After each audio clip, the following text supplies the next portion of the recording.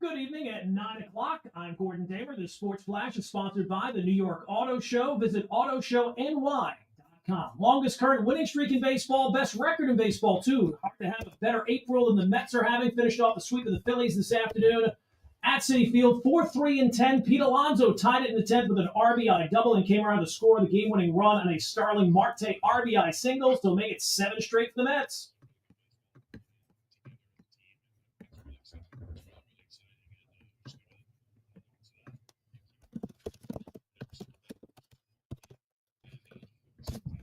Not all the news good. Edwin Diaz forced to leave the game in the 10th with a hip cramp. Yankees wasted no time in Cleveland. Bombers scored 2 in the first, 2 more in the second. Cruised to a 5-1 win over the Guardians. Carlos Rodon, another strong outing. 1 earned run over 7, 8 strikeouts. Aaron Boone liked it.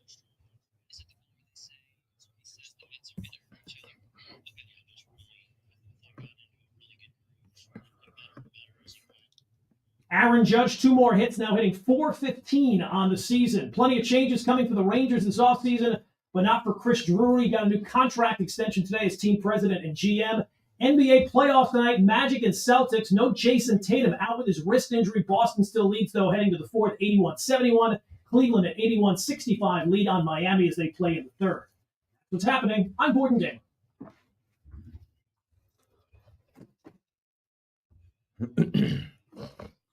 Have a good show. That's your last one? No, just my first one. Okay, you're here for the rest of the night. All right, I'll see you in an hour. What up? Let's get it.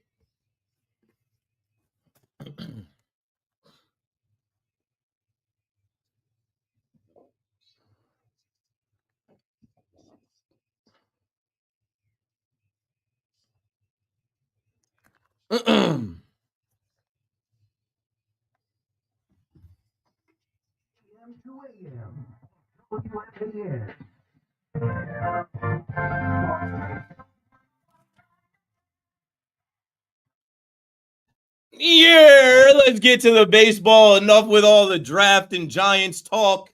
We get it. Abdul Carter, Shador Sanders, maybe Travis Hunter, maybe Jackson Dart. We'll do that later on tonight. We'll get there. 888-808-1019. Both the Mets and the Yankees played earlier today, and both of them won. And usually I say to the victor go the spoils, whichever team wins. We start with them first, but it's obvious who to start with first because they haven't lost. The Make It Happen Mets, make it happen again. It's a Mets world. We're all living in it. And before we get into the X's and O's and the Jimmys and Joes, I just want to start with conversation around what I feel like is happening, what I feel like is going on here in New York, specifically Flushing. Queens get the money. If you're a baseball fan or you're a sports fan, you got to appreciate it. I know there's a lot of people listening that are not necessarily Mets fans, and I'm not a Mets fan either. But if you're a sport fan, if you're a baseball fan, I think you have to appreciate what you're seeing. 888-808-1019. Let's go back. This is a continuation of last year. No, this is a continuation of the process that started 4 years ago, 5 years ago, with Steve Cohen coming in. This guy is starting to literally reap the benefits of all the things he's said and done. You're starting to see what he was talking about in real life, in real form, as far as changing the Mets. And what's the term? I was looking for it in my notes from a while ago. What did he say? He wanted to exterminate the pessimistic Met fan. This guy has come in with all the money in the world, bought the richest player in the sport, and you don't even really need him. I mean, he has talked about winning the World Series. And what I'll say on April 23rd is you can't win the World Series today. But when you get to the NLCS, when you get super hot like the Mets did last year and you start dreaming about a run to the World Series, all you can hope for is a good offseason where you do land the biggest free agent and some other pieces, and you make the right moves and the right decisions on players that were with you last year. And you just hope that they can get better and pick up where they left off. And the Mets more than have done that. I was listening to Locked On Mets, New Rico Bronya hasn't dropped yet. But the host on that show said that the Mets are 83-47 in their last 130 games. And then he stretched that out to 162 games. That's a 108 win pace. No, I don't think that the Mets are going to win 108 games. And Steve Cohen himself went on Elon Musk's Twitter, aka X, and he said, "We need to keep riding this wave. There will be mean reversion at some point, but there is something special happening at Citi Field. So much fun." His tweet before that was encouraging Mets fans to come out to face the Philadelphia Phillies, who the Mets defeated in the NLDS last year. And I think you have actually broken the Philadelphia Phillies, their fans. Like, their fans are not taking over your building. There are more people than usual in Citi Field in April. There is no Philly fans coming up from the turnpike, taking the train, and invading Queens. They don't want to come up here to see their team get swept, get beat. I think you've broken their will. If you've watched any of the clips that come from the NBC Sports Philadelphia postgame show, last night I was trying to find the audio. I have it tonight. We'll play it at some point if you haven't heard it. The guys that talk about the team after the game are broken. They're saying the Mets are big brother. Whoa, big brother. Yeah. Talking about in the division that the Mets are the bullies. That the Mets, there is no rivalry with the Phillies. The Mets own the Phillies. And they're talking about if the Philadelphia Phillies want to win the division, if they want to go on and have home field advantage, if they have dreams of going to the World Series, well, they got to go through the Mets. So if they're down in Philadelphia talking about October right now, we damn sure could talk about it in New York, but we're not going to get ahead of ourselves. Steve Cohen said big series coming up against the Phillies Monday through Wednesday. Let's bring the energy this week against a division rival. And there were many people in baseball, fans like myself included, that said, hey, the Philadelphia Phillies are going to want some get back. And when you look at the odds for the World Series, the Philadelphia Phillies are one of the top 5 teams that people are betting on with the best odds to go to and win the World Series. The Mets just checked them, swept them, walked them off. And I just think that right now, if you're a Met fan, it's that stay down till you come up mentality, right? You're up right now. It feels good to be up right now. Don't let anybody steal your joy. Don't let anybody kill your joy or rain on your parade. I'm not going to be the guy to tell you, well, you beat the Marlins and you beat the A's and you beat the Twins. You didn't beat the Twins, but you know what I'm saying. There's literally nothing to pick at with the Mets right now. There's nothing to look at negatively. Everything is turning up gold, roses, better than expected. The rotation, much better than expected. The bullpen, even as you got so deep in the bullpen today, you know, like if you wanted to be negative early on in the season about Danny Young, he's already turned it around. Spent some time in Hefner's laboratory getting big outs today. Didn't have that on my bingo card.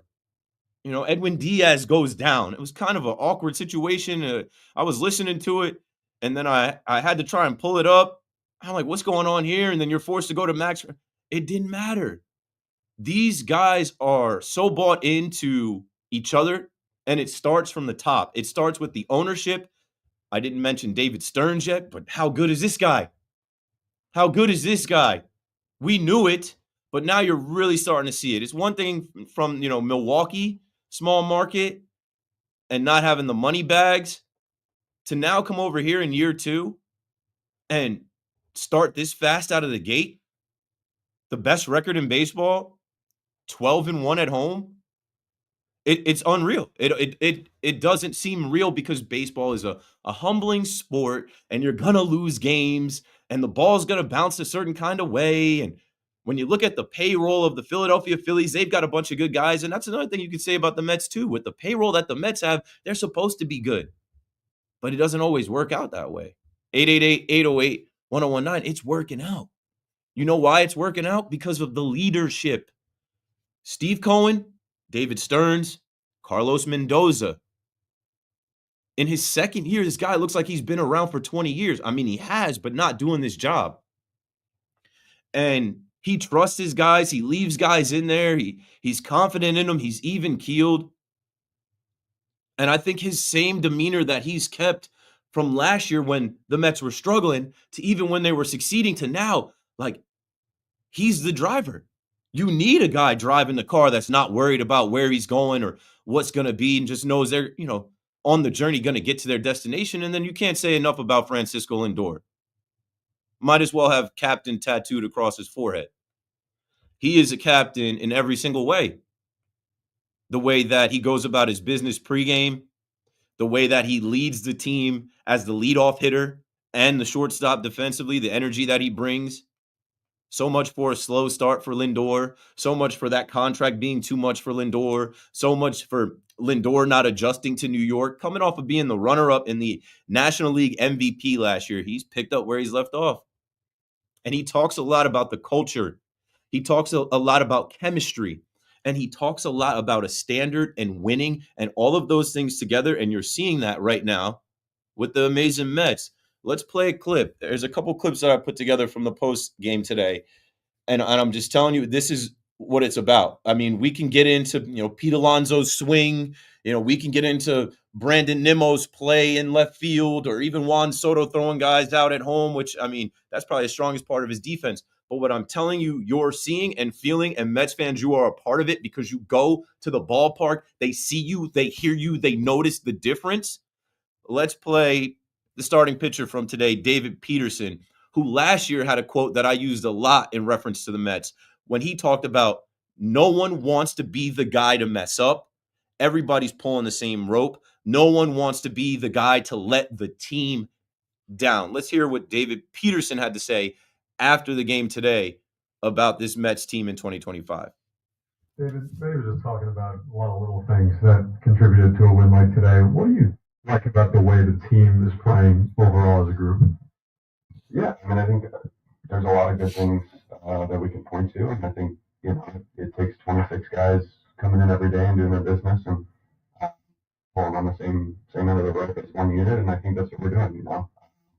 Everybody's got their things, whether you're going well or not right now that you're working on, but when the lights go on, we're 26 guys as one against the other team, and it's just fun to play with these guys.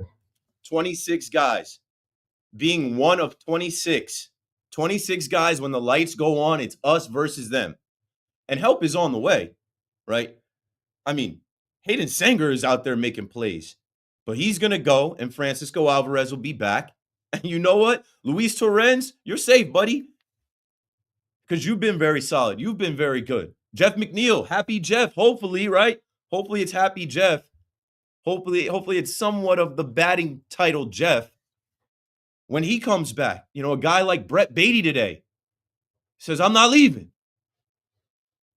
Turns on a Zach Wheeler pitch and puts it 400 up in the upper deck. I didn't know Brett Beatty was like that. He has it in him. And that's why Carlos Mendoza and David Stearns and these guys have kept giving him opportunities when Mets fans were saying, he sucks. He's quadruple A. Get him out of here. Get this bum off my team. Looking for a negative when everything is positive. 888-808-1019. All of these guys are pulling the same rope. All of these guys are bought in. They know they have a good manager. They know they have some of the best players in the game between Lindor and Alonso. And I didn't mention Juan Soto yet. But let's hear what Pete Alonso had to say. And Pete Alonso is a guy that, as I'm watching him, and you know what, I got to meet Pete and be around Pete in Seattle 2 years ago at the All-Star game, and he was an All-Star last year. And I did so many shows where I'm like, yo, Pete Alonso gets disrespected, and all he does is big up the Mets, speak well of the city, the ballpark, the fan base, how he wants to be a Met. And I'm so impressed with this guy coming off of the offseason where a guy gets paid record-breaking money. And fans start talking about another guy that's in Toronto coming here. And other fans are suggesting Mark Vientos do his job. This is the guy that could have went into the tank. This is a guy that could have went to social media. This guy could have went to a podcast. He could have went to a New York Post reporter, who knows, and said anything negative and bad. All he did was work out down there in Florida, wait to meet face-to-face with Steve Cohen and David Stearns, and they paid Pete. And since they paid Pete, he's been nothing but money. He has been here through so many different iterations of the Mets clubhouse. He was just waiting for his payday. Now the money is there. Now the security is there. Now he has the freedom to go out and be the best version of himself. He is playing like a complete hitter. There were times last year he was a complete loser. And I don't mean to, because I don't talk down on him, but there were so many times last year where you couldn't rely on Pete Alonso. Now it's almost a damn lock. Now, who else do you want up? When I go on Twitter and I'm listening to the game or watching the game, I say paid Pete. Who else? Pete Alonso. This is his team. Pete Alonso, this is his franchise. And this is his season because you know what? He did the bet on himself year last year. And it's tough to bet on yourself and win. It doesn't work out like it did for Aaron Judge for everybody. But he's got a mulligan. He's got a mulligan. And he knows if he handles his business the way he is right now, he'll be an all-star again. And I know it's early. We're only like 15% of the way through the season. But there's chirps about MVP. Let's hear what Pete Alonso had to say after the game today, talking about this team in a similar kind of way.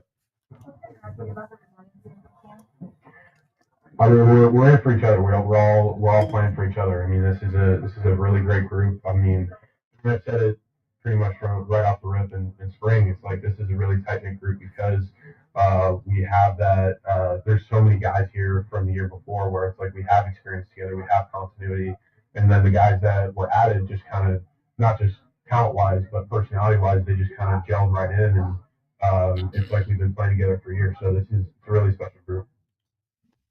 I mean, what else do you need to hear?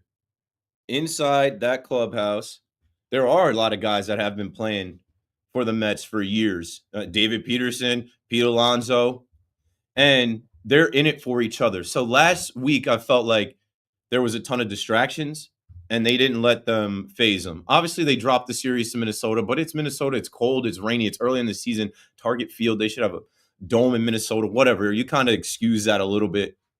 But the distractions all centered around one guy, Juan Soto. And there's so much talk about Juan Soto last week with his comments about Judge.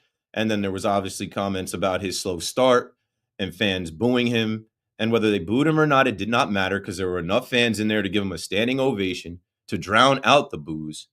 And Juan Soto is still Juan Soto. It's a luxury to have Juan Soto and not need him. It's a luxury to go out and get Juan Soto and know that at some point it's going to get to 80 degrees. There's going to be another stretch where you need Juan Soto, and Juan Soto is going to be absolutely dialed in and locked. And I know a lot of people make a lot about his defense, and he's had some mistakes early on in the season.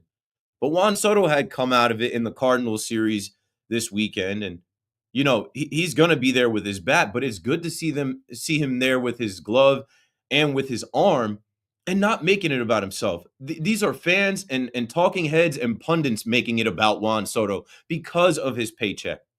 These guys don't care what he's making. You know what I'm saying? Griffin Canning got signed for what, $4 million? He's been brilliant. I bet you when Frankie Montas comes back, he's going to be excellent because Clay Holmes, what a steal of a deal for Clay Holmes. So let's hear what Juan Soto had to say today as everybody is examining his every move, from his celebrations or not celebrating. Is he shuffling? Is he whatever? Juan Soto is 1 of 26 right now. Go ahead, Connor. You're not doing it with the bat today to have 3 throws home, get 1 runner out, and get 2 guys to go back. I mean, how good does that feel to help this team with the defense out there? It was great. It was great to have some roles, some files in the game wins, you know. I'm trying my best, you know, to come through with that, but whenever that doesn't come through, I got to do something else. You know, we play defense, we run the bases right, and I think today I have the chance to help the team with my defense, and I think I feel great. Juan Soto is just trying to be a part of the team too. He's just trying to pull on the same rope too. Because of what he did prior to being a Met, he got a ridiculous contract.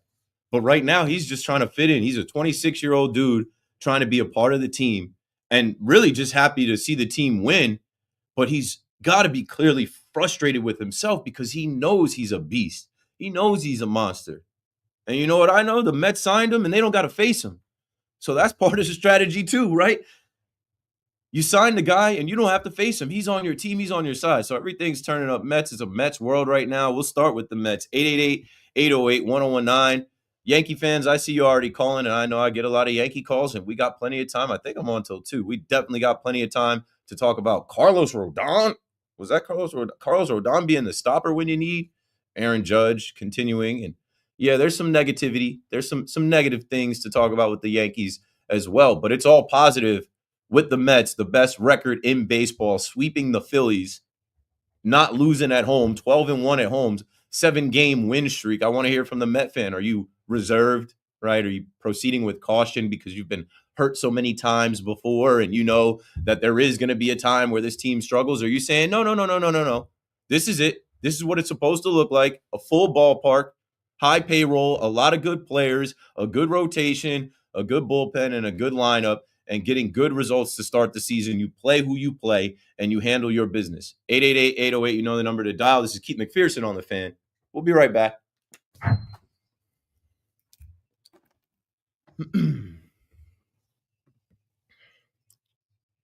What's good, chat?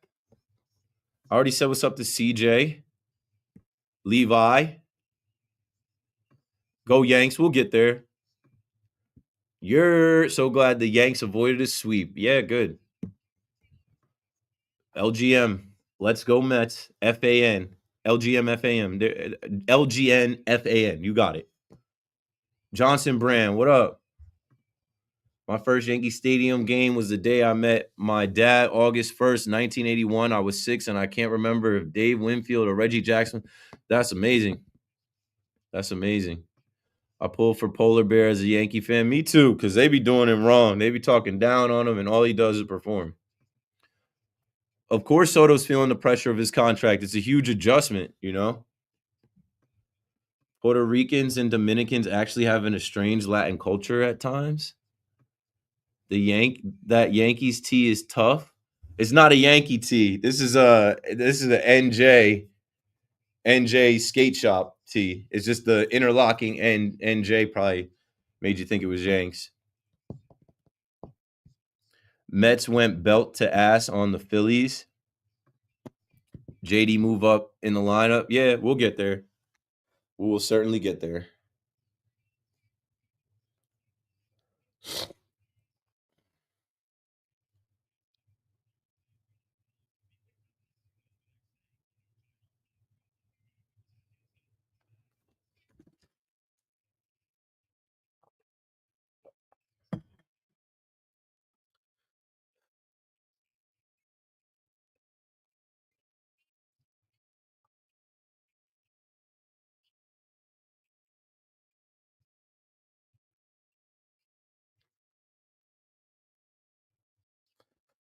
Okay.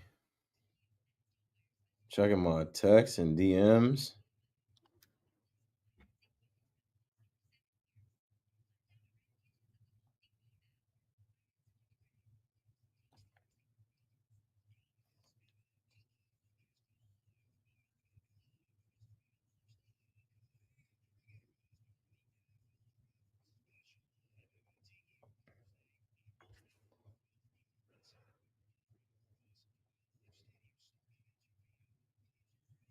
Okay.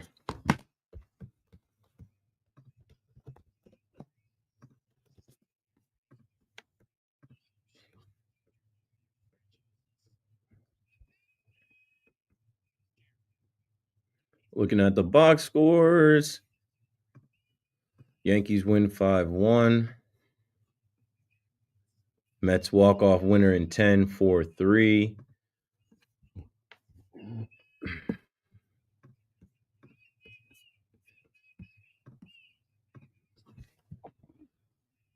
My boy Ben with the one-sheeter, pulling that up.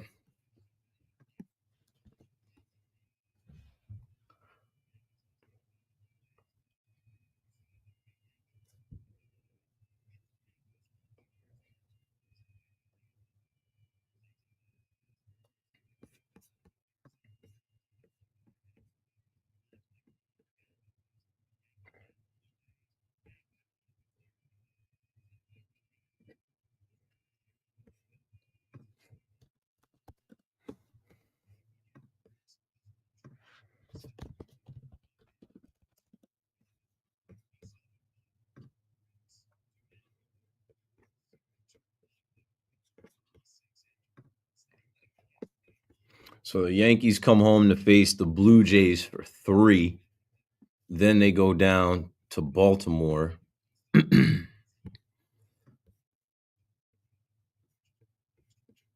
And then they come back for Tampa and San Diego. That's going to be tough.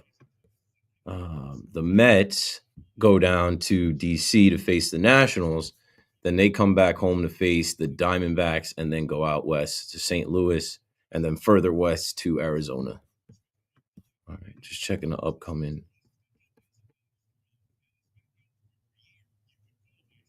schedule.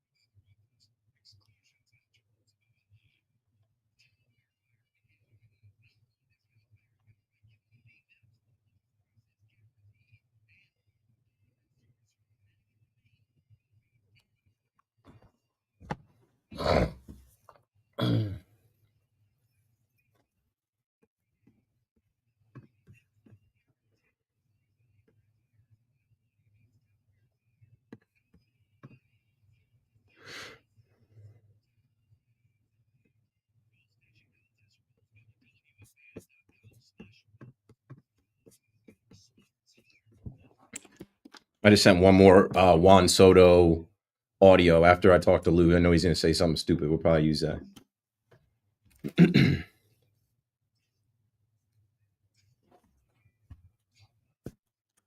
Okay, let's get it, man.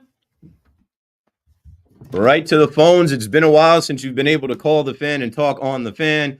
Keith McPherson on the Fan, taking your calls at 888-808-1019. Let's go straight to, great name, Keith out on Long Island. What's up, Keith? I'm naked in the bathroom. Sorry, dude. I'm washing my baby.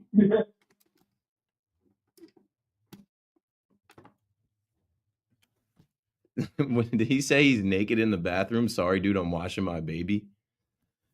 Oh, man, you know, that's how we're starting off at 9:30 at night.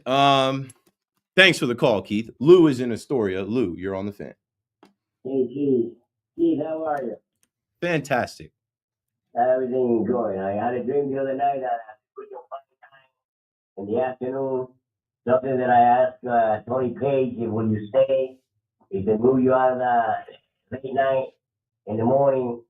And he didn't answer me that question, but I was very happy. It was a dream, though. I woke up and I got to face reality, but I hope that it happens, okay?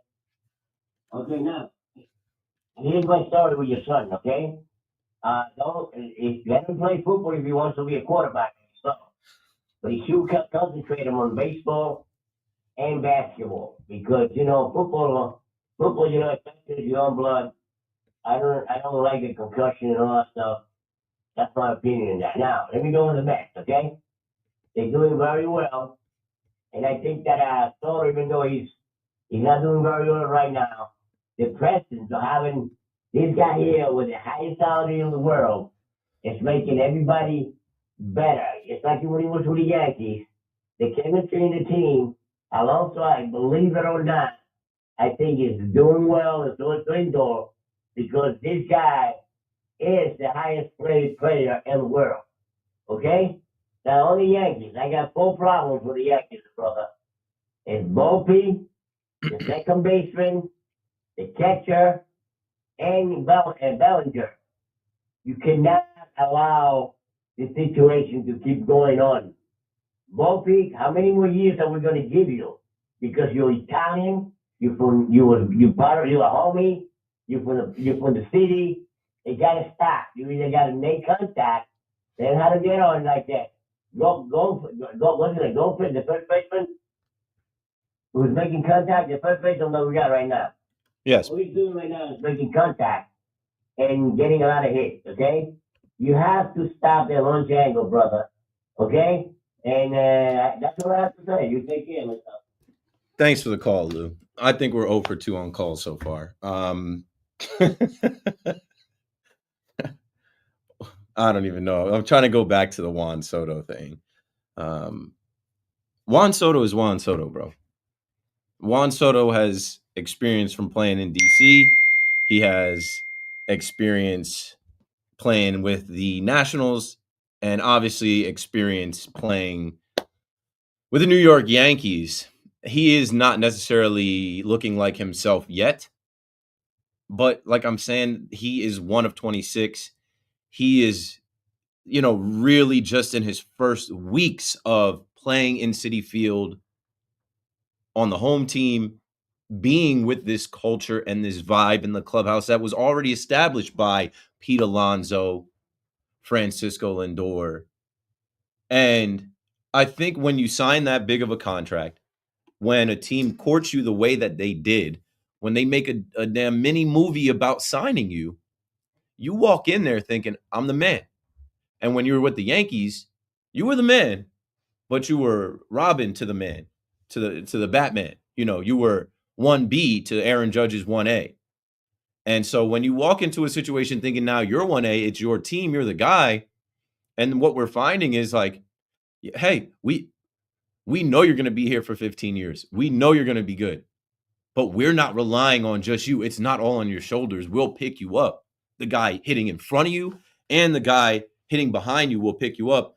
It is just an adjustment. Let's play another clip from Juan Soto. It's funny because I dubbed the team the Make It Happen Mets in 2022.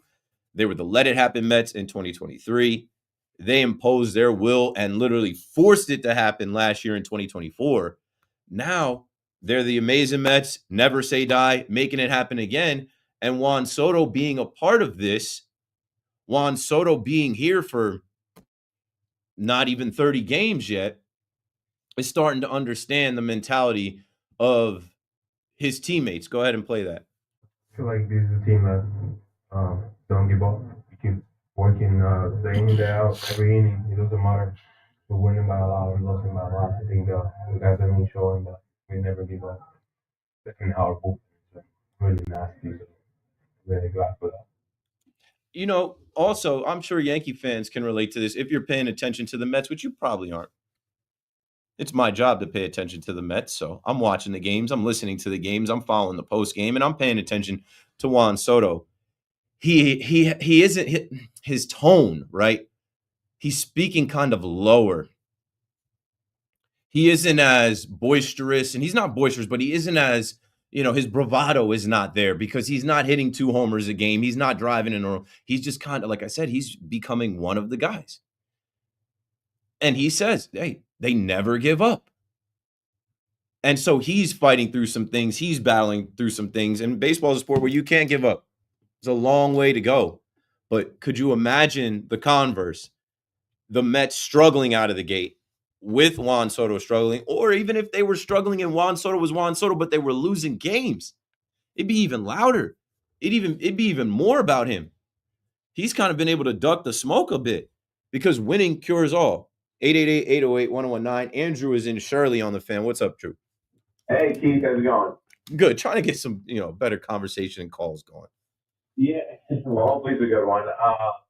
Yeah, listen, I'm over the moon right now with the Mets. I mean, 7 in a row, best record in baseball. The pitching that's been dominant. Pete Alonso, who is and should be a fan favorite, doing what he's doing. Lindor picking up where he left off, in the playoffs. I mean, that whole year, I should say. It's awesome. But with the Soto thing, I mean, I'm just feeling from just as a fan and a guy who's obviously going to watch for the next 15 years. He's clearly struggling, and the thing that he's going to come around.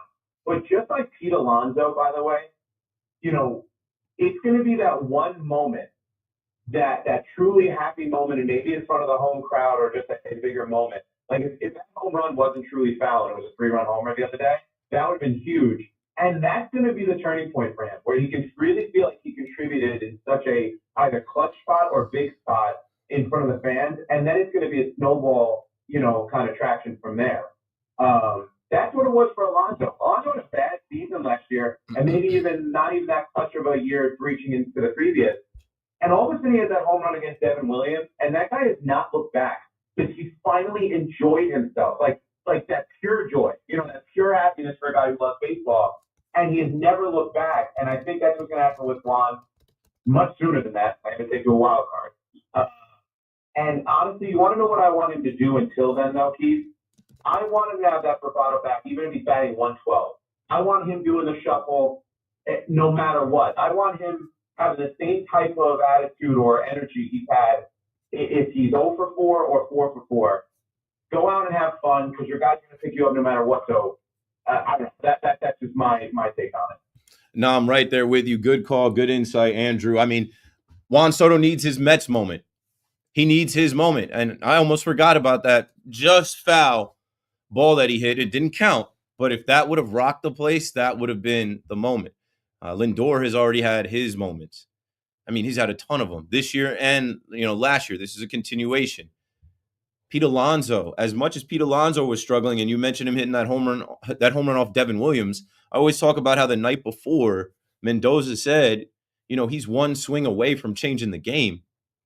And I remember listening to WFAN the next day, and someone said, drop him in the lineup. And then somebody else called, and they said, drop him in the lineup. I'll drop him off at the airport. I'm like, what? You literally need this guy. And then that night, he saves your season. So Pete Alonso has had enough of those moments that build confidence. Pete Alonso has had enough of those moments where he knows he's going to do it again. And the game kind of slows down and you're not thinking as much, you're not pressing as much, and it comes to you. Same thing with Lindor. They're playing calm and free. Seeing Juan Soto not shuffle, seeing Juan Soto not, look at the pitcher and nod his head or, check the ump and, kind of go out there with that swagger. I even, went back to some of my videos from the stadium last year. I gotta go to a game at Citi Field just to see how he runs out on the field. Juan Soto had this whole routine of like a little bit of a prayer before he put his hat on, and he would run and skip over the foul line and then go out there. It's like he's got to get his mojo back a little bit. He's got to get his superpowers back a little bit. And I think that'll come once he has that big moment where it's like, okay, at the plate, I did this to win the game. I hit the deciding home run. I drove in the runs. I walked this off. But it's good that he doesn't have to do that. Another thought that I had today was like, it's going to come at some point. But with the lead that the Mets are building in the division, and I know people are already running with the NL East is over and they may never look back, and it's not going to be that easy. But the whole plan should be to get to the postseason. And when you get to the postseason and other guys shrink, Juan Soto, postseason, same as regular season. The lights get bright, Juan Soto is ready for that. You get Juan Soto to the postseason, then he'll give you some actual moments. Then he'll actually save the day. That's when you'll get to see Juan Soto perform as we've seen him perform with the Nationals, with the Yankees. 888-808-1019. Scott is in Scotch Plains. What's up, Scott? You're on the Fan. Hey, Keith, good to talk to you. Yeah, Soto's going to Soto. He's been hitting the ball hard. I have no concerns about him. I've been most impressed with the pitching staff. Typically, previous years, guys would come over to the Mets. They would decline. Now we're seeing the opposite. Guys get better. Our homegrown guys, Tyler McGill, David Peterson, getting better day in, day out. Our pitching staff was supposed to be, on paper, looked terrible before the season started. Best ERA in baseball. Bullpen, lockdown right now. I love to see it. I think it's sustainable. Our coaching's good. Management's good. President of baseball operations great. Ownership's good. I'm excited. This is probably the most positive I've ever been about the Mets in my lifetime. So good to see. Good to talk to you. Thanks for the call. Thanks for the call, Scott. Yeah, the Mets have the best ERA in baseball with their starting five, their starting rotation. And here we go again. Another year we go into the season where everyone's saying that's the weakness of the team. Their lineup is one of the best lineups in baseball. Their top 4 or 5 guys are the best in baseball. But this rotation's not going to hold. It's not going to last. It's not going to work. Too many question marks. Well, they're answering those questions. They're putting up, and you can only look to, 2 guys, really, like I said, Jeremy Hefner and his laboratory. I don't know what the hell they do with these guys, how they break them down, what they have them do versus not do to get them right. But all these guys are competing. And I think it stands to get better because arguably the best guy you had last year was Sean Manaea. He'll be back. And I've been saying it, I've heard other hosts saying it. Frankie Montas is going to come back, and you can bet that you see the best version of Frankie Montas. If this is what you're getting out of Griffin Canning and Clay Holmes making the transition from a closer, high leverage reliever to a starter, he's striking out guys, Griffin Canning striking out guys. Like, they have the lowest ERA in baseball, and they stand to get two guys back into that rotation. Like, they're good. And I don't think it's going to happen, but it was just a couple weeks ago in Miami where they asked the players about getting Sandy Alcantara. And Lindor, Marte, Soto were all lobbying. Yeah, that'd be great. That'd be a great move to get him. You don't need him. You don't need him. Now, you know, there's another argument that you might need him in the postseason. You might go get a guy like that because you need an ace for the postseason. If the postseason started today, who are your 1, 2, 3 pitchers? I don't know. You got options. And it's so long from now, it doesn't matter. I just think it's like nothing to worry about. It's been better than expected, better than advertised. Let's take another call. George is down in Atlanta on the Fan. What's up, George? What's up, Keith? It's been a while since I called the Fan, man. I used to call all the time, but anyway, Keith, as a big-time Mets fan living in the Atlanta market for 7 years, I got to say I'm really enjoying these last couple of years, and I called to say that, you know, I know he got the most the MVP, right? But as far as I'm concerned, Francisco Lindor, whether he's MVP material or not, he is hands down the most important player in Major League Baseball, in my opinion. The team is not where they wouldn't be sniffing this kind of success without him. And I just think he's a tremendous leader, both on and off the field. And he's teaching not only the youngsters, but the veterans how to handle success and failure. And that's what you call a leader. Thanks from Atlanta, George. Appreciate the call. I've been talking about Lindor these last few days about how well he's played at Citi Field. His walk-up song, My Girl, is a legit thing now, back-to-back years where the crowd sings it. The song shuts off. They keep singing it. He is the leader on and off the field, post-game, pre-game interviews, how he goes about his warm-up, batting practice, and how he goes into the game. I had a stat pulled from SNY Mets last night that I used where it said no player in the National League has been more valuable than Francisco Lindor over the last calendar year. His F-WAR is 8.6. I know Shohei Ohtani won the MVP, but Ohtani is not pitching. Ohtani, I mean, the 50-50 is cool, but Ohtani is surrounded by MVPs and all-stars and a ton of talented players. I know there's some talented players on the Mets, but like Lindor is the one setting the tone. And I think it's just a maturation process. I think this is just him now being here for years where he understands what it takes. He understands what the expectations are. He can't start slow. All eyes are on him. He had another kid, so he's got more dad strength. Yeah, you can't say enough about Francisco Lindor and what he's been. The last thing I'll say about it before we take another call is his accountability. Yeah, he's got the 4 errors, and there were 2 games where he made mistakes in the field, and it cost him. But what did he do? Stand in front of the cameras, stand in front of the microphones, take accountability, and say, that's not our standard. That's not what the Mets do. It's on me. I got to be better, and I will. And then he immediately makes up for it in the following games. 888-808-1019. That is a leader. That is a captain. That's your leadoff hitter. That's your shortstop. Francisco Lindor is one of the best players in baseball. He's worth the entire contract. He's got a lot of people eating their words, and he's far from finished. He's got a lot more game left. I don't know, when he's going to slow down, but he looks like he's for sure in his prime right now. John in Brooklyn on the Fan. What's up, John? Hey, Keith. Hey.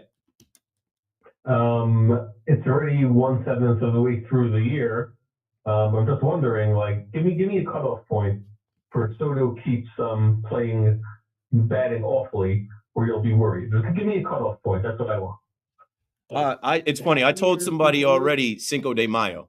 I'm like, if he's struggling, if he's still under 250, 270 by Cinco de Mayo, and he doesn't have the power numbers, the homers, the ribbies, we're still waiting for that first home run, like Cinco de Mayo. Once we get past Cinco de Mayo weekend, then it's time to be like, all right, what the hell is up with the guy? Has the money really affected him, changed him? Is he zapped?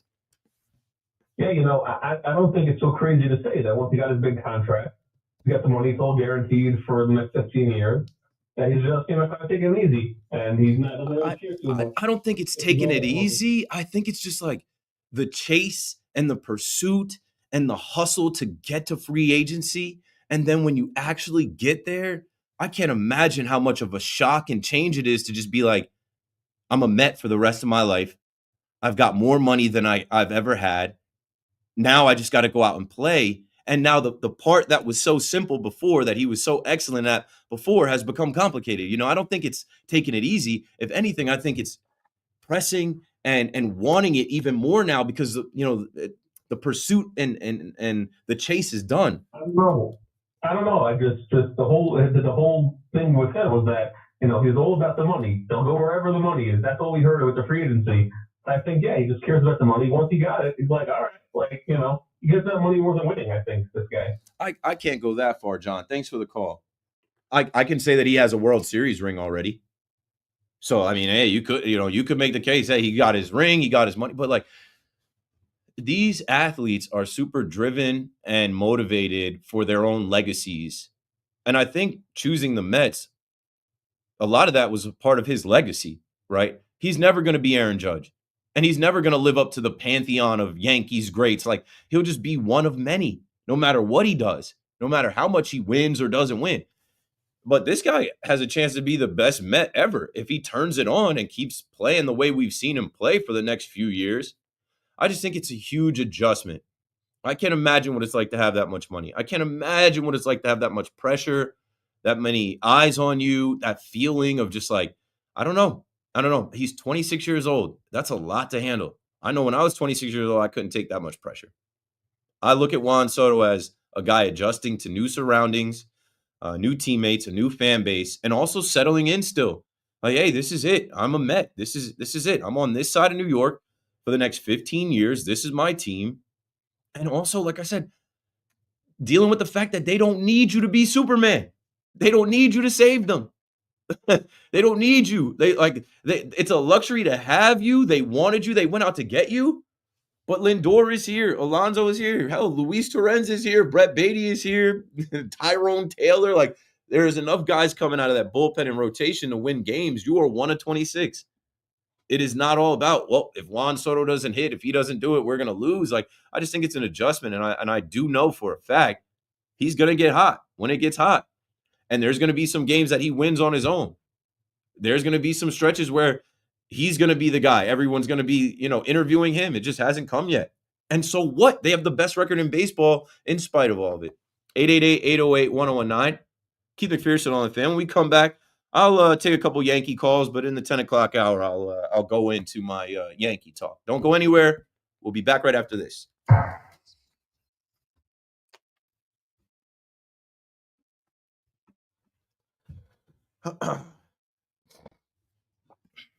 One second, chat. 1 second.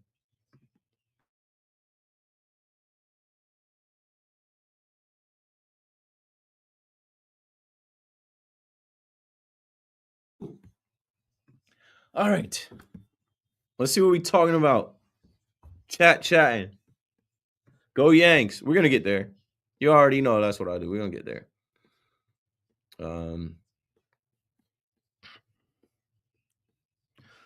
Yo, what's good, Brody? Pulling up this weekend? Yeah, Friday and Saturday. I'm in the X for sure, for certainly. I'll see you somewhere, I'm sure. I know where to find you at. Either outside or 203, I know where to find you. Terrace, I know where to find you at. Yeah, we're going to talk about Judge. He's incredible. Swept the Phillies. Congrats. That is a problem. It's a minor problem. It's an early problem, but yet still a problem. Oh, batting average doesn't matter. Okay, well, it does when a lot of guys aren't, hitting over 200, leaving runners on base. It appears the Phillies have gotten old. the East and the NL just may be the Mets moving forward. I don't know.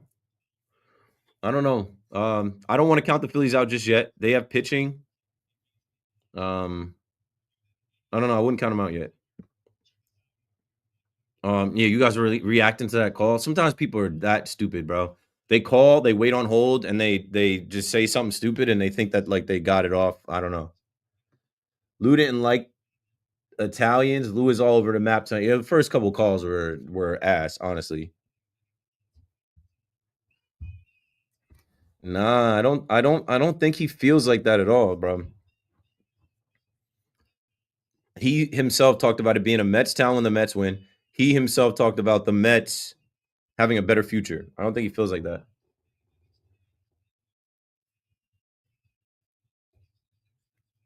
Yeah, that's a great point. I'm gonna leave that there, and I'm gonna come back with that. Soto does the same thing at Citi Field before every game, the same routine. Good. He should. He shouldn't change. I'm gonna star this so I can come back to it, Jay. We're gonna next break come in with that. 2019 juice numbers in MLB. 2020 shortened season. Who are you talking about, Pete? Detroit fan, born and raised. Best of luck in the Knicks Pistons series. Definitely a fun watch. Love the way these two teams battling. Yeah, we're gonna talk about the Knicks a little bit later. A lot of people shook. I don't think it's any reason to be scared yet. Now, if they go down 3-1, yeah. What up, Hector? You thought I was coming on at 7? I saw your tweet. You thought I was coming on at 7.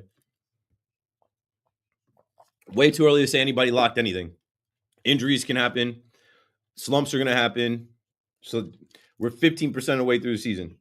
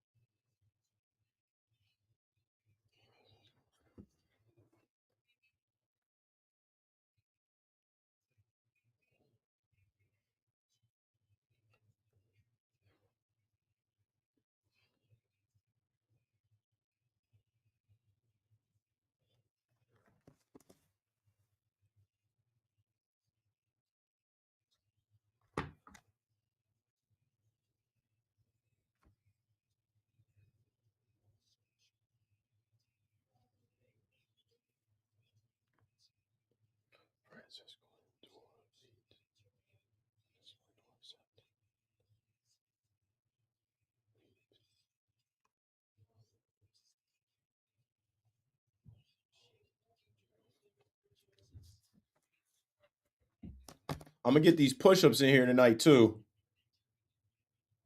I'm going to get these push-ups in, y'all. 1. Oh. 1. 2. Okay.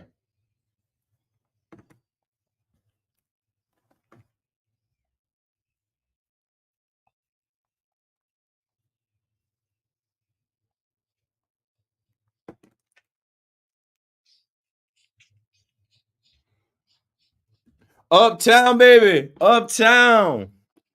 Keith McPherson, downtown New York City, on the Fan in New York. I think I'm on till 2. I should be on till 2. It's a 5-hour KM to AM, 9 to 2. I don't know. I don't even be checking the schedule, honestly. I'd be around. and ready to go. I watch the games. I take notes. I follow everything I got to follow on social media, and then I come in here. Yeah, Connor's like, you're on till 2. But sometimes it'll be like if it doesn't start if it's not 7 to 12, and I don't know, sometimes it'll be to 1. And then we got to make sure Big Mac knows, okay, you got me till 2. And there's plenty to do with the Mets, with the Yankees we're going to get into in the next hour, and the NFL draft and the Knicks. Ooh, in Detroit. But yeah, so in my live chat, shout out to Jay Dupree, a.k.a. Johnson Brand. He says, I think the elephant in the clubhouse is Soto didn't quite receive cold shoulders, but he hasn't received a hero's welcome either. And that's a thought that, like, you know, I think when he came into the Yankees, there was this like, oh, we got Soto, so like, remember Aaron Judge accepting his MVP and gushing about Juan Soto? And I thought some of that was a sell to get Juan Soto to come back, but it just seemed like all year was this Juan Soto. Didn't mean to whisper it, not like the Salicata Juan Soto, but it was just like Juan Soto is generational. Blank check him. Juan Soto is this and this. You know, I think for the Mets players, they already got to the NLCS without him. Of course, they wanted him from Brandon Nimmo reaching out and Lindor and all. But like when he came in there, it's like, hey, bro, like we're not kissing your feet. We're not bowing down to you. We understand how much money you're making, but you still got to show up every day. You still got to hit. You still got to field. And I think he is, but I just think that it's like he's trying to fit in. He's trying to, find his way still, because that clubhouse culture has been established. Lindor is the leader, captain, and Alonso's been there. Nimmo has been there. David Peterson has been. There are guys that have been there for a long time now. And Juan Soto is still new and still younger than a lot of those guys, and hasn't had his Mets moment just yet, but he will. He will. Jay is in Brooklyn on the Fan. What's up, Jay? Hello, Jay. You there? Okay, I don't think Jay is there, but Thomas is in Kearney, New Jersey. Thomas was at the game today. Tell us something.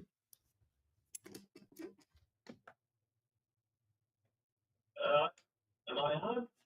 You're on now, yes. Yeah, so I know a lot of people slating Soto for his bat, but I haven't seen an outfielder throw guns like that in a long time in an outfield. He saved the Mets 3 or 4 runs today. That game would have been over if it wasn't for Juan Soto's fielding and throwing. So all these people, naysayers about Soto this, so that guy brings. Once he gets going, this guy is a ball player. I've never seen. I was at first game today. I was at opening day last year. Miserable. Today is the first game I went to today. Very happy. Very content as a Met fan. Great game. But if you look back in that game, that guy wanted the game with his arm. He's got a bullet, and his bat will come around. That's all I got to say. Great game. Great result. Soto's a stud. Thanks for the call, Thomas. Yeah, and it's a stark contrast from last year to this year. I think they've been almost doubling the attendance from April last year to this year. Soto comes up throwing. Yankee fans saw that in the first series in Houston last year. He threw a guy out at the plate. So as much as made about his glove or the routes he takes to the ball or him not standing in the right position when the ball is hit or balls going over, when he fields the ball, he's coming up throwing. He's got a good enough arm to throw guys out at the plate. That that's there. No one can say that. I think I said in my open, that's probably the strongest part of his defense. I think that is one of the stronger parts of his defensive game. And I'm sure he's working on it. It's a bigger right field in Queens than the Bronx.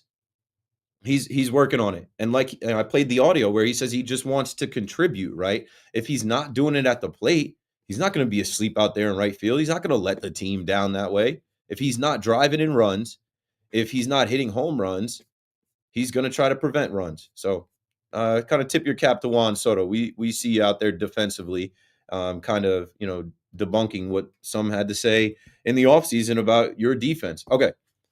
888-808-1019. We're about to talk about the Yankees a little bit in this next hour. Let's go right now to Gordon with the update.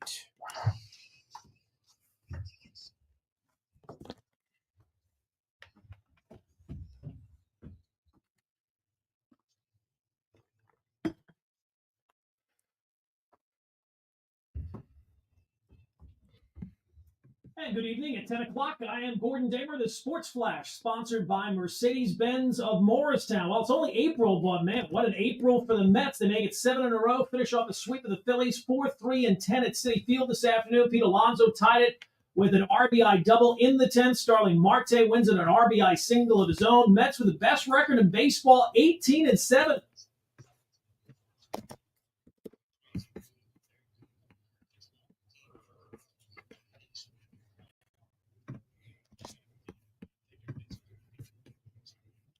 The only downer, Edwin Diaz, forced to leave the game in the 10th with a cramp in his hip. Yankees avoid the sweep in Cleveland, beat the Guardians 5-1. 2 more hits for Aaron Judge, including an RBI triple in the first. Carlos Rodon, another strong outing, gave up an unearned run over 7. He struck out 8.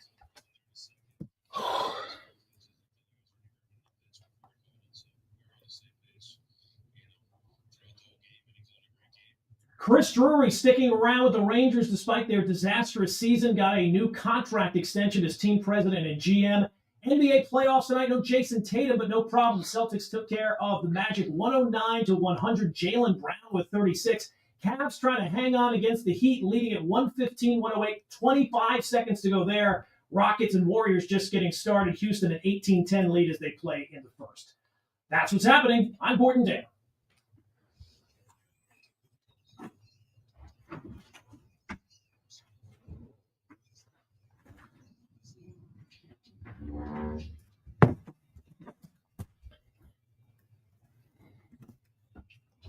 Yeah. All right. Inside the 10 p.m. hour on the Fan in New York, April 23rd. Keith McPherson, your nighttime host. Another KM to AM till 2 in the morning. In 2 days, we'll be back in Yankee Stadium. The Yankees will return home for an AL East matchup with the Toronto Blue Jays, and they better sweep them, or at least take 2 out of 3. They are going to see Jose Barrios. They're going to see Kevin Gossman and Chris Bassett, who's been pretty good. So I really don't expect them to sweep. It'll be Carlos Carrasco versus Jose Barrios. It'll be Max Fried versus Kevin Gossman. They'll probably get that one. I'll be there for those games on Friday and Saturday. And then it's Clark Schmidt versus Chris Bassett on Sunday. I won't be there Sunday. I'll be at the Somerset Patriots game, and then I'll be live on the Fan Sunday night after the Yankees series ends with the Blue Jays. The Yankees series just ended at Progressive Field in Cleveland, Ohio with the Guardians. And the Yankees avoid the sweep. And I felt like coming off of some of the frustration from Tampa, it kind of bled into this series. And Yankee fans are spoiled. I'm one of them. Yankee fans are never satisfied. We know it's early in the season. We know they're 15-10. We know they're in first place. But I was saying last night, I feel like they should have 17, 18 wins. And it's not that you lose, it's how you lose. And even when you're winning, it's not that you win, it's how you win.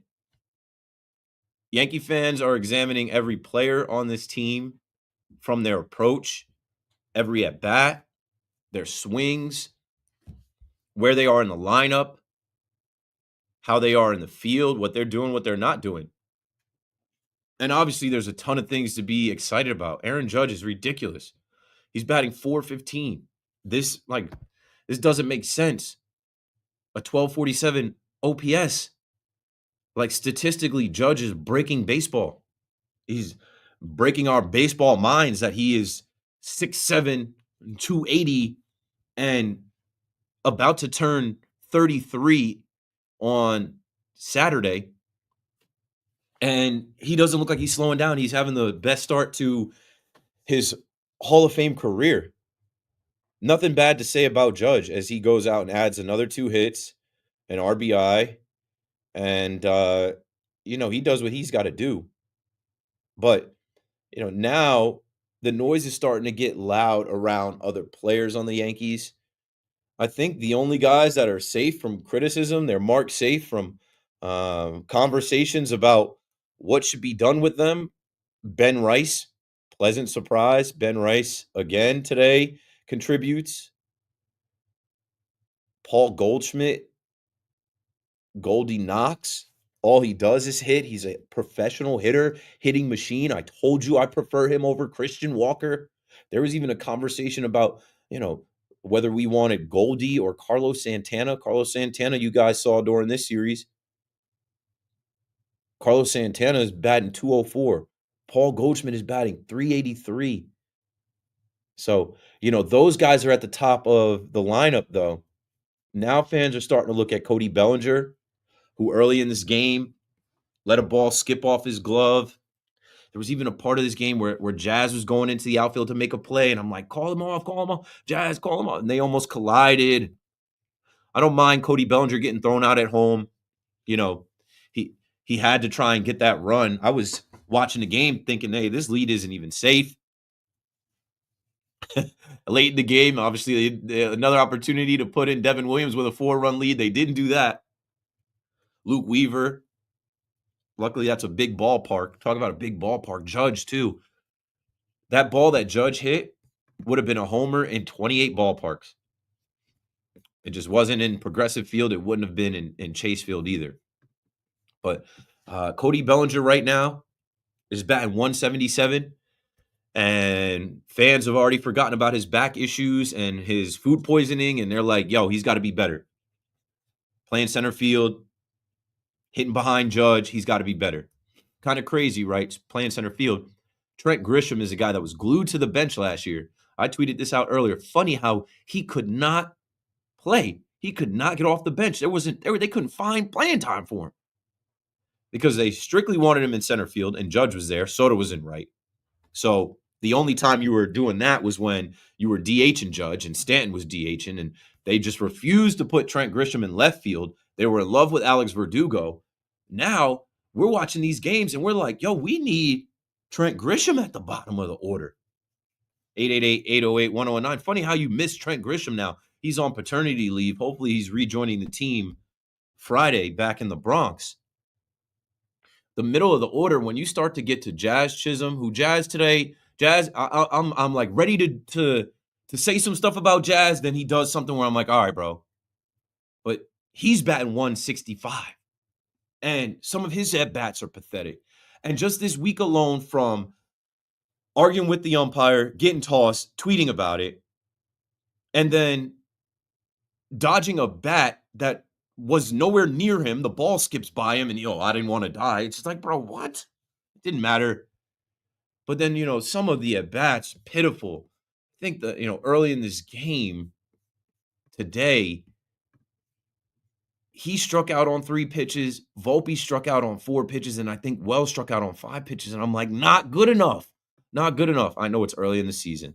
I know that these guys are everyday players, position players that can't be replaced. But I'm telling you, the conversation is starting to get louder around guys like Jazz and now young Volpe, who is not a young guy anymore. This is year 3. Anthony Volpe, it's not just this year either. He's about to turn 24. His birthday is 2 days after Judge, so Monday he'll be 24. And Yankee fans are now looking at his last 2 seasons and this season and saying, where's the consistency? Got to have some better at-bats. And he had a miserable day today, and he's in a miserable stretch. I don't even want to read the numbers. Today he goes 0 for 5 with 4 Ks. The golden sombrero. And then the last at bat, he grounded out, and it just was like, it was not. They're throwing fastballs at him, and then they're throwing outside the zone, and they're chasing. And I watched the game. I know these umpires suck. They are terrible, but they're not helping you. So when that pitch is outside, fight it off. They're not giving you that borderline ball that's getting called as a strike. It's tough. He's in a bad one right now. I think Chris Kirshner had put out that he was like 7 for his last 54 or something like that. I'll get the exact numbers. But yeah, the conversation around Volpe is getting louder. Maybe dropping him in the lineup. Maybe giving him a day off, fans are saying. Fans are actually calling for Oswald Peraza. I'm going to tell you tonight they're not doing that. And that the Yankees aren't looking at Volpe in just his at-bats. How quickly the torpedo bat stuff and the early homers and success has tapered off, and the Volpedo nickname, that has evaporated in a matter of 2 weeks.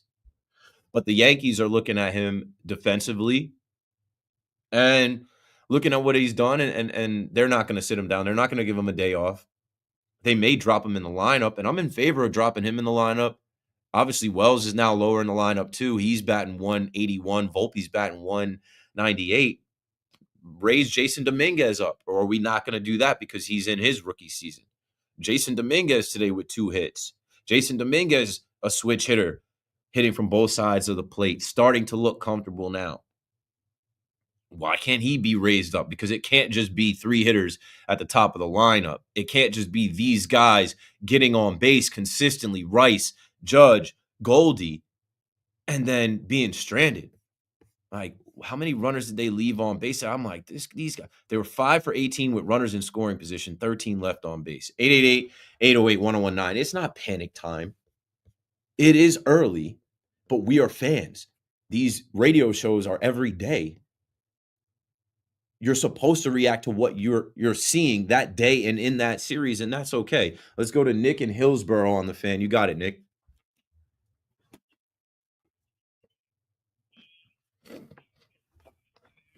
That some of the other shows don't. So I appreciate listening to you. You're just real. Not that the others are fake.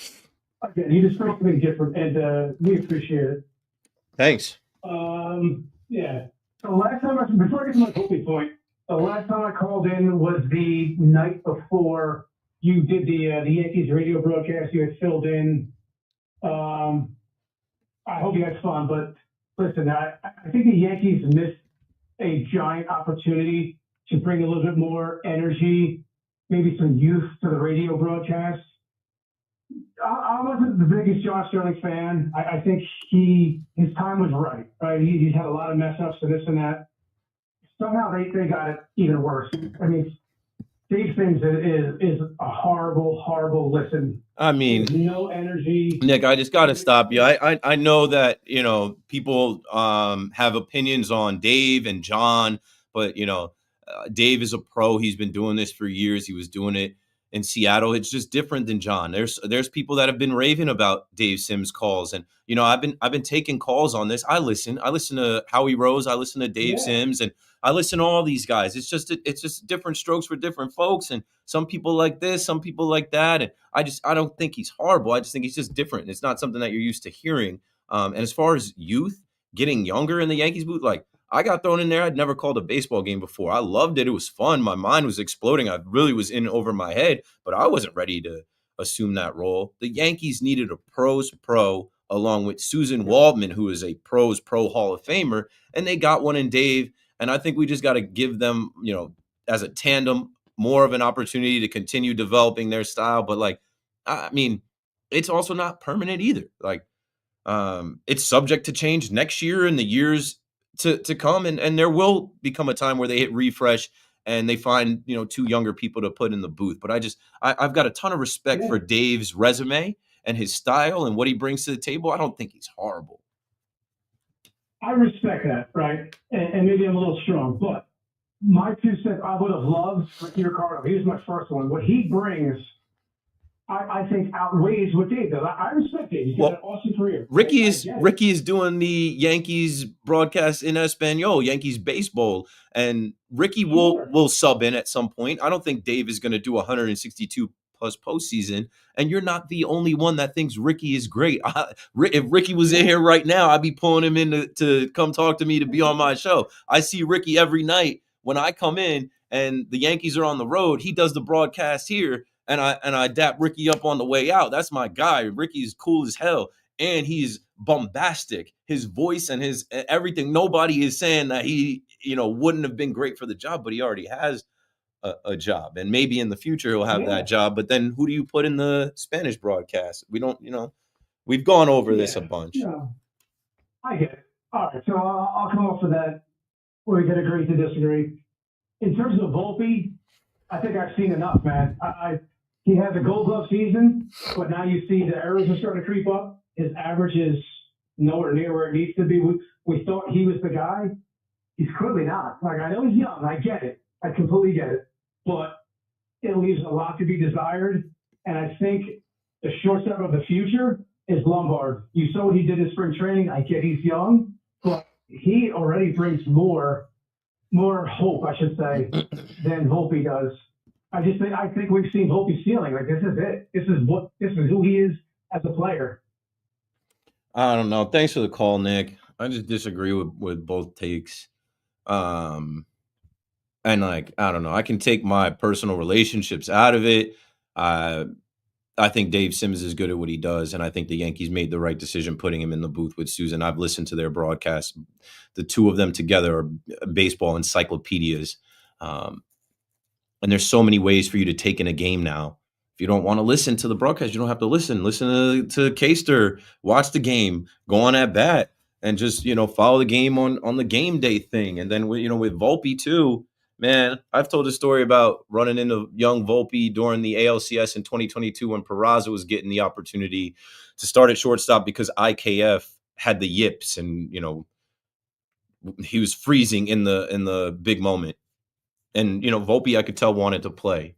And I've talked about him being one of us and, his parents being fans and them bringing him to the stadium and it being a great story. But all of that expires for Yankee fans if you don't produce. And here we are going into this season. I said, this is a big year for Volpe. And you know what? I mean, he homered on opening day. He had some homers in that first series and, the Volpedo and the torpedo bats like I'm talking about, like he did get off to a good start, but man, he looks like he's in a bad one right now. There's people talking about how they're just throwing fastballs to challenge him, and he's got this like uppercut swing. He's swinging under the ball, and then they're getting him the chase, and he's kind of sitting there guessing, and the umpires are calling out a strike on the outside, and I don't know. This is what I'll say about it, though. Like, and you mentioned George Lombard. George Lombard Jr. is, I think, a couple years away. I think the kid is 19, 20. Like, he was just in high school. The kid just went to prom 2 years ago. I think he's like 2 or 3 years away. And I think the Yankees probably see those two playing together, maybe putting George Lombard at third base and having Volpe at short. They're going to work with him. He's going to work out of it. I can't say that I've seen anyone ceiling at age 23. When do baseball players come into their prime? None of them at 23. Unless you're Juan Soto, right? Like Juan Soto's prime might have started at 23 going on 24. I look at Volpe and I know he wants to be great. I remember hearing the stories about how hard he was working going into spring training where he did beat out IKF and Peraza for the job. And then the Yankees giving him this run where he never got sent back down. It's a ton of pressure to be the Yankee shortstop when you grew up, right, idolizing the Yankees and wanting to be the next Derek Jeter. And then you come up and they're showing pictures of you as a 9-year-old with Derek Jeter. We're all rooting for the kid. But at the same time, it is what it is. As I'm talking to folks on Yankees Twitter, they're like, oh, we're surprised to see you getting after him. I'm like, I'm not getting after him, but he's not above reproach. Nobody is. This is the Yankees. Somebody's always going to be the whipping boy. And Aaron Hicks ain't on the team. Josh Donaldson's been gone. Joey Gallo's been gone. DJ LeMahieu's coming back. Can't wait for DJ to come back. Fool me. Can't fool me again. I'm willing to be fooled by DJ LeMahieu, though. I see DJ homering and driving in runs with the Somerset Patriots. Come on back. If DJ can be 50% of the hit machine, right, the artist formerly known as La Máquina, if he could be a little bit of that hit machine that he was in the lower part of this lineup, I know he can field third base. Then we might have something to play with here. But I don't think they're going to play with taking Volpe out of shortstop because of his glove and his relationships with the team and just how they view him and how they value him. They got to work with him. I think this off day is going to be good. I said that on Twitter, on Yankees Twitter. I'm very active during the games and after the game and before the game. And I'm live on Twitter right now. And, I talk to a lot of Yankee fans. And, after the third strikeout, the Mike's caught an F-bomb from Volpe. And I'm like, oh, he's frustrated. He needs this off day. But you know what can get him right? A series at home, short porch, and some home cooking, maybe some chicken parm. And let's go Volpe. 888-808-1019. Vito in Howard Beach on the Fan. What's up, Vito? Yes, sir. So I'm looking at some stats right now with Soto and Volpe. And I got 117 Soto, 12 Volpe. It's 21 Soto, 18 Volpe. 5 doubles each. 4 home runs Volpe, 3 home runs Soto. 15 RBIs, Volpe, 12, RBI, Soto. Base on balls, 19, Soto, 12, Volpe. I say leave the kid alone and let him shine with what he's making. Thank you, sir. Thanks for the call and the numbers, Vito. I'm sure you guys can go on Baseball Reference and do the little side by side where you put Volpe together with Juan Soto. I'm telling you, they're not gonna bench him. They're not gonna send him down. They're not gonna put Peraza there. I don't mind getting a day for anybody in baseball. I think it's crazy when we expect these. I thought Jazz needed a day. He needed a cool off day after the tweet thing. He needed a cool off day. And I know it's early in the season. What do you mean cool off, Keith? They just started the season. Yeah, but still, it's a lot. The Yankees just played a stretch of what, 13 games in a row? It's a lot of the daily grind. And with Volpe, they're not going to quit on a guy. I'm telling you, they're not. So you can be mad about it, and you can go back to last year. They're going to work with them. They're going to watch some tape. They're going to hope that, like I said, some home cooking, getting back in Yankee Stadium gets it going. But it ain't just him. Jazz, I need Jazz to not be all or nothing. Like I was happy to see Jazz with a little bloop single. I was happy to see Jazz work 2 walks. Like, come on, buddy. You don't have to, live up to the torpedo bats. Isn't it kind of funny that like the guys with the torpedo bats that got all of this, and I knew it was nonsense. I knew it was just conversation for Yankee haters and baseball kicking off with some type of story that the Yankees are cheating. But the torpedo bats were centered around Jazz Chisholm, Anthony Volpe, Austin Wells, and maybe Goldschmidt. But Goldschmidt is a professional hitter. I don't care. Swear if we go back to November, December, I was telling you guys, Paul Goldschmidt has been one of the better hitters. He's not done yet. If they bring him here, watch, and whether he's friends with Judge or not. But yeah, it's funny how that all wore off. And I don't know how many nights I was on here. I said, it's not the wand, it's the wizard. It's not the arrow, it's the archer. The torpedo bat can't help you if you can't hit the ball. 888-808-1019. I expect the lineup to change. I expect DJ LeMahieu to come back and them to waste no time. DJ makes $15 million a year. He's a veteran. He's another guy with relationships in the clubhouse that they all love. And they will easily put him over Oswaldo Cabrera, Peraza. Expect to see DJ LeMahieu. Maybe Volpe gets dropped down a little lower in the lineup.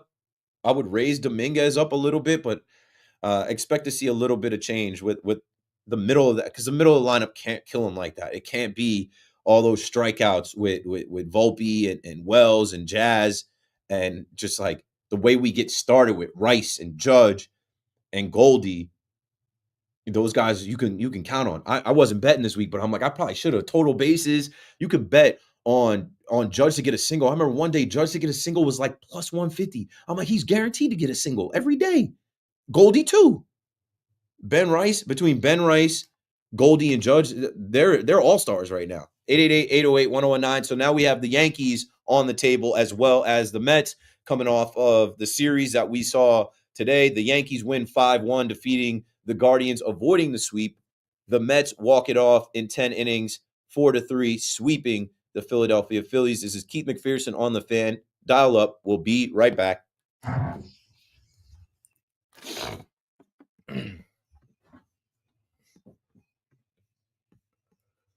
Okay, let me hit the chat, yo. I appreciate people calling too, right? Bang the number. I don't know if you guys caught the call from Nick, right? Nick was like, I always love listening to your show. You bring something to the station that's a little different. Not the fact that I'm black, not the diversity that people want to just point to, right? Different because I'm a black host. He said, you're real. It's authenticity. It's no shtick, no gimmick, just a real fan on the Fan talking to other fans about the X's and O's, the Jimmys and Joes. So call up, man. Call up if you want to talk. If you want to talk in the chat, I think that's easier too. Let me scroll back and see where we're at. We having a show tomorrow? Yeah, during the draft. I'll be on at 7 o'clock tomorrow. The draft, they will not. They'll put me over the draft. The draft will be on ESPN, and I think they have the radio rights. So you will have me live on the Fan, reacting to picks and taking calls as we find out what the Giants do and what the Jets do. Keith, love that you do this live on YouTube. I'm here, yo. I'm here, yo. I'll be tired, but I'll be here. Hello, Keith. Love you on the Fan. Hirsch, for real. Appreciate the love. 9 p.m. to 2 a.m. It's a 5-hour KM to AM, you heard? What's up from Dallas, Keith? I ain't been to Dallas in a minute. I boycotted Jerry Jones and them. Judge is getting old and getting better with age. Must suck to debate how terrible players are. As a Mets fan, just stop there. Must suck to debate how terrible players are. As a Mets fan, you're used to that. We have an embarrassment of richest, the embarrassment of richest owner in the sport with McNeil and Alvey coming back Friday.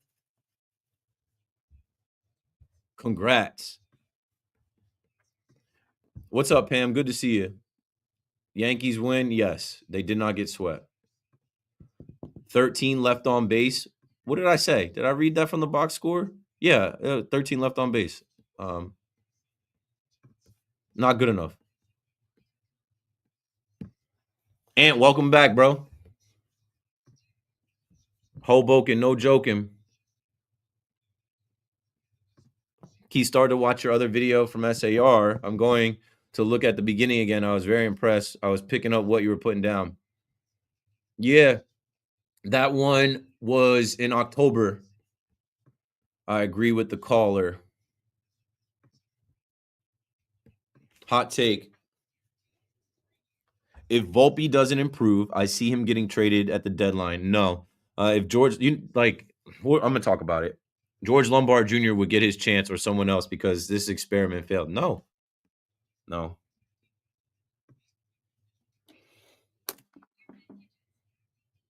We don't do that here. only the Fan, not only fans. All right, let me get these push-ups in. I need to start setting that up. Let me get these push-ups in. Let me get this work. Hold up. Let me see. Tilt this down. All right, yo.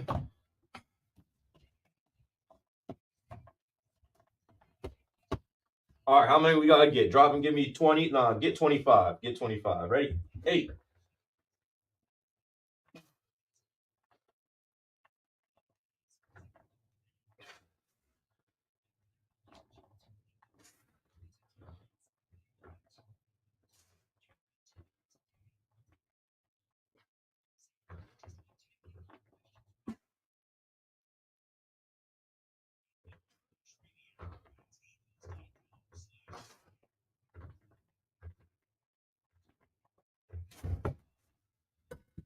I don't know how many I did. My shoes started to slip. Working out in here though. Boy Dad No Dad Bod, the mixtape coming soon this summer. Be on the lookout.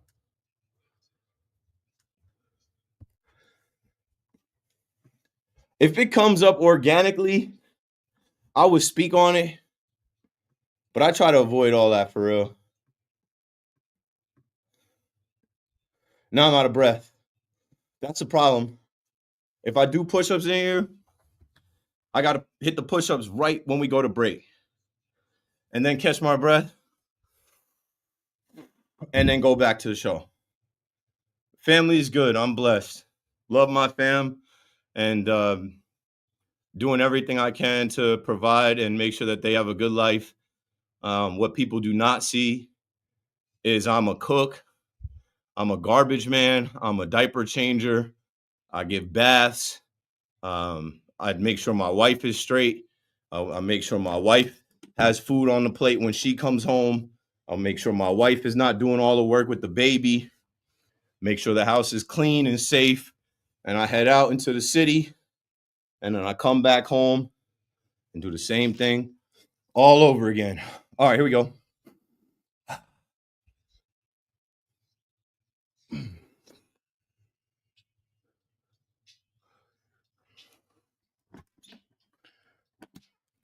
Yo, yo, yo, yo, yo, yo, yo. Keith McPherson on the fan, you heard? 888-808-1019. We're going to take calls from the Yankee fans now. I got enough text messages and messages online. Like, bro, enough with the Mets. We get it. We get it. I'm like, hey, I could talk Mets. I got no problem with the Mets. The Mets are winners. They just got a lot of loser fans that write to me online. But the team is fun. Those games are fun to watch. The Mets radio call is excellent. They just got a lot of nerds. Like I was looking at this nerd that was just talking to me right now in the chat has like a South Park character with a Mets hat on. It's always that. There's a lot of dweebs that are popping up right now. Like this guy's like, sucks to have to complain about your players. We have an embarrassment of riches. We've got McNeil and Alvey coming back Friday. Okay, congrats. Anyway, like we have Aaron Judge, the best player in the game. We've won so many times. We're just itching to win it again. We don't really get too pumped. We have 15 wins. We're in first place.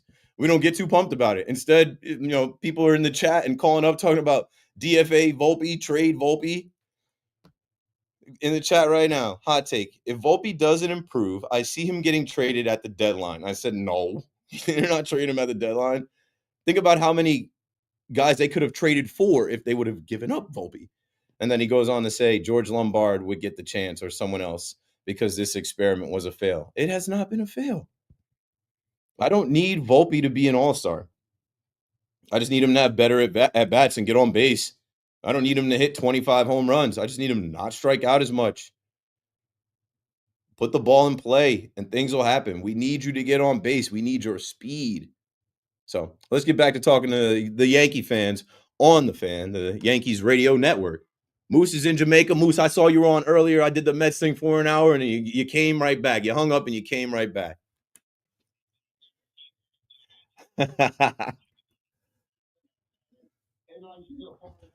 Yeah. Good.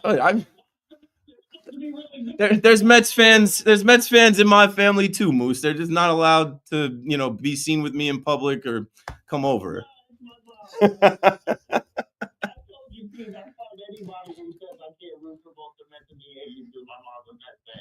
Like when she came to the country, quick story. She's like, "Oh, the Mets are the team from Queens. We live in Queens. I'm a Mets fan. Let's go Mets!" And the Sunday night baseball game in 2021. I need the cameras on me coming after our commercial break. My mom was screaming, "Let's go Mets!" I'm like, "Yankees." My dad was already. Hey, it's New York, man. We share the same land. Mets fans and Yankee fans, like. My dad turned into a total fraud. Not to cut you off. He's like, "Oh, Soto's with the Mets. Sorry for $800 million. I have to watch the Mets though." Your dad's not gonna like you doing his accent on the fan. 50-year smoker, survived COVID.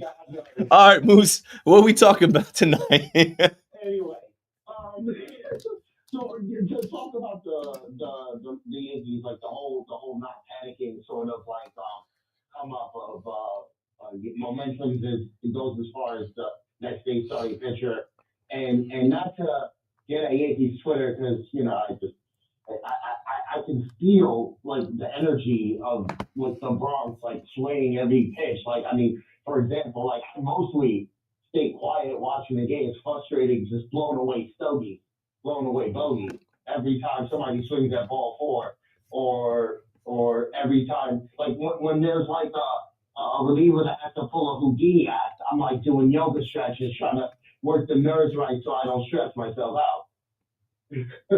We're all right with this bullpen, though. The only one stressing people out has been Devin Williams, and I like that we learned today. No soft landing spot today for Devin Williams. We see Fernando cruise control, Weavy Wonder, done. After Rodon went out there and I didn't do this yet, but a round of applause for Carlos Rodon.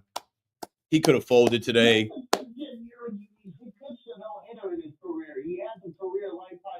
He has the stuff. It's never a question about his pitching, his pitch mix. It's about his headspace. It's about, can he overcome things? Can he not unravel? He was fine today. He was better than fine today. 4 hits, 1 run, gave us 7 innings, 8 Ks. It looks like he's turned the corner. Last 2 starts, great. Exactly. And even more so, like the whole thing about, like, you remember, like, the talk going into the season was more or less, are the Yankees going to even make the playoffs? And most people with, I guess, a level head on their shoulders realize the American League is not so good. And as long as we have Aaron Judge, there it is. Injured, as long as Aaron Judge exists. Because there's no, when you spend $300 million on a team and you don't produce at least 90 wins, there's got to be something seriously wrong with the front office. But we've been doing this for 30 years. And I don't want to get into the big brother, little brother conversation because, like I said, Matt, you got Soto. You're expected to get there, so you take the pressure on. Let us be the underdog. I do not care. But getting back to it, like, Goldschmidt, a diamond in the rough. People wanted Christian Walker. We got him for 1 year on the cheap. Have other prospects that can come up and replace him next year if he doesn't take your second-year option. Also, Volpe, his swing, it fluctuates. He doesn't know whether he wants to hit home runs or slap singles. Maybe he just needs an adjustment on his approach in certain situations, like they say in the podcast, situational hitting. But not even to get confused, Jazz. It seems like he's swinging for the downs, but occasionally he'll get his head together and take what the pitcher is giving him. So these are minor adjustments that the players on offense need to make. Because last time I checked, about 80% of our games were scoring at least 6 runs. They score. It's just they leave a lot on the table. Thanks for the call, Moose. It's they score runs. There's a lot of meat left on the bone, runners left on base. Like that game today, they should have been up 7-0. The first run shouldn't have scored off of Bellinger. And like I was looking for situational hitting in the beginning. Just elevate the ball. Don't leave Judge on. Judge triples. Don't end up leaving him on third base. Like, am I wrong with that? I'm trying to go back because I was watching both games at the same time. Yeah, when Jazz struck out, and then Volpe struck out, and then Austin Wells struck out, you left Judge and Belly on base. So that just right away, it's not enough. You're fighting to not get swept, and the top of the lineup does their job, and the middle of the lineup goes down swinging. And it's not like Ortiz was, had that great of a start or great stuff. Whatever, it doesn't matter. It's early in the season, and like I said, we are fans. We want the best out of these guys. We expect the best out of these guys. It's an early sample size, but there's just a standard, right? And when you examine the team the way we do, you're looking at certain guys to perform, and they don't, and you live with it. But ultimately, you're like, all right, maybe we don't get swept, or maybe we take the series, or maybe we have a couple extra wins. Like there are games early on with the Yankees where I'm like, they should have won. Like they should have won the game yesterday, the 2-0 lead, so they would have 16 wins. They should have won the game Saturday when they were up 8-4, so they'd have 17 wins. They should have won. What game was it? I won't say any of the Giants games because that first one Stroman gave away in the first inning, and then Rodon with Jung-Hoo Lee. What game was that? Diamondbacks game. I was talking about this last night. That first Diamondbacks game, you have that lead and you blow it. So you could argue that they should have 18 wins right now. And then with Will Warren, I was talking about Will Warren, the will to Warren. You could literally look at all the Will Warren starts and say that if a couple decisions were made differently or a couple guys came through, Will Warren, he might not have all the wins, but they would be able to say like, hey, young Will Warren, when he's out there, we feel like we can win today. And they've smoked a couple of those games. So it's just wanting more, coming off of a World Series loss, coming off of the Dodgers, well, ex-Dodgers like Joe Kelly and guys like Chris Taylor, who really weren't the main guys, talking about the Yankees defense and lack of fundamentals and their scouting report. And, coming off a World Series where you relied on Anthony Rizzo and Alex Verdugo and Tommy Kahnle and guys like that. Like you want more. You want more. and not to throw the Mets in there, but this is a compliment to the Mets. Like, that's what I'm saying. The Mets have continued from where they left off last year in such an amazing way, pun intended. Like, it leaves the fans saying, I'm good. I got nothing. I'm not going to make a big deal about this guy or that guy or this pitcher or Edwin Diaz, or like, they have picked up from where they left off. And obviously they didn't make the World Series, but they did go on a run to the NLCS.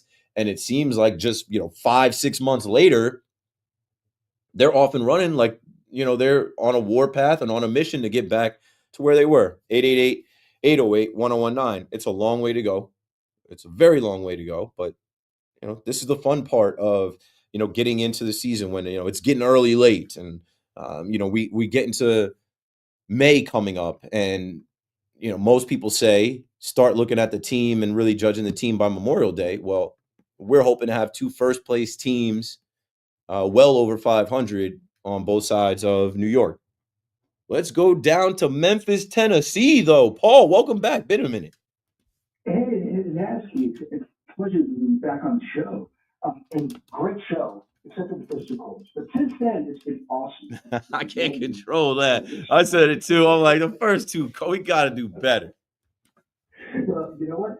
So do the Yankees, because now they have this situation where Boone this year has a consistency of putting out almost the identical lineup, game after game, and the players thrive on that, and you're starting to see like this vibe going. Except that we have DJ and Stanton coming back. So when I love the story of Escara, about how he's about catcher and all this other stuff, in 143. What do we do with Ben Rice? Does he now become the backup catcher? And I'd love to get your perspective on, all these changes are going to happen over the next 30 days. And what do the Yankees do? Thanks for the call, Paul. These are good problems to have. Having veterans, having guys coming back that can help, especially when, like Trent Grisham goes on paternity leave and you got to put Pablo Reyes in right field. And Pablo Reyes got the first crack at like platooning at third base, and he was not that great. And so they kind of put him on the bench. And these aren't bad problems to have. JC Escara, I know with the, he rose up and then the pass ball, whatever. But JC Escara is a guy that is expendable. If they can make Ben Rice an actual backup catcher, but I don't know if they can do that or they're willing to do that. I don't know. I know like Bruce and Flushing called one night and gave me a number of how many minor league games Ben Rice had caught. And it was more than I had thought. But I think he profiles as a first baseman DH. I love that the kid has not wasted any time, being a DH. We saw him today at first base and Goldie DH, and it's good to have some flexibility there between the 3 best hitters on the team. Rice, Goldie, Judge, all going to DH.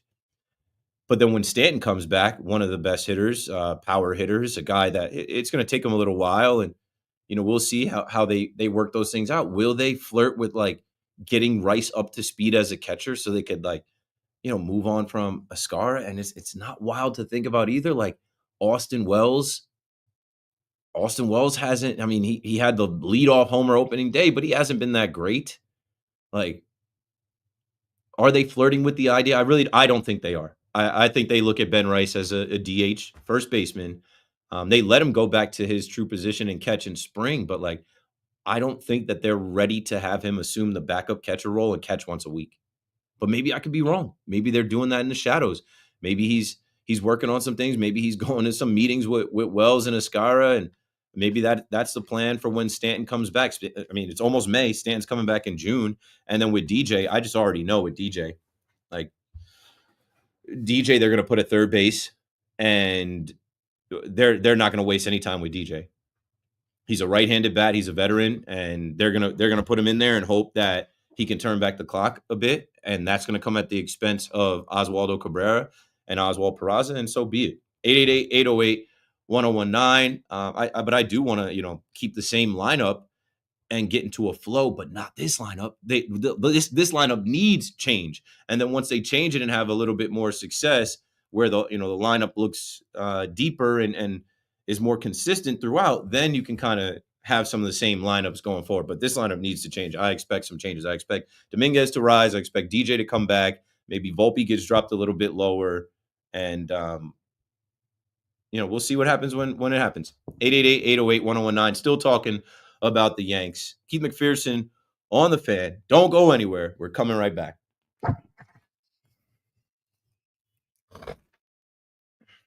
All right, push-ups first.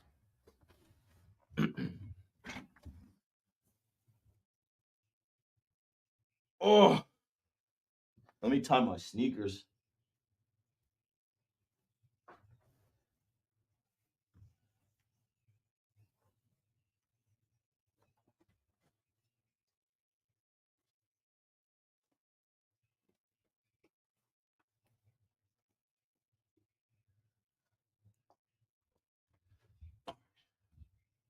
Boom, boom.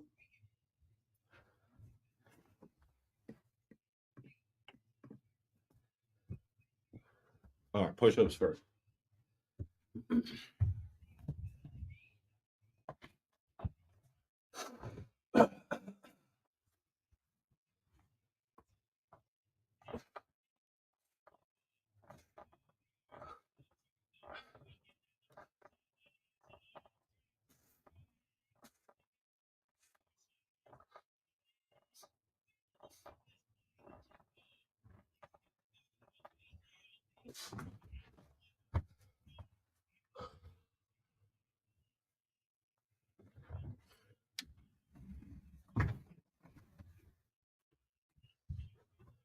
All right, so we're at least 50.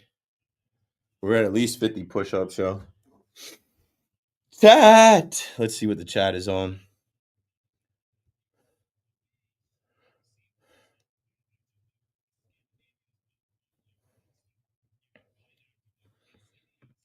Hold on. Mets bio writes, bro, you sound salty. And I don't even care about the Yankees like that. What are you doing here? What are you talking about? Mets bio and who is that? Juan Soto and Tyrone Taylor? Put a picture of yourself. Mets bio. Put the name that your mom or dad gave you and come back.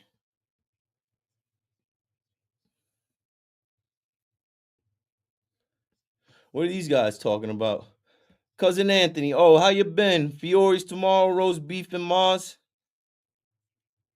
Montebianco's on Washington Street. Good food. Fiore's used to be a spot on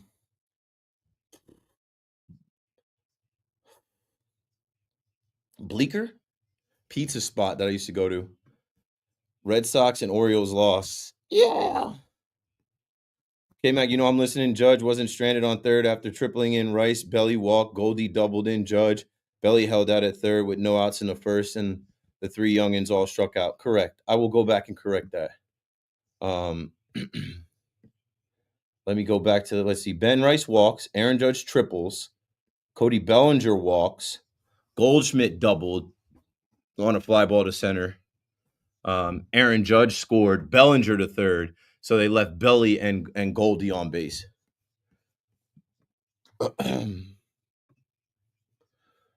And like I always say, if I say something wrong, correct me. I got a ton going on. I don't remember everything, and I'm thinking about as one host, you got to think about all these different sports and stuff. It's a lot. I want Jazz to be gone out of the most. I mean, he's not going anywhere. Imagine if DJ really has returned to form, though. That would be a game changer lineup-wise for Boone. Yeah. Keith, I know you're doing your thing on WFN. What are your plans for the future? I know you were always thinking ahead, like chess, not checkers. Global domination. The McPherson brand seeds are planted right now. But just remember that in 2028 and 2030 and 2035, be like, yo, I remember watching Keith do a live stream at night on the Fan. I remember when Keith made his YouTube channel, McPherson Brand. I remember when he launched McPhersonBrand.com. Now it's this. Now I'm going to the McFestival hosted by McPherson Brand.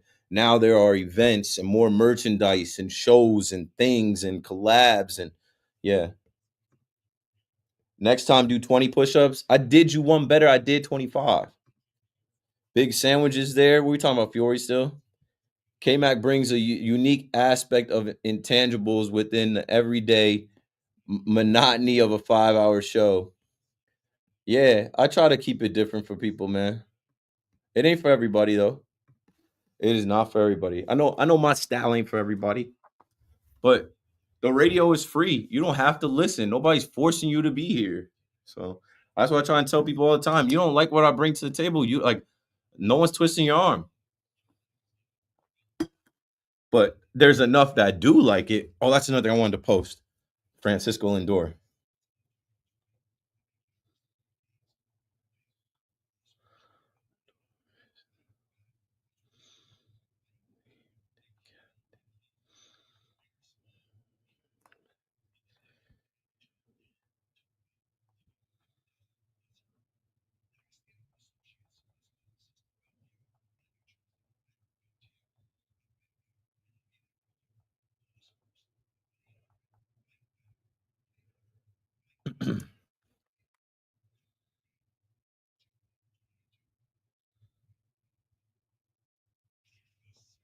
Oh, all right. Let's see if I can post this fast enough.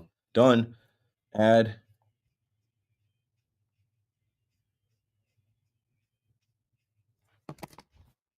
Okay. Moving right along here, about 2 hours down. So that means there's 3 hours to go. 5-hour KM to AM, not 7 to 12, 9 to 2. We will get into the NFL draft conversation. And we will talk about the Knicks once it turns 12. And then it's Thursday. And you start getting the vibes back up for game 3 in Detroit. Dial 888-808-1019. After the 11 o'clock break, we'll do the big shot of the night. Stay tuned for Tell Me Something Cool. And yeah, more of your calls, man. Can't wait to talk to you about the Yankees, about the Mets. We're kind of on the Yankees right now. Shout out to my guy Jay, who corrected me in the chat when I said they, in the first inning they left Judge stranded after a triple. It wasn't that. It wasn't that. Judge scored. They left Goldie and Belly on base though, where I was like very early in the game. I'm like, here we go again. Not getting enough, leaving too much meat on the bone. Pause. I don't know. I feel like that's like, I don't know if that's how I really want to phrase it. Just too much food on the plate. Too many runners on base. Just not the Yankees are, I want to see them like start a game where the first couple of hitters of Ben Rice, Goldschmidt, Judge do their job, and then the middle of like can they bat around? Can they like land a knockout punch in the first inning, score 5-6 run? Like, can they do that? I think they can. Maybe they'll do that against Jose Barrios for hockey jersey night Friday.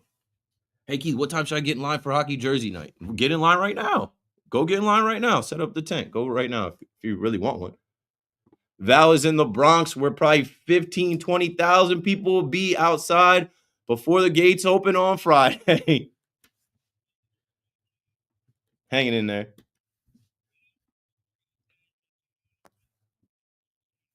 That's what Dave Sims says, the X.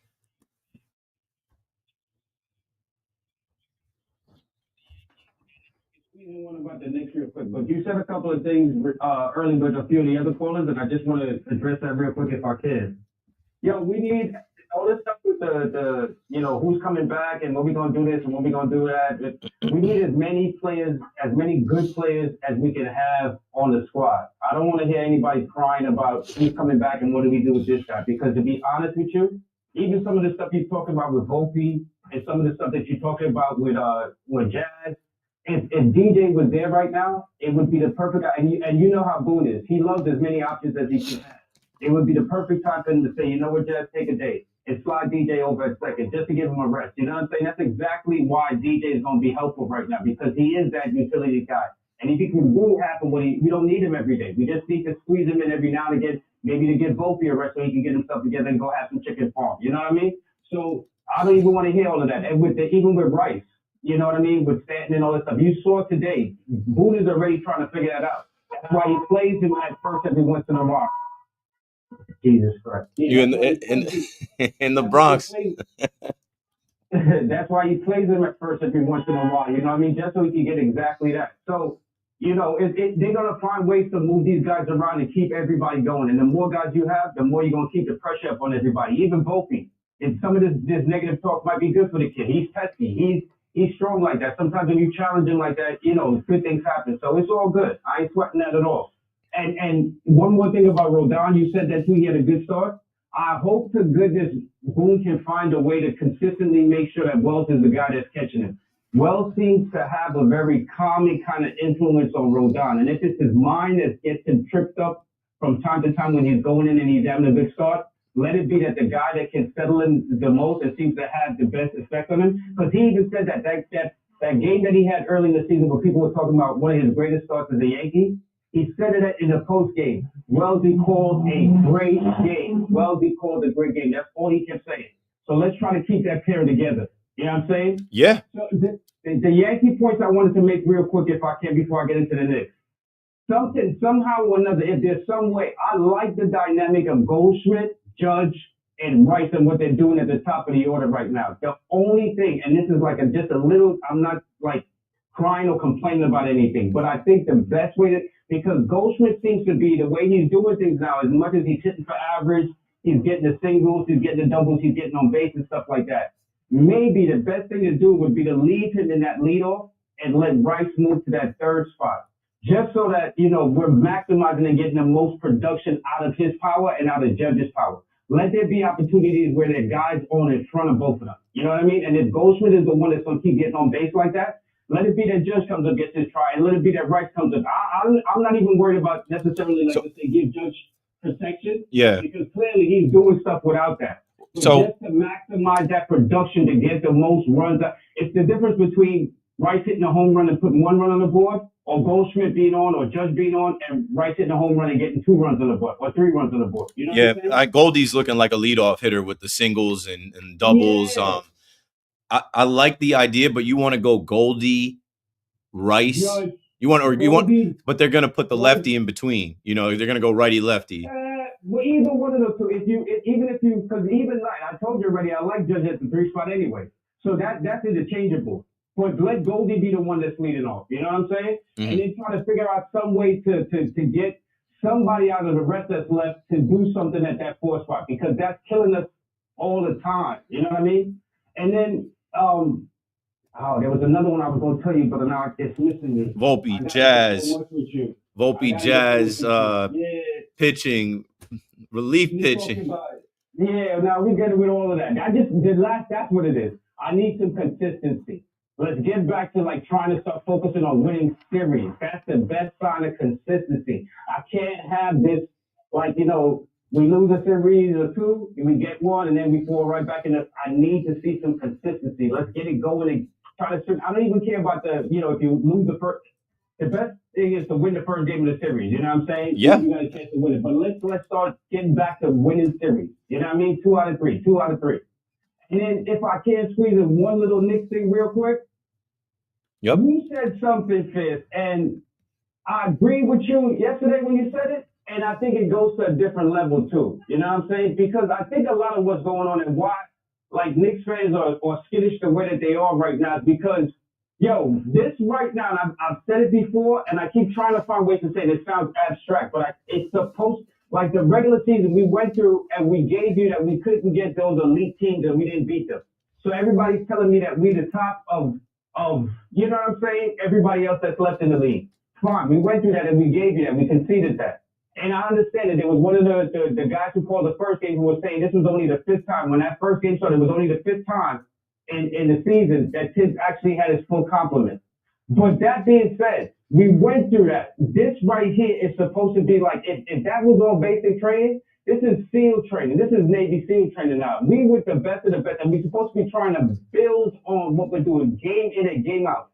Like I gave you the first 3 quarters, and the way they ended that 4th quarter in that first game was supposed to be the way they started the second game. I need to see you building through the postseason because that's the only way you're going to have any chance to get up to a level where you even have a thought of maybe beating somebody like Boston. You can't keep doing the same thing.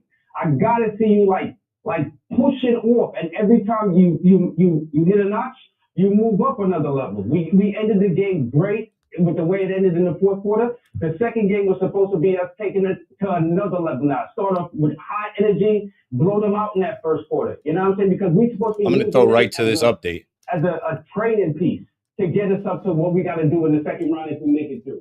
Val, thanks for the call. I'll respond to all of that, but right now we got to go straight to Gordon with the update. We're up against it. Hit it, Connor. We're talking New York sports.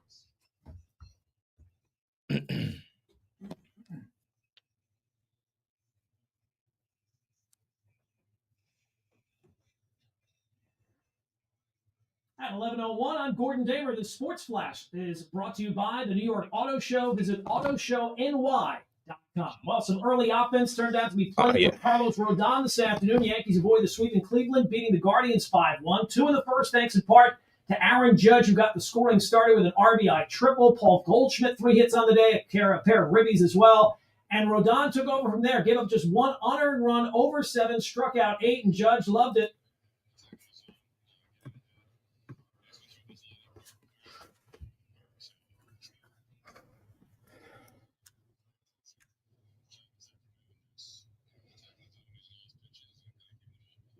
Meanwhile, the Mets keep rolling.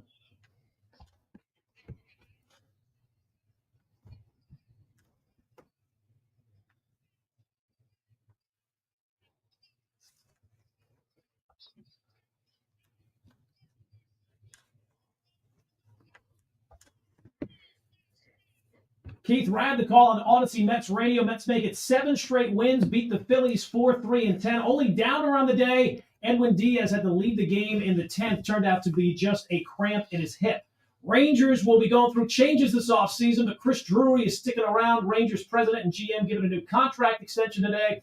NBA playoffs. Jason Tatum sat out first playoff game of his career. Celtics still take care of the Magic 109-100. Cavaliers up 2-0 in their series against the Heat, 121-112 the final there. And game 2, Rockets and Warriors. Houston up at the half, 60-46. Jimmy Butler left that one in the first quarter with a pelvis injury. He will not return. That's what's happening. I'm Gordon Day. You're not on until 5, are you? You're not on until 5, are you? No. I'm on till 2, and then C-Mac will go 2 to 5. But if I could, if they needed me to.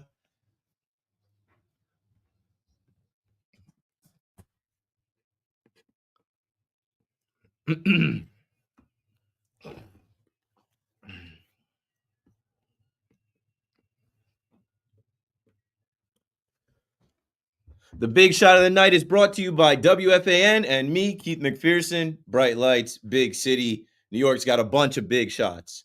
But the first big shot of the night has to go to Carlos Rodon. Surprised the hell out of me. I mean, with the Yankees' backs against the wall, potentially getting swept, I'm like, he might revert back to being feeble, being weak. And nope, he had everything going. He was cool, calm, and collected. He went 7 innings. Only giving up 4 hits, 1 run, Cody Bellinger, that ball skipped past him. Maybe he doesn't even give that up. 8 Ks, 2 walks, and I'm like, okay, this is the Carlos Rodon we literally need without Garrett Cole. Honorable mention to the captain, Aaron Judge, who had 2 hits and a ribby. Paul Goldschmidt, Goldie Knox with 3 hits and 2 RBI. And I mean, let's give a nod to Brett Beatty. Brett Beatty hitting a 2-run shot off of former Met Zach Wheeler, basically making a statement. I'm not leaving. I want to be here. You've given me opportunities. I want to stay. And then even Starling Marte with the Marte Parte driving in the winning run in 10 innings for the Mets to sweep the Phillies. 888-808-1019. Now, shout out to Val in the Bronx. You know, Val is a loyal WFAN listener. And he's a night crawler like me and like Big Mac. I hear his calls to Big Mac in the middle of the night, and he calls me, and I let him run because I know he's a fan of multiple New York teams, and he's always got some kind of insight. And I mean, he gave us a lot there before the break, but going backwards, because we're going to start some of the Knicks conversation after 12, and we're going to start some of the NFL draft conversation in this third hour. We went Mets first hour, Yankees second hour. Here comes the G-Men and the Jets. Jets fans, are you feeling good about not having that much conversation around you? I think it's better that you fly under the radar. Let all the conversation be about the Giants. But anyway, with Val talking about the Knicks, I liked the analogy he made from basic training to Navy SEAL training. All season we heard that the Knicks couldn't beat elite teams, that they were 0-8 against the elite teams. The Pistons aren't in that group. And even though the Pistons bested them, the Pistons are younger, with less experience, with a coach who the Knicks coach has defeated before. Shout out to Dre for sending me the last time. It was Cavs, Knicks in a couple years ago. And the Knicks lost the second game, and then they didn't lose another game. Tom Thibodeau is collecting data. He's preparing, and he's going to show us some different looks, and he's going to show them different looks. It's a series. When you're playing the same team every game, it changes. And the Knicks almost had them in the second game. They just didn't have enough down the stretch because they gave you a different look. It wasn't Campaign. It was Mikal Bridges, and Mikal Bridges had a better game, so they were relying on the hot hand to, Mikal Bridges had some opportunities to hit some shots. He couldn't hit the shots. Dennis Schroeder hit his shot. And I guarantee you, right, and as Val said, he expected the energy from that 21-0 run in the fourth quarter to carry over into the first quarter of game 2. I guarantee you the Knicks come out with a different energy because you can't play from behind. It is not a good strategy to just think that you can turn it on at the end of the game, to never really have a lead. You got to go on some runs. You got to dominate. You got to play physical, especially in Detroit. I think that they need to go on the road. They need to be the visiting team. They need to feel the other fan base and how excited they are in Detroit. Sometimes that gets the best out of players. They just want to hush the crowd. And as you recall, in the end of the regular season, when the Knicks went there without OG, without Mitchell Robinson, without Josh Hart, they played a close game with the Pistons, and their fans were on one. They were trash talking Landry Shamet, and the building was excited. So there's going to be a lot of that tomorrow night. Maybe that fires the Knicks up to get going, and for other guys to get going and be more assertive, not just Jalen Brunson. Wouldn't you love to see Karl Anthony Towns come out cooking like he did in that game, right? Wouldn't you love to see OG get back into his offensive bag, and then in the fourth quarter, let Jalen Brunson be the closer? And whoever else steps up and has it going, close with him. But ultimately, you want the ball in Brunson's hands. But he's compromised with the ankle, and we'll talk more about the Knicks. But that was just going back to what Val had to say and what I was saying about, it's a series, man. You can lose up to 3 games in the series and still advance. It doesn't bode well for the second round, as you just heard. The Celtics, they're probably going to sweep the Magic, and they're going to be feet up chilling. But the Knicks can't lose to the Pistons. They got to be more desperate than the Pistons because their coach's job is on the line. And a shakeup of this team is on the line. Oh, they're about to get KD now. KD don't want to play for the Knicks. Why would you want somebody that doesn't want you? 888-808-1019, as we will get some calls from Knicks fans, but I'm talking Yankees still from the last hour with the Yankee fans that wanted to chime in on everything from Ben Rice and what position he's going to be a first baseman DH.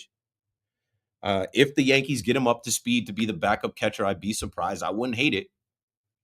But, Val said these are good problems to have. It doesn't hurt to have veterans. I love right now that the Yankees have a good mix of young guys and veterans, because when they come together, it's the knowledge and experience and then the youthful exuberance and just the bright-eyed, bushy-tailed young guys like Ben Rice and Will Warren that are just happy to be there, and Jason Dominguez and Brace the Martian, mixed in with Judge and Goldie and Belly. And, here comes Stanton and DJ again. And I've been saying this all season. The Yankees seem to always have a short bench where when you get late in the game and you're playing chess with their bullpen versus who you can pinch hit off the bench, we're not pinch hitting Pablo Reyes.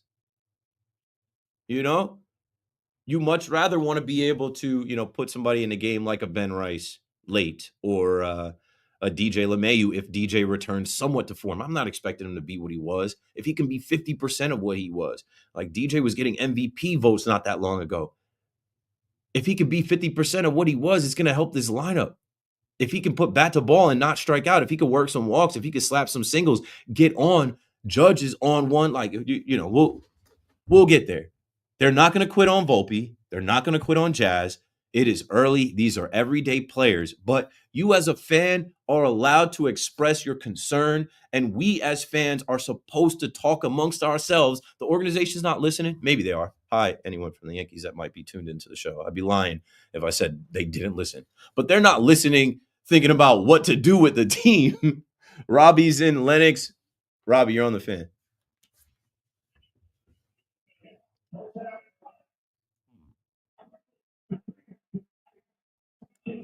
Robbie, what's going on, man? You watching Rangers highlights? You know Robbie's a big Rangers fan. I know he saw that Chris Jury's got the extension, Robbie. You with us? Nope. I'll leave him on hold. What's up with that, though? I saw the response to the Rangers bringing back their GM, Chris Jury, and giving him that extension. And the response wasn't good. You know, I follow Ross in Bergen County on Twitter, and he's got the #1 comment, and his comment is, "I'm killing myself." And it's got 247 likes. He's a kid. He's joking. He's not being serious at all. But the Rangers tweeted out, Chris Jury agrees to multi-year contract extension, and they tried to slide it in there at 5:01 as a scheduled tweet. It exploded on Twitter. It's got almost 800 views, and it's not a video. It's just a link to the article. And I don't know. The way that this Rangers season went, you would think that heads got to roll, but they did. Peter Laviolette. And the Rangers announced today that President and General Manager Chris Jury has agreed to terms on a multi-year contract extension. I am pleased that Chris will continue to lead the Rangers hockey operations in his role as president and GM, says James Dolan. So, hey, patience here. And I don't know, but I think there's a lot of people that were upset about that news today. I guess in this hour, Rangers fans can chime in about their future and what's going on with that and how do you feel? And I mean, I guess, he's got to hire the next coach, and he's also got to make some moves with this team. And you don't want to completely start over. You don't want to completely roll heads. And I don't know, maybe James Dolan has confidence in him. And something I was thinking too with Dolan and the Knicks, and even, that first playoff game, I saw Steve Cohen there. This is the stay down till you come up stuff that I always talk about as fans. Stay down until you come up. It'll come around. Giants fans, stay down till you come up. The Giants might be able to get Abdul Carter and Jackson Dart. Or if they're really crafty, they might be able to get Abdul Carter and Shedeur Sanders tomorrow. And that'll be the masterful draft that I'm talking about, that Joe Shane needs to win the fan base over after last year. 888-808-1019. We're still talking about the Yanks. I don't know where Robbie is, but here comes Jerry out in Jersey. What's up, Jerry? You're on the fan. What's up, Pete? Love your show. Thanks, man. I wanted to, it gets me so nervous as a Yankee lineup and to hire. If it's not right, Goldie or Judge, nobody is it. I think what the Yankees got to do right now, Volpe, young talent. He's a good defender. I think the Yankees got to put him back to AAA right now for 2 weeks, let him swing, change his swing up, get him, you get him fastballs down the middle, and he just not swinging and not hitting the ball. You got to get him going. Even if it's a good defender, we'll lose a couple games here, but we're in April now, He hasn't been in AAA in 3 years, They're not just going to send him to AAA. They're not going to send him down. They wouldn't send him down his rookie year. What they did with Klaus Schwarber, right? They sent him down to AAA for a couple of weeks, and he came back, and he was amazing. Yeah, but that was years after, and he was older. I think the only way you see that is if there's some type of injury, and you don't want your shortstop being injured. Then what do we do? Then we're going to be relying on Peraza every day. Peraza not that much better at the plate, even though some Yankee fans are crying for Peraza, which I don't understand. They're not going to send Volpe down. They're just not going to do it. They told him as a rookie, hey, you're the guy the whole way. You're gonna take your lumps up here, and he's still taking them. They're saying let him just right now, just let him play and let him do whatever, and just let him get one. They're not letting him do whatever. James Rawson or whoever behind the scenes, I'm sure they're talking to him. Boone, I'm sure they're watching his at bats. I'm sure he's looking at the iPad after he strikes out. And now with this off day, I just think he needs to reset. We'll see how he plays in Yankee Stadium this weekend. He's going to face 3 good pitchers this weekend. But like I said, the short porch will help. Some home cooking helps.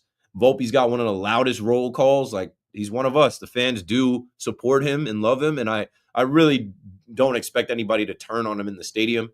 And I don't expect the Yankees to quit on him either. He's just got to break out of it. We need more. We expect more. All right, okay, thank you. I want to give a shout out to my guy Dan, who is a big Mets fan, and he's loving it out there. Yeah, we've all got friends like Dan. Thanks for the call, Jerry. You know, my Met fan friends text me, and I just swipe left and delete the text. I'm like, you guys know I'm watching. I'm paying attention. Like, you're not giving me any updates. There's nothing happening with the Mets that you're bringing to the table. That, like, I see. I know what's going on. Congrats. Welcome to the big show. Speaking of the big show, Ross in Bergen County was listening. Ross, what's up, man? You're on the fan. Hey, what's up, Keith? Speak of the devil, talking about Shuri, no pun intended, your devils, but unbelievable, dude. Look, and I talked about this on Twitter. I would be surprised if he lives out the full term. Are you able to check and see if Robbie is there? It's part with the course. People get fired prematurely. The last 2 coaches, 2 years, the way we ran Barkley Goodrow out of town and then Trouba right after him. I mean, he basically forced both of their hands, especially the way Trouba got out the whole thing with his wife and everything. But it's just a disgrace, the fact that they fought anything to warrant him coming back in the first place, too. And I think it starts with Dolan, right? How much, especially, I wouldn't say these past couple of years because now you see the Knicks are driving, but how many years did we say when the Rangers were promising the Knicks were the dump? At least Dolan doesn't touch the Rangers. And it was that one fateful day when Tom Wilson made Panarin and Vucinovic his you-know-what, his female dog, and the rest is history. Obviously, he fired Gorton and Davidson right then and there. And while I wasn't the biggest fan of Gorton, Davidson I thought should have stayed, but, regardless, it was a change of scenery for all of it. And now all this, all these multiple Eastern Conference Finals appearances and whatnot. And this is the one thing I asked, if the 2 Eastern Conference Finals aren't enough for Gallant and Laviolette to stay, then why are they enough for Drury to stay?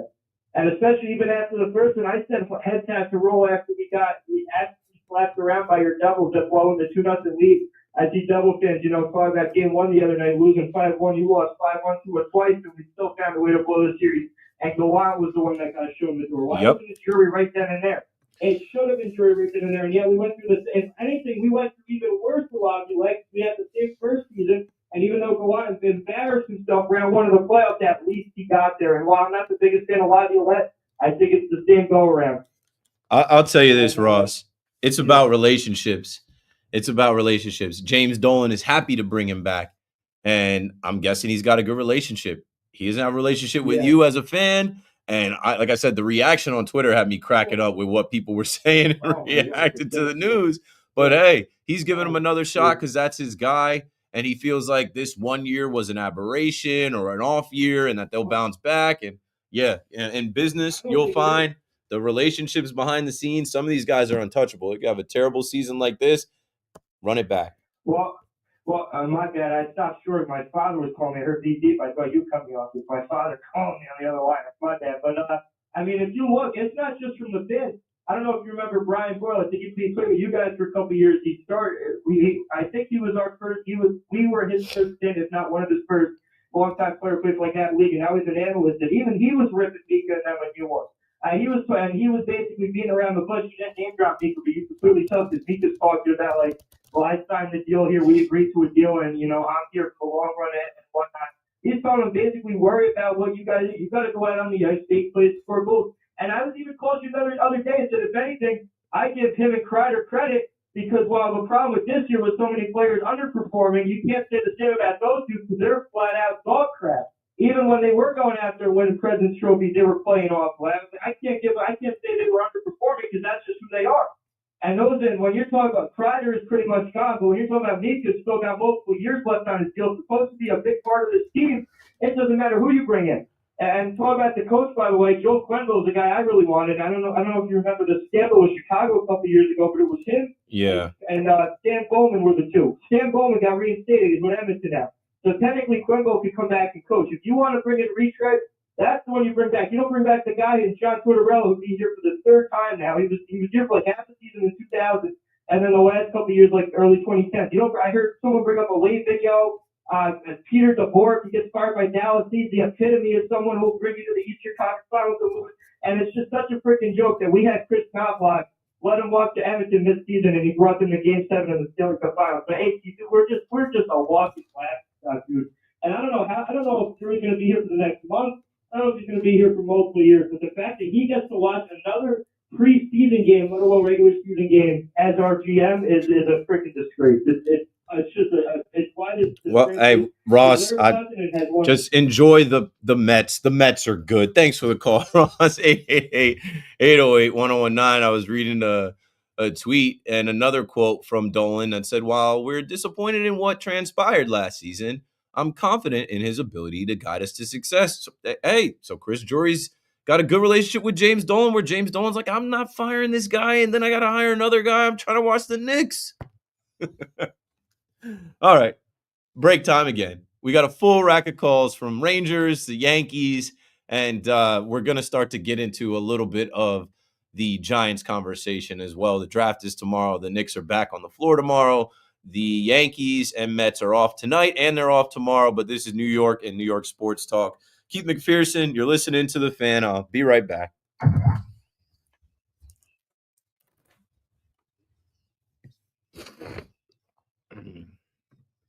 I need to post, and then I'll hit some push-ups.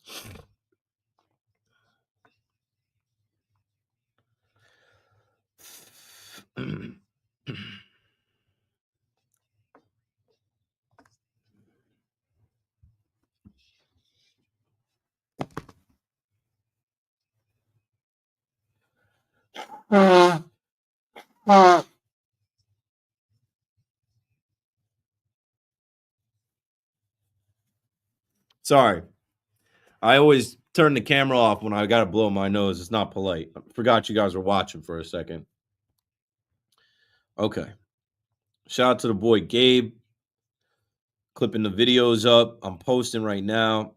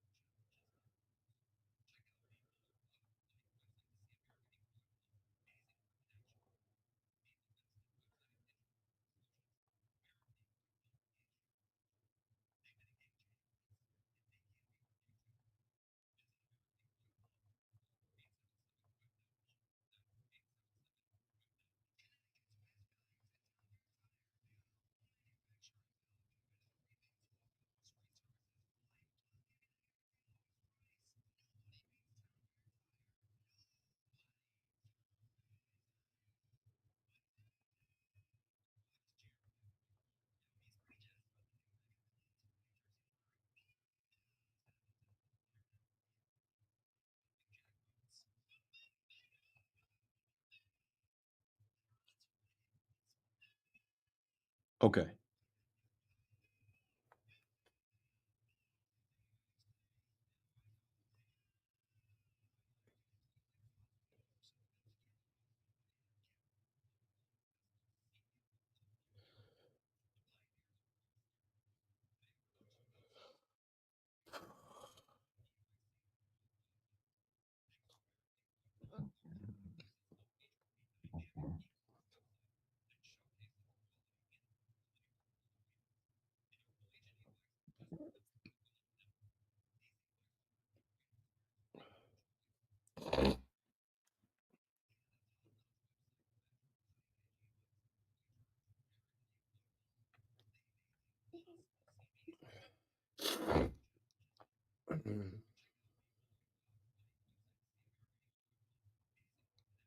Okay. Twitter, TikTok, Instagram.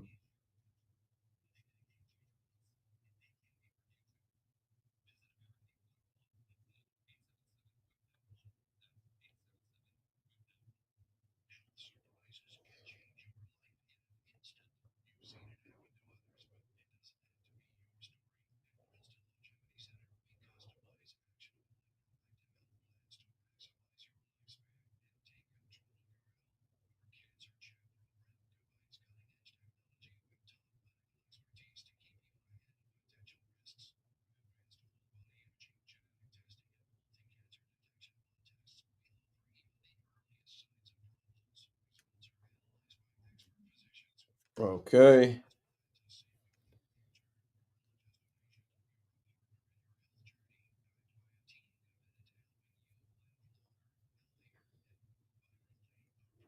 YouTube.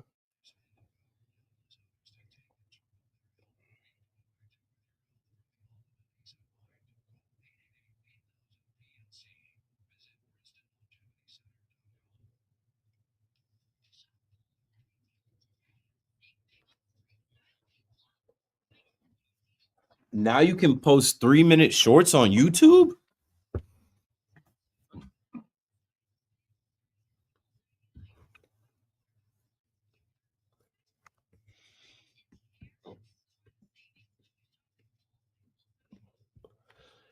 All right, y'all.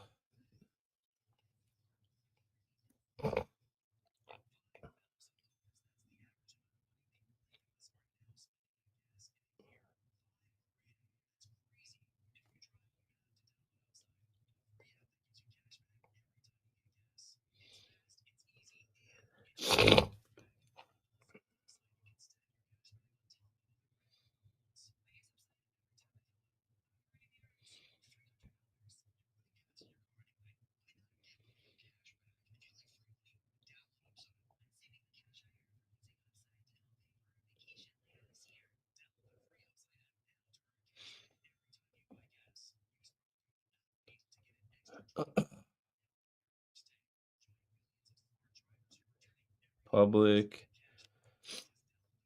Comments on. Related video.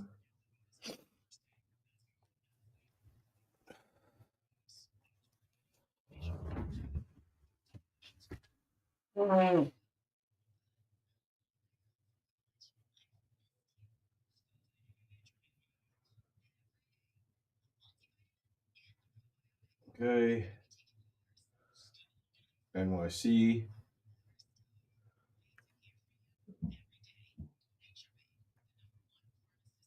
All right.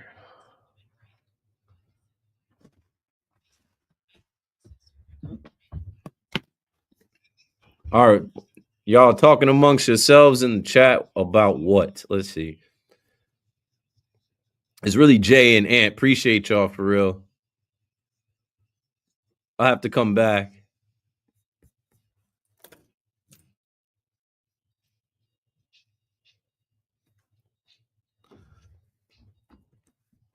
That New York state of mind. Thinking about the Mets, thinking about the Yankees, simultaneously thinking about the Knicks, the Rangers, what the Jets and Giants are going to do in the draft. It's the most wonderful time. Keith McPherson on the Fan, another 5-hour KM to AM. Moving right along here. Got to hammer the phones because I'm getting a ton of calls. And now we're in the flow of things where everything is on the table as we get more into the conversation around the NFL draft and the Knicks playing the Pistons. And obviously we started off with the Mets and the Yankees. So if you missed anything, rewind in the free Odyssey app back to 9 p.m. or just stay right here and enjoy the show. Robbie and Lennox, let's see if Robbie's ready this time. What's up, Robbie? All good. It sounded like you were literally watching Rangers highlights. No, I was watching the Colorado. You're watching the Stanley Cup I was watching the Stanley Cup playoffs. Stanley Cup. Yes, the Stanley Cup playoffs. I'm talking to Keith. And not having my Rangers in it. But by the way, when I thought Drury got an extension, I thought it was on his house. I mean, I'm ready to jump off the roof. What is going on here? Yes, it's the James Dolan School for the Blind, ladies and gentlemen. I mean, it's like, hey, Chris, come on in my office. Gee, thanks, Mr. Dolan. Yeah, we're getting an extension of that fine season you just rewarded us with. As you went out, you got like four or five, like what, grade Z defensemen here. And what else did you do? I mean, all right, you got JT Miller. He's 33. So now we're going to build an organization. I can't really go on because Ross, I hate the word stole my thunder. It's probably the first time in 38 years on this stage that I actually said stole my thunder. But, if Ross had to put up with that team as much as I have put up with them for 54 years, Ross, you're going to be old and gray, but you're going to look like me. I'm 60 now. The Rangers. Anyway, just to talk about our Yankees, to get rid of the Rangers, but I don't know what they're going to do. I can't really go on about this team. You know what I want? I want a young coach. I'd love to get the guy from the University of Denver, get a young coach with a young attitude, bring in the general manager. I wish they could bring in the general manager that can evaluate talent. This guy can't, obviously. And we don't know where this organization's going. But I got to ask you just real quick about two things real quick. Okay, the Yankees.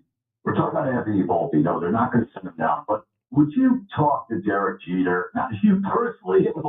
I would love to. Never got the opportunity. It's like, hey, Derek, it's giving your day, man. Come on. I've been close. I just never have gotten to, meet the guy. Right, I was going to say, invite him up and say, and bring John Story along so we can talk about the Jeterian swing, because that's what Volpe needs to do. I'm tired of watching him uppercut with his cockamamie, there's a great term, with this nonsensical uppercutting the baseball that's like exit velocity, launch angle garbage. Please, Anthony, do me a favor. Choke up on the bat. What they used to tell me was Little League Baseball. Choke up on the bat and take the ball the opposite way. If you got this kid has to do it. I like him. Believe me, I think he can do it. I don't want to see him go down. The other thing is Austin Wells. The problem with the Yankees is they just have too many guys hitting with low averages. You gotta make contact more. And the other thing is too, can we get Gil back? That's the thing. When Gil comes back, that's the thing. It's a starting rotation. I guarantee you, though, when it comes to trade deadline, Brian Cashman will find a way to get at least some kind of fourth starter to eat innings if they can't do something. But to me, it's a young team. And the other thing I want to ask you is, would you rather see Jason Dominguez? Would you rather just see him be a left-handed bat? Because to me, he just doesn't bat well right-handed. I know he did get it. No, he's had some success from the right side of the plate. I think they got to keep letting him find it and figure it out. I think it's a weapon for us to have a switch hitter. Yeah. Yeah, and also, too, please, God, please bring up that dual card to bar if you're a Giants fan. I just want to see him play. And somebody's talked about, was it you talking about Abdul Carter maybe getting Shadar Sanders and me? I think there's a thought materializing that the Giants are going to trade back into the first round and take the dropping quarterback, whether that's Shador Sanders or Jackson Dart, and that would be a masterful first night of the draft for a franchise that needs it to get a quote-unquote generational talent in the pass rusher, Abdul Carter from Penn State, and get the quarterback of the future in the first round. That would be unbelievable. That would make me happy as a Giant fan. The first game, 1973. Thanks for the time. Always great to talk to you. God bless, man. Thanks for the call, Robbie. Yeah, we are going to play some audio from Abdul Carter, who is out in Green Bay and being interviewed. And obviously the Giants reporters are out there and they're point blank asking him about playing in New York and being a Giant and, his ties to Philly, being from Philly and being an Eagles fan and what it would mean to, be selected by the Giants. And the guy's already out there with the Louis Vuitton shades looking like a superstar. So I think if he's there at 3, if it goes Cam Ward, Travis Hunter, they're going to punch the ticket to get Abdul Carter. But that doesn't mean they're out on the quarterback. 888-808-1019. Shador Sanders, something is going on with the betting. And I want to put some bets on. I'll be on tomorrow during the draft. I want to put some bets down because I'm like, man, I was looking at Michael Penix Jr. last year, and I'm like, MPJ, like I don't know how far he's gonna drop because he's like that. I'm like, I don't know who's gonna draft him, but if you would have put some money on him to go 8th overall to the Falcons, you would have cashed that. I don't think Shador is slipping that far. I think there is a lot of negative propaganda about Shador Sanders for a reason. And it's funny? There's a clip, and I got to go try and find the clip too. I'll work on it either during the break or have Connor look for it. Deion Sanders said early in this process, why are you the only one they hating on, son? Because they want you to slip and fall to their team. Like he knows how the game goes. Like somebody's looking at Shedeur Sanders and his good qualities and saying we could work with that. It might be Mike Tomlin and the Steelers, but I don't think he's going to fall all the way to 21. I think if you want Shedeur, quarterbacks, there's always a run on quarterbacks. We're going to talk about it. I'll get to it. These quarterbacks are not, one falls. It'll be a Will Levis type. And then you see Will Levis in the NFL. That's why he fell. But like, look at Anthony Richardson. All the hype around Anthony Richardson, and he got taken, 4th overall? Just look at last year, the first 3 picks were quarterbacks. And if there's a guy you like or you think you could work with, like Sean Payton looking at Bo Nix is like, all right, this guy played at Oregon. This guy played at Auburn. This guy played 4 years of college football. Yeah, I could work with him. Draft him. Even the Falcons. When Raheem Morris was at the Combine last year, he said, I only got this job because we've had terrible quarterback play. So that was like a little bit of an inkling that they weren't going to hitch their wagon just to Kirk Cousins. They were always in the market for a quarterback. And then you heard the stories about Raheem Morris going to the University of Washington and working out Michael Penix Jr. and it being rainy. And Michael Penix Jr. didn't care. And Raheem Morris standing there pretending to be a linebacker so that he could feel, how hard Michael Penix Jr. threw the ball. And they knew back then they were taking him. We didn't all know. So, yeah, somebody knows who they want, whether it's Jackson Dart, which we're hearing some rumblings with the Giants, or Shedeur Sanders. The Giants know which one of those guys they want, and they know where they got to get to be able to select them. You want to win the day? You want to win the draft? You want to win your fan base back? Joe Shane, take Abdul Carter and then find a way to trade up from 34th overall or whatever pick it is in the second round or whatever you have to give. Because if you have to give something that seems like too much at the moment, but you get the quarterback of the future, no one's going to go back in time and be like, well, you gave up the 2nd round pick and the 2026 2nd round pick and the 3rd round. Like, no one's going to care if you get the actual guy. And Daniel Jones is gone. The Giants need to have a young guy that they can, at least in their mind, fans in their mind could be like, yeah, Jameis, whatever. Russell Wilson, 1 year. Jameis might be terrible. Russell might be hurt, but you know what? There's a young guy in the building that gives us hope for the future. 888-808-1019. Let's go to Mike in Tom's River. Mike, thank you for holding. Hey, Keith, sorry, I had to switch over my phone there, buddy. No, I know. I saw you. I was trying to get to you. We had some breaks. Like I said, thanks for holding. Let's continue the conversation about the New York Yankees. Yeah, man. So, a couple things. My wife always yells at me for being half as glass full type of guy. So I want to start off tonight with being more on the positive note. A couple things. First and foremost, and you brought it up earlier today, Rodon delivered. 2 starts in a row, really solid. He's had 3 really good starts out of 5 this year. So I feel like he's, he turned the corner. A little bit. He looks like he had to go through those couple bumps in the road and somebody talked to him and said, listen, dude, it's a long season. Have some confidence about yourself. And he's had it his last 2 outings. Yeah, man. I mean, he's got the stuff. You look at him, 97-mile-an-hour fastball, wipeout slider, the change is developing, all those things. The guy can be a stud. He's got the makeup of a stud, but it's always that 1 or 2 pitches that just puts him in a bad spot. I think today, a couple mound visits that kind of maybe hopefully change things. And he's needed. Needed.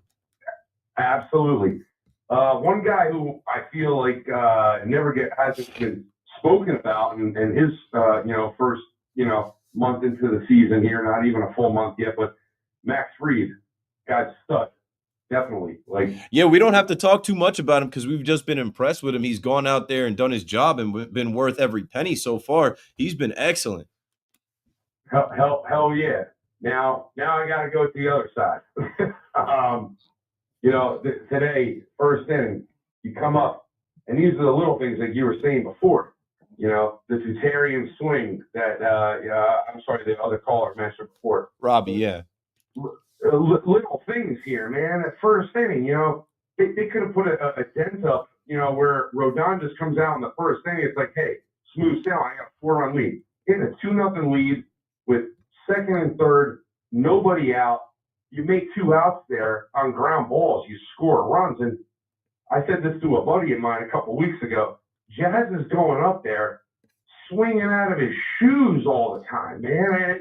I'm a big supporter of Jazz. I love his energy. I love the guy's got the talent, the speed. Gotta lock in. Mike, I'm with you, bro, because I was thinking the same thing. Like, the game just started. We're having early success. We don't need you to homer right here. He struck out on 3 pitches. Have an at bat. Put the ball in play. A ground ball scores a run, or if you hit the ball into the outfield, it's a sac fly. I saw him do that the other day, hit a sac fly. Where is that out? And then Volpe, 4-pitch strikeout. Wells, 5-pitch strikeout. They go down 3 in a row like that. I'm like, what the hell? Like somebody from the dugout yell, like, hey, slow it down. We know strikeouts are part of the game now, but they're bat on the ball, hit the ball to the middle of the infield. You got an easy run, take the stress off the starting pitcher, changes the whole course of the game from the through those middle innings there. But guys have been carrying the team. Obviously, Judge, Goldie, Ben Rice, Stud. Any chance you think that guy's taking ground balls at third base behind the scene? No. And we've been. Go to third base. I don't think he profiles as a third baseman. I don't think the Yankees would try it.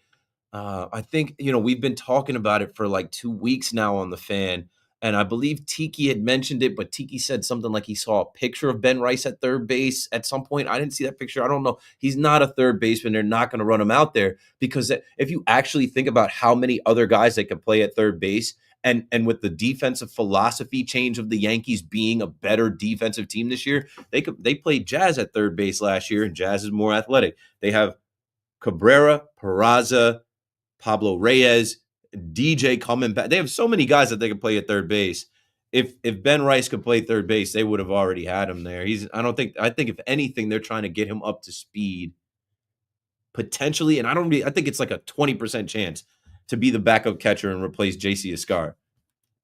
I hear you. It was interesting the other night. I saw DJ's first game in Somerset, second base. Yep, I saw the highlights of it. Okay. I don't know. Interesting. I thought maybe coming back first game be DH or third base, middle infield. He hasn't played second base for the Yankees in how many years? He's going to play third base, but I wouldn't mind them giving Jazz a day and putting him at second base if he gets going. But yeah, DJ homered to almost dead center.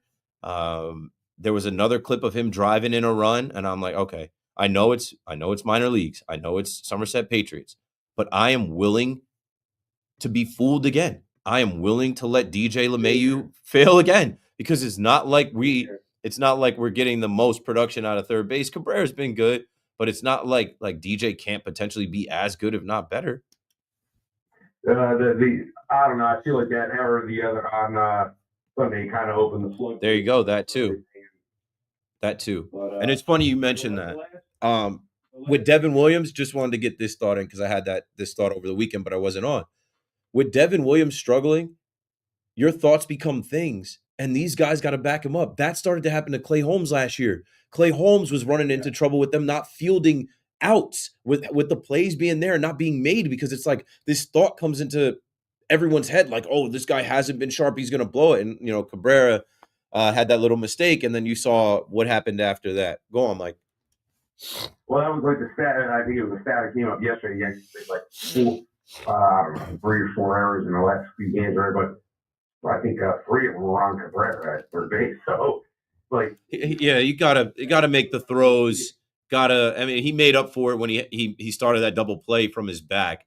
But no, we gotta lock in. Like 9th inning, Devin Williams on the mound, Clay Holmes on the mound, Luke Weaver on the mound.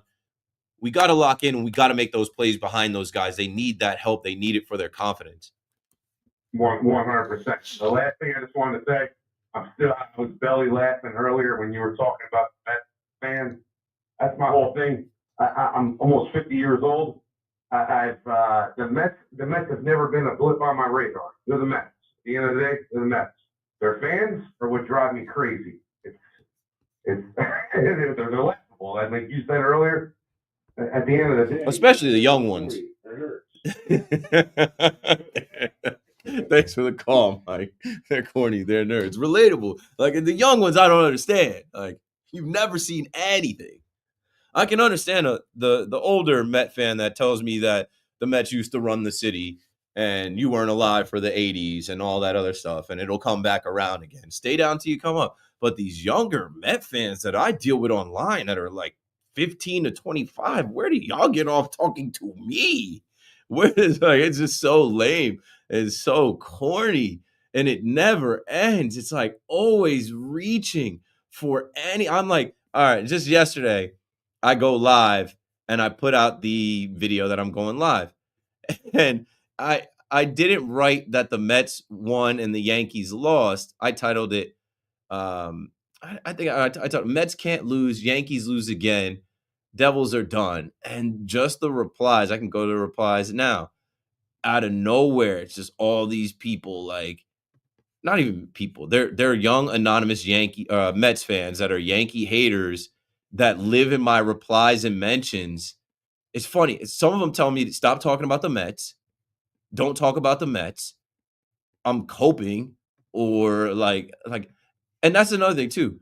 I'm not gonna give you that satisfaction because I don't feel this way. Like I have no problem with the Mets winning. I'm watching the games. I'm listening to the games. I'm following the games. I have a drop that Paulie clip where I say I don't hate the Mets. These are my Mets. I've never watched the Mets more than now. I didn't grow up watching the Mets. Like Mike just said, they're the Mets. When I was a kid, I'm like, they're the Mets. I'm not watching SNY. I'm not watching the Mets, bro.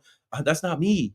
Like I'm not into that. That's not my cup of tea. That's for you. That's what you do. I don't go over there. I don't go there. I don't do that. But now it's part of the job.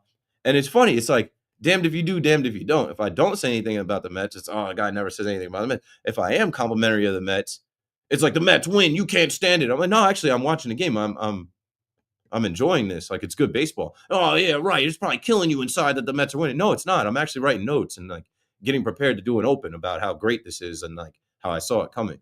But you can't win. You can't win, you know. It's they're so quick to say that the Mets run the city and the Mets are big bro and Citi Field is the place to be and look at this. Don't you wish Soto was nah, dude. The season just started. Calm down. Relax a little bit. Relax. If the Mets beat the Yankees, then I'll be mad.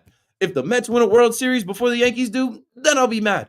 I don't care that you swept Philadelphia. I was rooting for you to beat the Phillies.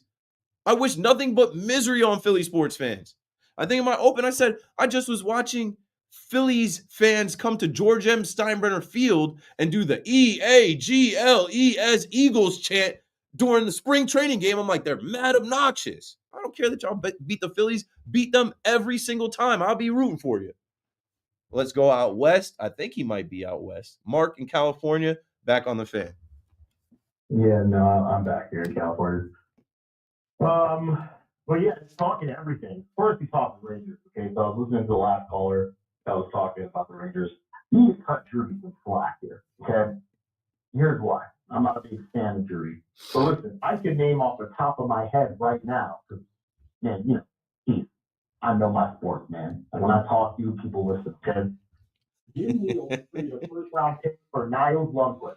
Okay, remember that? You do, but I do. Bill Vito traded a first and Spencer Knight for Seth Jones. Okay? Doug Armstrong let Alex Pietrangelo walk so he could sign Torrey Krug, who was trash, by the way. Then Julian Brisbois traded a first, a second, a third, a fourth, and a fifth for Tanner Janot. So everyone's getting on Drury. Listen, we all knew that Kreider was going to take a step back. We all knew Mika was going to take a step back. We all knew the Barkley trade wasn't going to work, right? We all knew that was happening. Did we see Kreider's fall off, going from the third best power play team to 18th to going from scoring 30 goals to 45 goals last year? It's a big drop off. Did we see that? No, we didn't. But that's why Drury is trying to find a trade for him. The way he handled the trade is an issue. We all agree with that. The way he let people go, the reason with the locker room, all that stuff, right? But Mika stunk this year. Both goalies stunk. You're going to opportunely look for trades, especially when the Rangers were 12-4-1, right? And we all thought they were going to go to another, have another great season. 12-4-1 is a pretty good record to start the season, right? Yeah, I all I'm gonna say is I know that these GMs make mistakes. I know that they don't play. They try and do the best that they can. Again, it's about relationships. The owner wants him back to continue on. He might be wrong for that. Fans might disagree with that. We can go over the history. We can go whatever it is, what it is. This was a laughable season for the Rangers coming off of, the runs that they had over the last couple of years. But like, I do understand letting this guy continue to cook, right? He's trying to prepare a new meal. He started to put the ingredients together. It doesn't taste like anything yet, but the meal isn't done. So let him finish doing what he's doing. Listen, the thing is like, he wasn't wrong to want. He wasn't wrong to move Trouba. He wasn't wrong to recognize that. Even though when things were going well for season, his core players just wasn't doing anything historically different from past years, right? This was a ticking time bomb, like waiting to happen. Like the Yankees every single year, they go to the playoffs and just can't hit the big ball, right? It's just bound to happen. You don't do anything to correct it. It's going to continue to happen. So now that we're done talking Rangers, because that's done, I actually have a really, really big story I want to talk about Jackson Dart. Because I was hearing that the Giants were interested in Jackson Dart. They were interested in with the Ole Miss connection. Now here's the problem with it. Okay, like I like Jackson Dart, but you want to know who he reminds me of as a prospect? Eerily similar. Like look at his stats; they're so similar. I don't know. Paxton Lynch. Remember him? Paxton Lynch. Yes. Paxton Lynch. He was a lot taller, more of a straight up and down pocket passer. Jackson Dart can boogie a bit. Like he's got a little run game to him. He can shake. He can kind of scramble a little bit. You're going to think your best probably ready for this. You ever notice that a lot of the quarterbacks that don't make it, you weren't paying a lot of attention to in college, and they suddenly get really hot like after they stop playing college football? And I'll name some: EJ Manuel, Blake Bortles, Paxton Lynch. I told y'all I was on the night of the Tax Slayers Gator Bowl, I think it was, when Jackson Dart played against Duke. It's Duke. You don't draft a quarterback out of Duke. But anyway, that night, Duke was without like 3 or 4 of their starters because of NIL and the bowl game or whatever. And he put up like 300 yards and 3 touchdowns and balled against Duke. And I'm like, here it comes. This is how it starts. He's going to rise up the draft charts. And here we are the night before the draft. And there's rumors that, Brian Dable likes him better than Shedeur Sanders. Dude, Giants overcompensate. Listen, we know as football fans who the best college football players are going into their last year. We already know who. Yeah, there's nobody. I mean, unless it's like Joe Burrow when he balled out like for that 1 year with LSU. But like for the most part, you take a look at Andrew Luck's tape, and you knew he was going to be a good starting quarterback in the National Football League. Like you knew it. You just knew. You took a look at, Washington Commanders quarterback Jaden Daniels. You look at his tape, and you're like, wow, this kid's the real deal. J.J. McCarthy has. It was Caleb Williams and Drake May for 2 years before they got to the draft. Caleb Williams at all. I think You're about to be. He's gonna be different with Ben Johnson. And there's some rumors. There's rumors around them drafting either Tyler Warren or if Ashton Jeanty falls. Well, yeah, I mean, they're adding pieces because the Giants don't seem to be doing that. It took them how many years to find a number 1 receiver at Valley Neighbors? You know what I mean?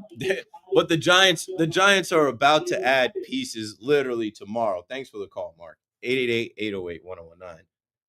I thought Mark was going to talk about the Mets. His topic was, I'm tired of the Yankees being called Lil Bro. But, he said he talks sports and people listen. So he went in on the Rangers. Then he went to Jackson Dart and the Giants. And we can do that. We've got plenty of time. Keith McPherson on the Fan.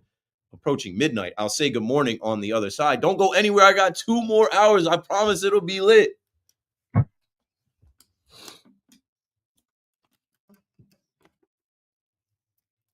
I got to go to the bathroom, though.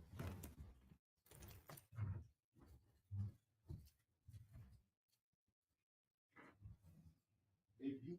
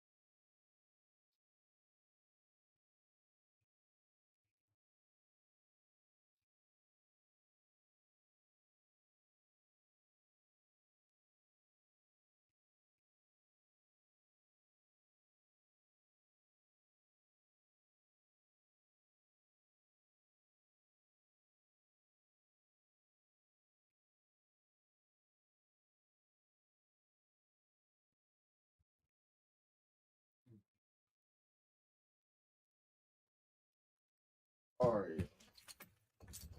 I don't know where I'm at with the push-up total.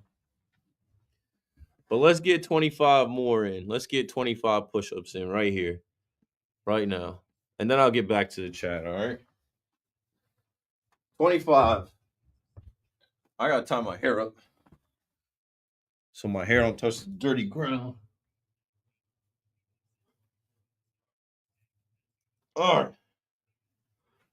25 straight.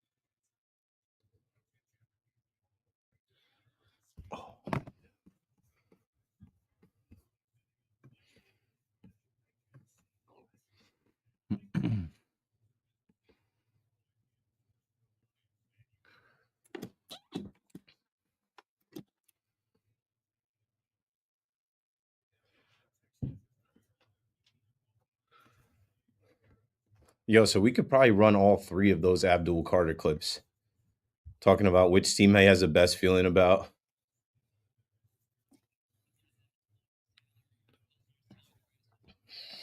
Like, this kid's way too young to know anything about Lawrence Taylor, but sure, he's been tweeting about him. Yeah. Maybe even play the Jalen Milroe, because that's a dark one, right? Like, that's a dark horse candidate for, like, if Jalen Milroe is dropping and they want to trade back in and take Jalen Milroe, why not?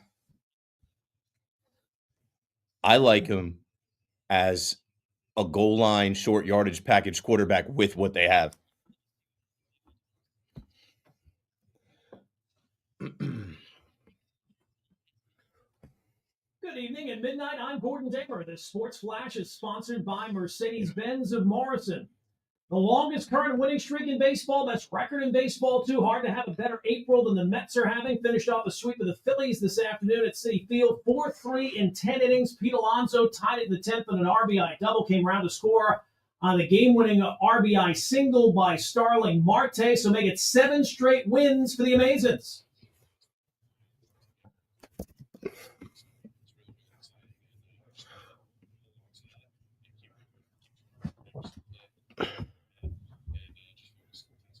Not all the news good, though. Edwin Diaz forced to leave the game in the 10th with a hip cramp. The Yankees wasted no time in Cleveland. Bombers with 2 in the first, 2 more in the second. They cruised to a 5-1 win over the Guardians. Carlos Rodon, another strong outing. 1 unearned run over 7. He struck out 8.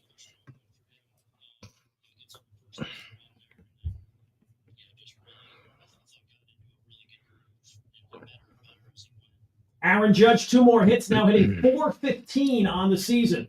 There's going to be plenty of changes for the Rangers this offseason, but not team president and GM Chris Drury. Got a new contract extension. NBA playoffs, it's the Rockets leading the Warriors 91-79 as they play in the 4th. Celtics, no Jason Tatum, but no problem. Beat the Magic 109-100, 33 from Jaylen Brown. Cavs got 30 from Donovan Mitchell. They beat the Heat 121-112. Both those series, Celtics and Cavs are up 2-0. And that's what's happening. I'm Gordon Damer.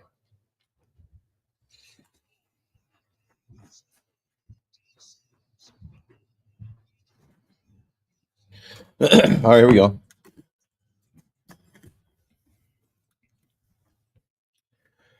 Good morning, good Morning. Right back at it on the Fan in New York.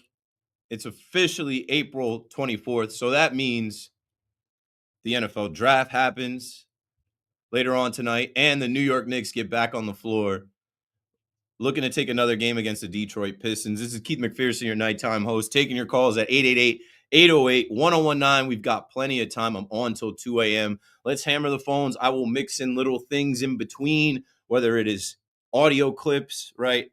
Abdul Carter speaking about the Giants, whether it's breaking news like Tyler Lockett, former Seattle Seahawk captain, signs a 1-year deal for $4 million with the team picking number 1 overall, the Tennessee Titans. So Cam Ward gets another weapon. Yes, Cam Ward. Cam Ward will be the number 1 pick. I took a call last night where someone said that, oh, didn't Mike Borgonzi say that they weren't going to pass on a generational talent? Yeah, that was a early Mike Borgonzi press conference thing. And I think he was just talking. And most people think the 2 generational talents in this draft are Travis Hunter, who can play both ways, and Abdul Carter, who is a monster at the line of scrimmage and can't be blocked. Well, I think it's a lock that they take Cam Ward. They've pretty much told everybody that there are reports, and Cam Ward has gone out there and talked about it. And I talked about it last night, how foolish it was for the Giants. And I heard Big Mac, and I sympathize with Big Mac. When Big Mac comes on after me, he's a Giants fan. And Big Mac for the last 2 seasons was telling y'all, we gotta tank. We gotta lose. It's for the greater good. It's fool's gold in the moment to go beat the Colts. Because now, look where you are. If you lose 11 in a row, you're the number 1 pick. You had it. You were the number 1 pick. It would be so easy right now to know that Cam Ward is coming to MetLife Stadium. Instead, you're going to get a pass rusher, and you're going to try to trade back into the first round. That's at least what the little birdies are saying. I don't know if that's going to be possible. It takes 2 to tango. I always remind you that the draft is a competition, that all 32 teams in the NFL are competing against one another. Sometimes they help one another, but obviously you got to give to get. So who knows what is in store for the New York Giants coming up later tonight. Harvey is in Dix Hills on the Fan. Go for it, Harvey. Continue my conversation from last night. I really appreciate it. Like I said, everybody's bringing after the draft. I try to get it all out before the draft. And I have to thank you. I discussed that scenario last night. I've been doing that for a month. And the 2 numbers, as you know, are number 8 and 21 because the Steelers are 21. And I believe, in my mind, that they're going to go for a quarterback because they don't have a quarterback. And I believe that Jackson Dart is their target. I don't know. And number 8 is the Carolina pick. So the Giants can trade up to 8 maybe and get Jackson Dart. I'm not a big believer in Shador. Okay, I'm sorry. If I had a pick, I picked Jackson Dart. Look, I could be wrong like everybody else. Okay, but that scenario, I think the draft will be a failure if they don't draft both of them, Abdul and Jackson Dart. They're franchise quarterbacks. They got to do both to be a success. You know, I've said that all year. Thanks for the call, Harvey. 888-808-1019. So we just switched producers. The great Michael Fliegelman is in. The legendary Connor Gangrene is out. But before the switch at midnight, I kind of queued up some audio, and Fleegs is a pro's pro. So what we're going to do right now is play some audio courtesy of Giants videos at SNY Giants on Twitter.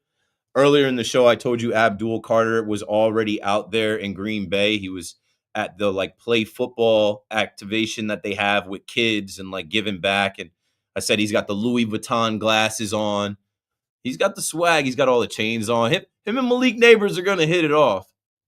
So, Fleegs, let's play the clip where they ask Abdul Carter which team has the best feeling about him in the 2020 draft, or what team basically he thinks he's got the feeling that is gonna take him in this upcoming draft tonight. They're definitely in New York right now, but we'll see what happens tomorrow.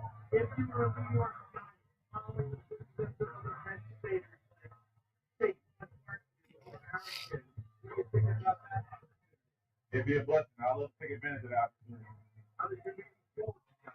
They went well. I've got to deal with them, and we'll see what happens tomorrow. Will you bring an explosiveness to the team? For sure, I'm bringing everything. Alien Ant Farm rocking off in the background. I haven't heard that in a minute, but yeah. So obviously Abdul Carter, you know, he had lunch with Brian Dable. He's sitting there at 3. The writing is on the wall that they can't pass on him as a generational talent. Okay, sure thing. But in the last couple of weeks, if we've been paying attention online, as I have, Abdul Carter has tweeted out number 56. Abdul Carter, let me go right now to Abdul Carter's Twitter account. And I've talked about how he is a Eagles fan all the way. He was at the Super Bowl. I think the Eagles even gave him like some official team merch. And he was repping the Eagles during the Super Bowl. But he's smart. And he knows, right? All of these guys want to get drafted as high as they could get drafted. So on April 17th, he quote tweeted a Penn State tweet that had just like a highlight video of his, and he put hashtag number 56. And so that caught the attention of Giants fans because he wears number 11. They're like, number 56? He can't wear 56 here with the Giants. The Giants are running out of numbers, by the way. But then also on April 11th, he posted a poster of Lawrence Taylor. And I just wonder, you know, why is he doing all of this signaling? And why is he talking about Lawrence Taylor at age 21? I know you can look up highlights. I know you can look up stats. I know you can hear everybody but this kid is so young. What does he know about Lawrence Taylor? Let's hear from Abdul Carter talking about, you know, Lawrence Taylor being the greatest football player of all time. He's not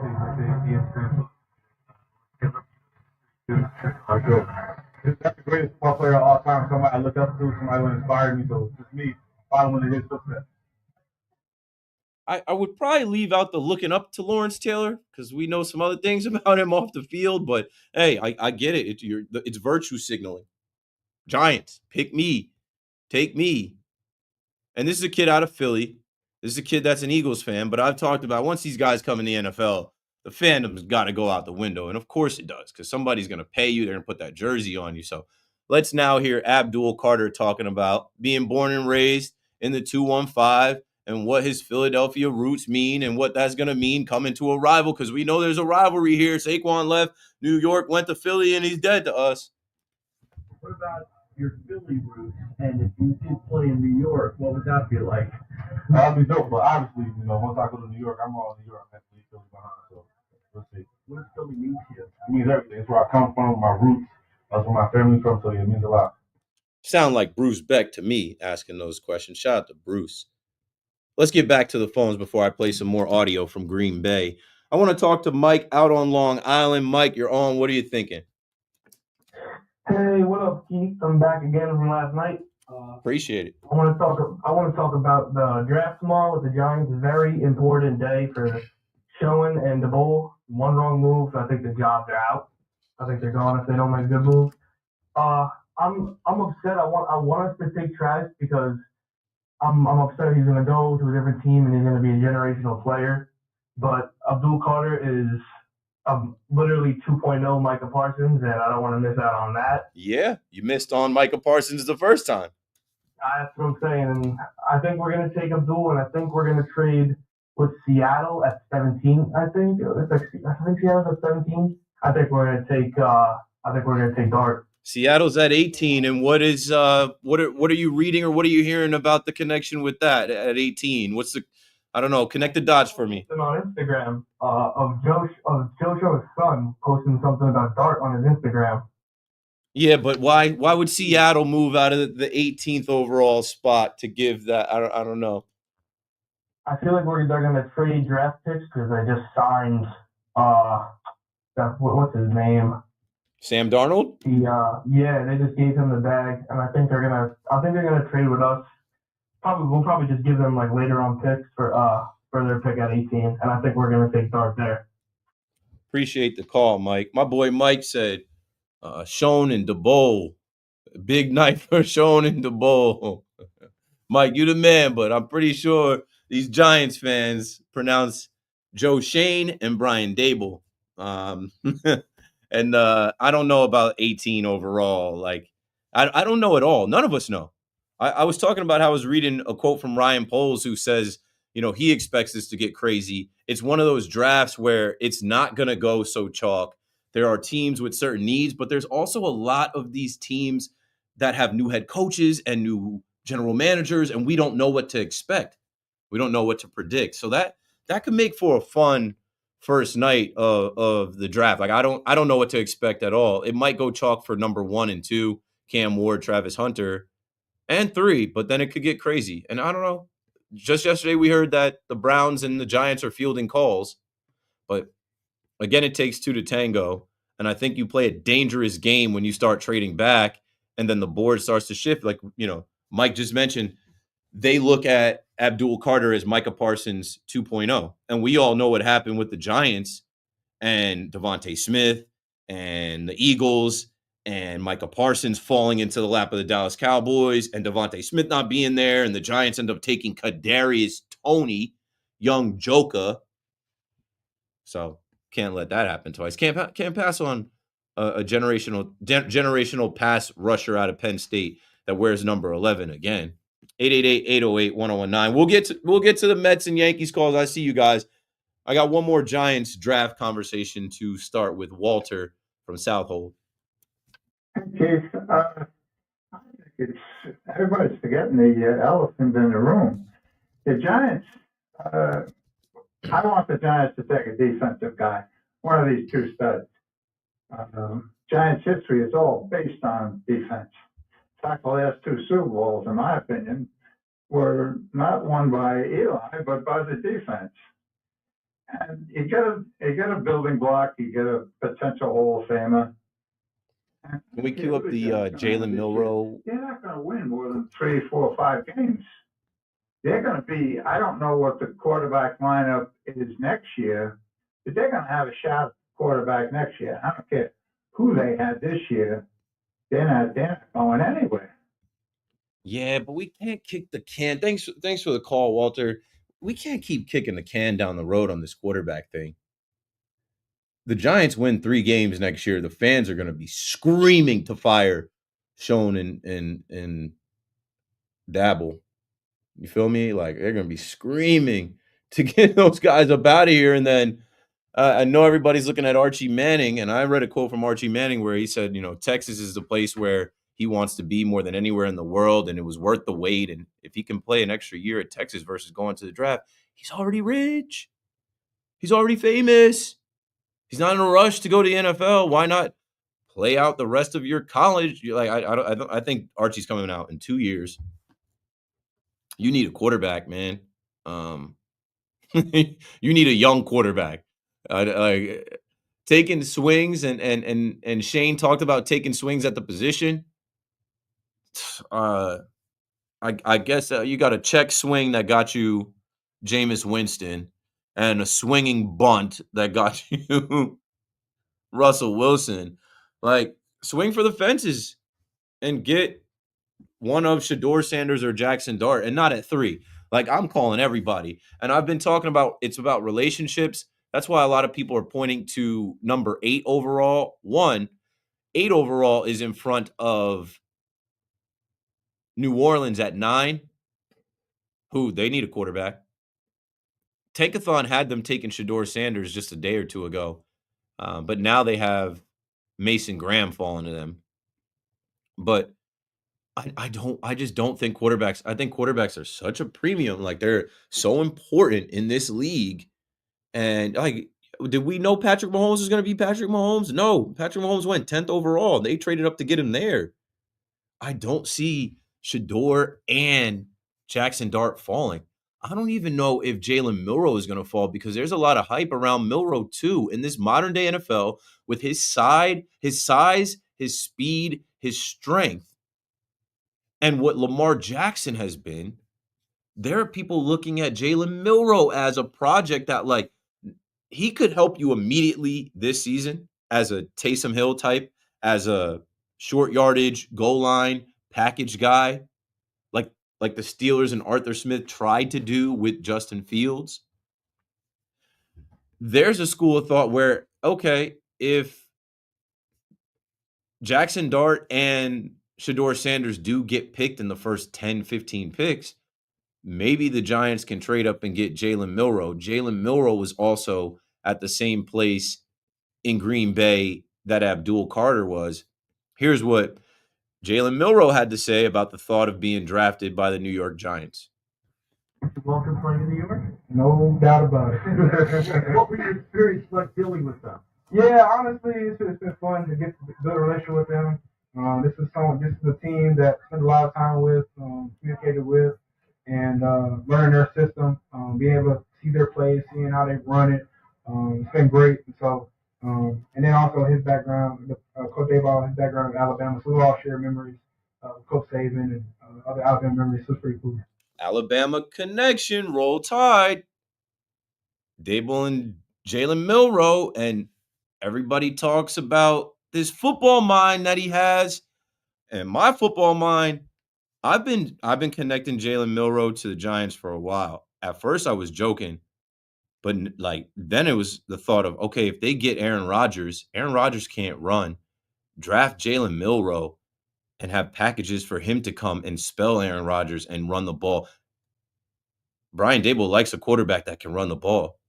He likes having that threat. And now that's still a possibility because Jameis is not a runner. Russell Wilson's not a runner. And I think one of them are going to end up being hurt. And you don't want to end up going back to Tommy DeVito, right? No, you need to win. You need to at least compete and make it look like you're trying to win this year, right? Jalen Milroe, that would be a great quarterback room for him to enter, him to be the short yardage goal line quarterback, and him not to rush his development at all because he's a project. He's going to have to work on reading defenses. He's going to work on his throwing motion. He's going to work on a lot of different things as far as being an NFL quarterback. But he's such a freak athlete and such a specimen. He's got a ton of upside in this NFL where you just saw the last few MVPs. Josh Allen runs people over. Josh Allen runs the ball in. When they get goal to go, Josh Allen is a threat to score with his legs. Lamar Jackson wants to throw the ball, but at any point in that game, he can buy himself time. At any point in that game, he can take off and the defense doesn't have an answer for him. Jaden Daniels. I could keep going down the list. You guys watch the NFL. When these quarterbacks have that added element of being able to run, it changes the game. 888-808-1019. Let's change the conversation a bit because this is New York City, and even though the Mets and Yankees are off tonight, I did open the show talking about the Mets and the Yankees. And, people call all day long and all night long to talk baseball. Here's a guy that is very present on WFAN and Twitter at the same time. John in Masbeth, welcome back. Make it happen, Mets. Our Mets, Steve. They are. They're my Mets. I never watched the Mets this much.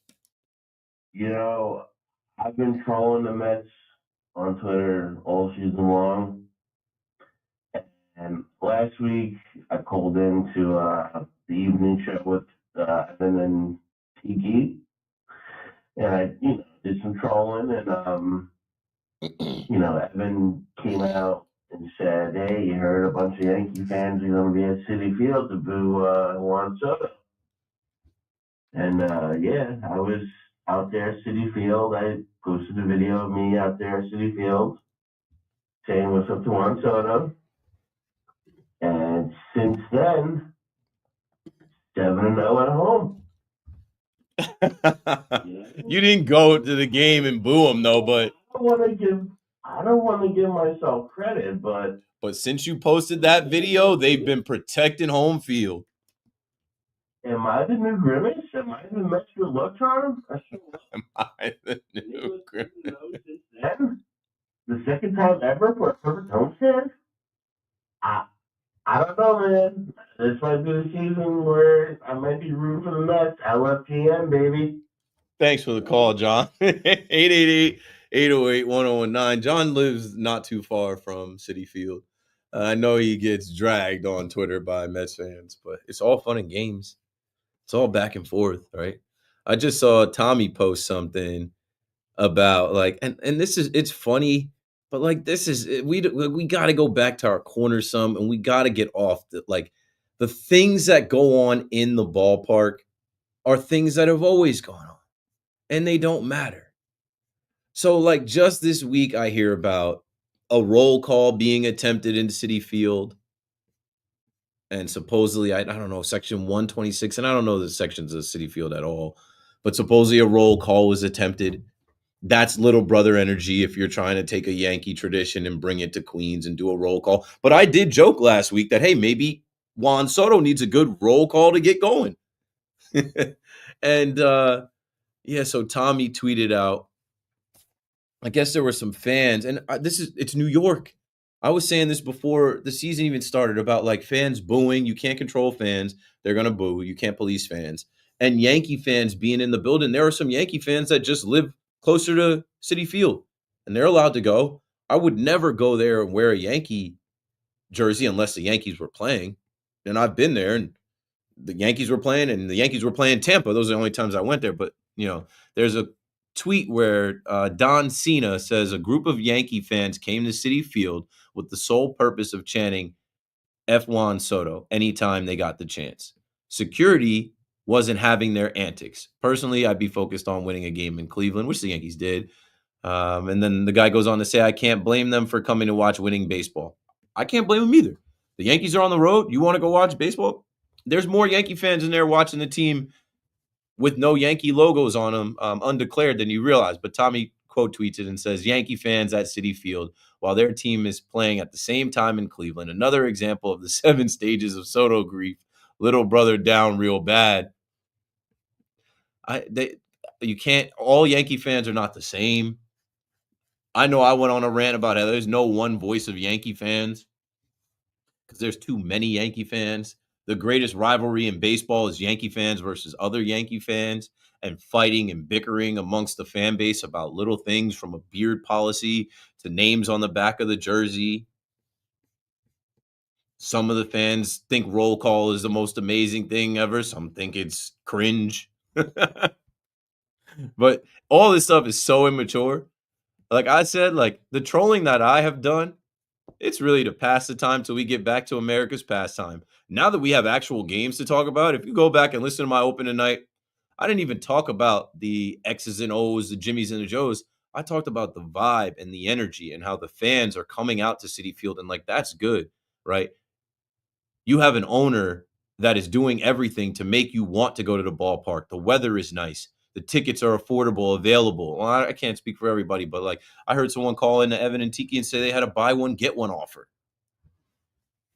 The team is winning. You want to go see winning baseball. It's fun. So I don't know. I can't tell you what to do.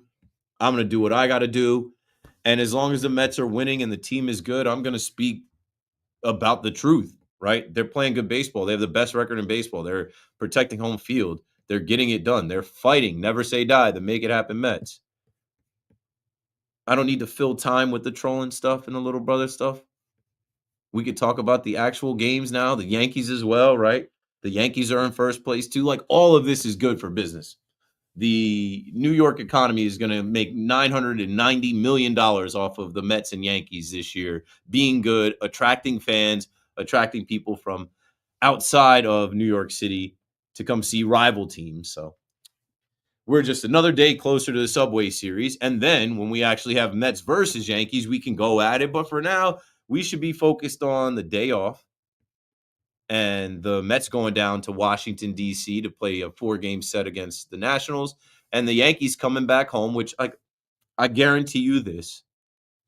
And I look at the box scores every day and night, right? I am impressed with the Met fan showing up in April, putting 36,000 people in the building on a Wednesday 1:00 start. But the Yankees tomorrow, weather permitting, and I think the weather is going to be good. The Yankees tomorrow with a hockey jersey giveaway and a 77-degree day, there's going to be 10,000 more people in Yankee Stadium than were in Citi Field yesterday. And we don't have to compare. Rich is in Brick, New Jersey. Before we go to the next break, Rich, you're live on the Fan. Hey, Keith, how are you doing tonight? Good. I am happy that the Yankees finally won again. But what I'm not happy with, which needs to be discussed, is 3 years has been long enough. You cannot have a batter who is 7 for the last, 58? 50-something, yeah. 4 Ks today. Yeah, in an important slot like the 6th hole, because you are leaving runs on the board. You have to do something, sit them down. Doesn't matter if it's ego or not. Put Peraza in there and let him cook. And Peraza is cooked. Peraza is not cooking up anything. He's gonna burn the ramen noodles. Peraza is not a better option. He's not a better option, but who else do we have to put there at short that can get the job done, both defensively and offensively at the same point in time? Anthony Volpe. Volpe, if you're going to go ahead and put, leave him in there, then dude should be batting ninth. I think we'll see a different lineup potentially on Friday. They're not afraid of changing the lineup. I would say that they're going to give Volpe a day off, but he's off tomorrow. It's a travel day. Well, today now, it's Thursday. This is the day off. And I think some home cooking. I'm going to flip the heck right out if that's the excuse that they're going to use. Well, he already had his day off. Well, I've suggested a mental reset day for him, for Jazz. I think anybody struggling could use it, even though it's early in the season. But I'm telling you, and I'm telling you this for what I know to be fact. He is the shortstop of the New York Yankees. Yes, we are in year 3. Yes, he's in a slump. He's struggling. They are going to allow him to work out of it. They are expecting him to bring his glove. They are expecting him to bring a better approach. And they're expecting him to run into 1 or 2 here in this next homestand. And it's not even a homestand. This 3-game series against 3 good pitchers from the Toronto Blue Jays. And I think he'll run into a short porch homer, or, I don't even need him to homer. I just need him to have better at-bats, not strike out, put the ball into play, maybe beat out an infield single, maybe drive one into the gap. I know he can do it, and they know he can do it. He's just not doing it right now, and it has been a bad stretch. It's not only has it been a bad stretch offensively, not this past game, but one before that. He's easy sit outs. He's booting some stuff that's costing us. Yep, that too. Unfortunately, if you're going to be this bad at the plate, batting under 200, you got to be damn near perfect with the glove. It is hard to do. It is hard to go out there and be a Gold Glove shortstop and drive in runs, but it's the New York Yankees. Like, it is what it is. He knows. They know. They know what's expected of him. Keith, and I know, and I hate to bring this up, under a different regime, I'm not even going to say the name, he'd be gone already, or he'd be sitting down. There'd be no patience whatsoever. He's 23 years old. And what is the alternative? He is average at best. He's not, look at his modern day colleagues. He was supposed to be fifth, the fifth best person. He, Bobby Witt, I mean, come on now. I mean, he's not Bobby Witt. Called up Cook. No, he's not Bobby Witt. And the guy really, no one is. Ellie De La Cruz, also no one is Ellie De La Cruz. Gunnar Henderson, no. He's not Francisco Lindor. He's not Corey Seager. He's not Trey Turner. He's not Willie Adames. He's not Bo Bichette. He's not, in the past 3 years, tell me, what has he done consistently well that we can say that's our guy? In the next 20 years. I don't know if 20 years he'll be 43. Thanks for the call, Rich. 888-808-1019. I'm just not about to do this on April 24th. I'm not. What has he done consistently? He's played every day. He has had some good defensive plays. He's made some mistakes too, but that's going to happen when you have that many balls coming your way. It's not good enough at the plate. We all know it. And it's not just this year, it's the stretch going into last year. There were some numbers at the end of last year when they did give him a rest. There were some numbers that were put together by Chris Kirshner that said Volpe was the worst batter on the Yankees that got that many at-bats and that many, plate appearances, and there's nothing to dispute it. But I am telling you what I know to be fact. Whether it's WAR that they look at or other metrics, Boone has told you that Volpe is a winning player. And he's a player that is loved by his teammates and that puts the work in and hasn't gotten the results right now. He got them right out of the gate this season. They're expecting it to come back. I saw somebody post his OPS in May last year went up. Maybe they're expecting it to get warm, and I'm telling you they're going to give him a run. But there's always a whipping boy. Somebody's always got to take the brunt of it.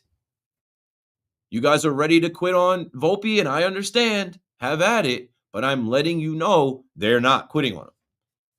And they see a future for him as the Yankee shortstop. It's been spoken on. He's got to work through it, and he's gonna.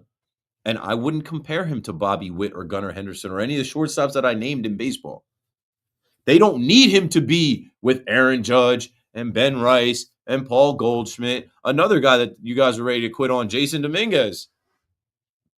Jason Dominguez is getting run as a rookie. He's getting an opportunity to fail, but also succeed. It's baseball. These guys are not going to do it. Everybody can't be judged. Majority of them can't be judged, or even Paul Goldschmidt. But I am sure.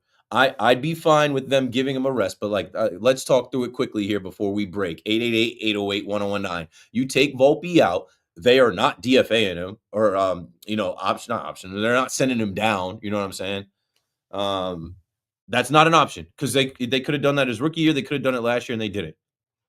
And they're not going to do it early on this year through the first 25 games. So what's the other option? To take him out in favor of Peraza? Peraza-Palooza is the party that never starts. I've been waiting for it. I've seen that kid hit dingers for the Rail Riders. I've seen that kid, but Peraza-Palooza, it has never happened.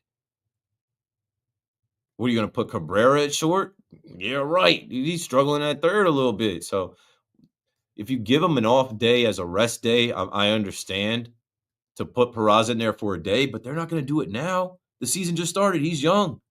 He's 23 going on 24. His birthday's coming up.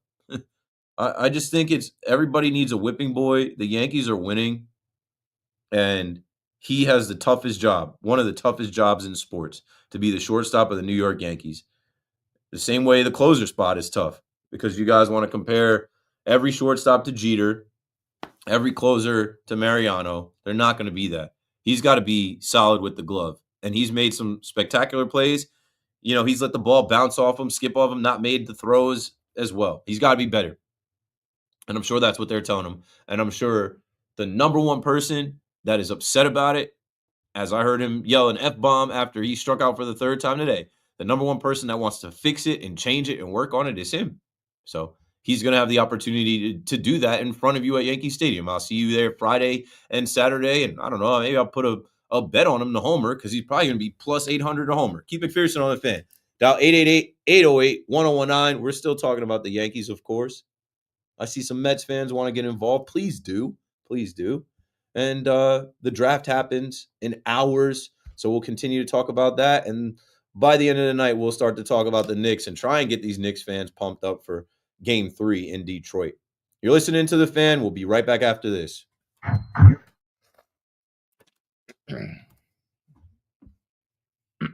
All right, yo. I feel like I'm getting sick. Fuck. I gotta go home and sleep. I feel like I'm getting sick. Always, yo. Do you think Volpe needs a few days off? I think a day off, and the day off that he's getting is today. Russ doesn't make it 6 weeks into the season without some type of injury. Facts. Giants need Sanders. I don't think they feel like they need Sanders. And now that you said that, I'm about to send something to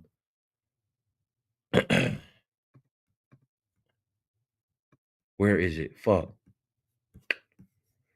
I had this Todd McShay clip that I wanted to play, bro. Fedor Sanders. Let me see if I can find it.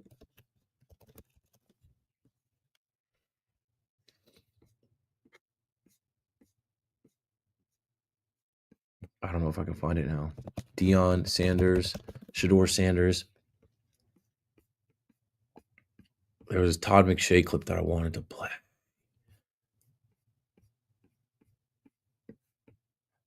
Let me see. Todd McShay. I know I had it on Instagram. Where is it, yo? That's the thing. I take so many notes and I just cram all these things in my notes. Like, yo, look at this later, read this later, look at this later, read this later.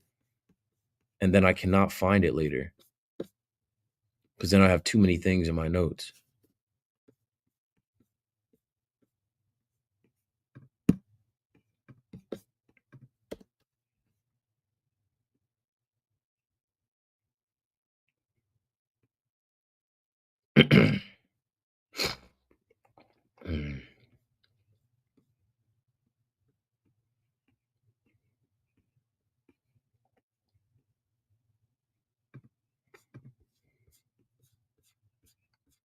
Bro, where is it?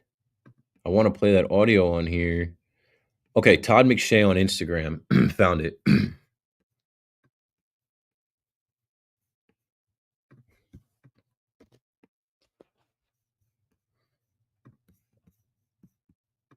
He sent it to Fleeks.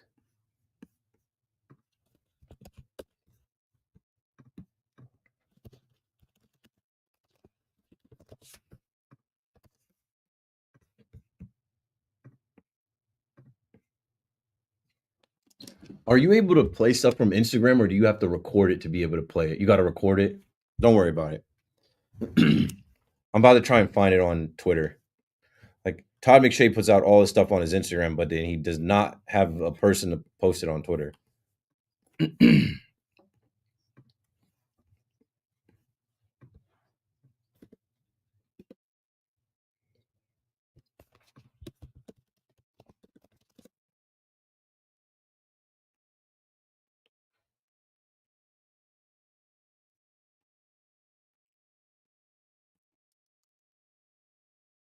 All right, we can play this one. Copy link. Okay, I found an alternative.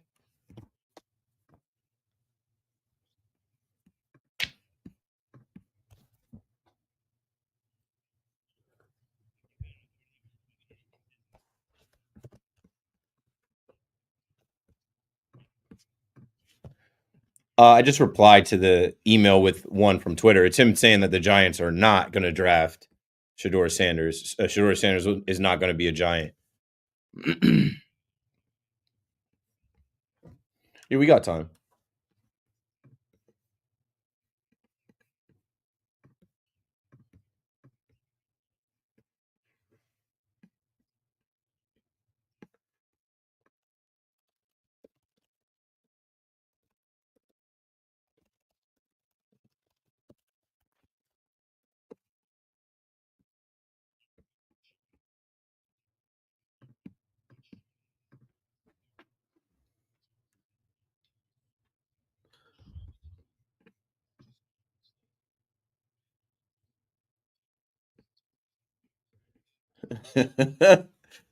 Yeah.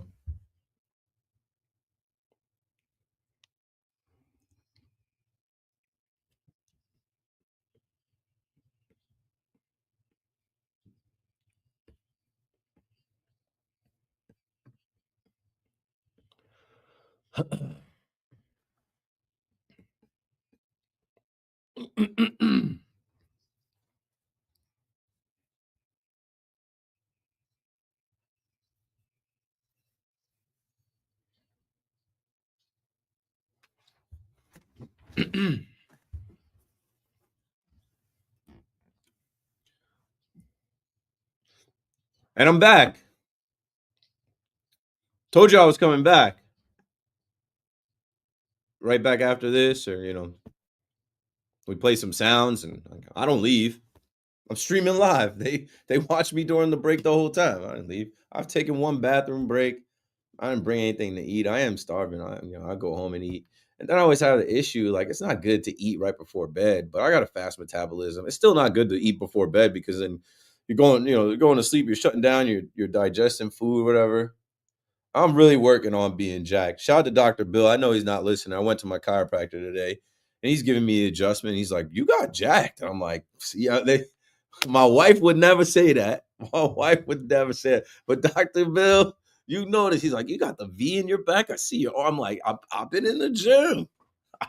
It's about to be summertime. Sun's out, guns out, shirt off, shorty. Boy, dad, no dad bod. I'm trying to flex on him. 888-808-1019. Yeah, speaking of flexing on them, the Mets are flexing on the NL East. Some are saying the NL East is over. Hey, didn't we learn? Take it easy. And it seems like anything that might go wrong goes right for the Mets. Like Edwin Diaz gets hurt.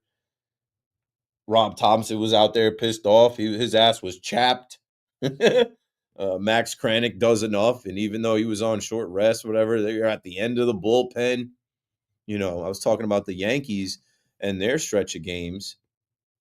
The Mets just played 3, 6, 9, 10, 13 games in a row. And almost won all of them. Only lost 3 of them. And won all of them at home. So I understand the battery that is in the back of the Met fan right now. But it's got nothing to do with the Yankees, right? Last week was the whole Juan Soto distraction. And you know what the Mets just did? They just won. They won. Juan Soto's kind of blended in the background. Right? Don't even worry about me. Look at Lindor. Look at Pete Alonso. Look at Brett Beatty. Starling Marte. Jesse Winker homered the other day. Mark Vientos. There's a lot of good players and help is on the way. Help is on the way. Alvarez is coming back. So Hayden Sanger, thank you. See you when we see you. And what happens when Jeff McNeil comes back? Who gets the short end of the stick? I don't know. Liam is down in Houston, Texas, but he listens to the fan in New York. Welcome back. My man, Keith. Hanging in there.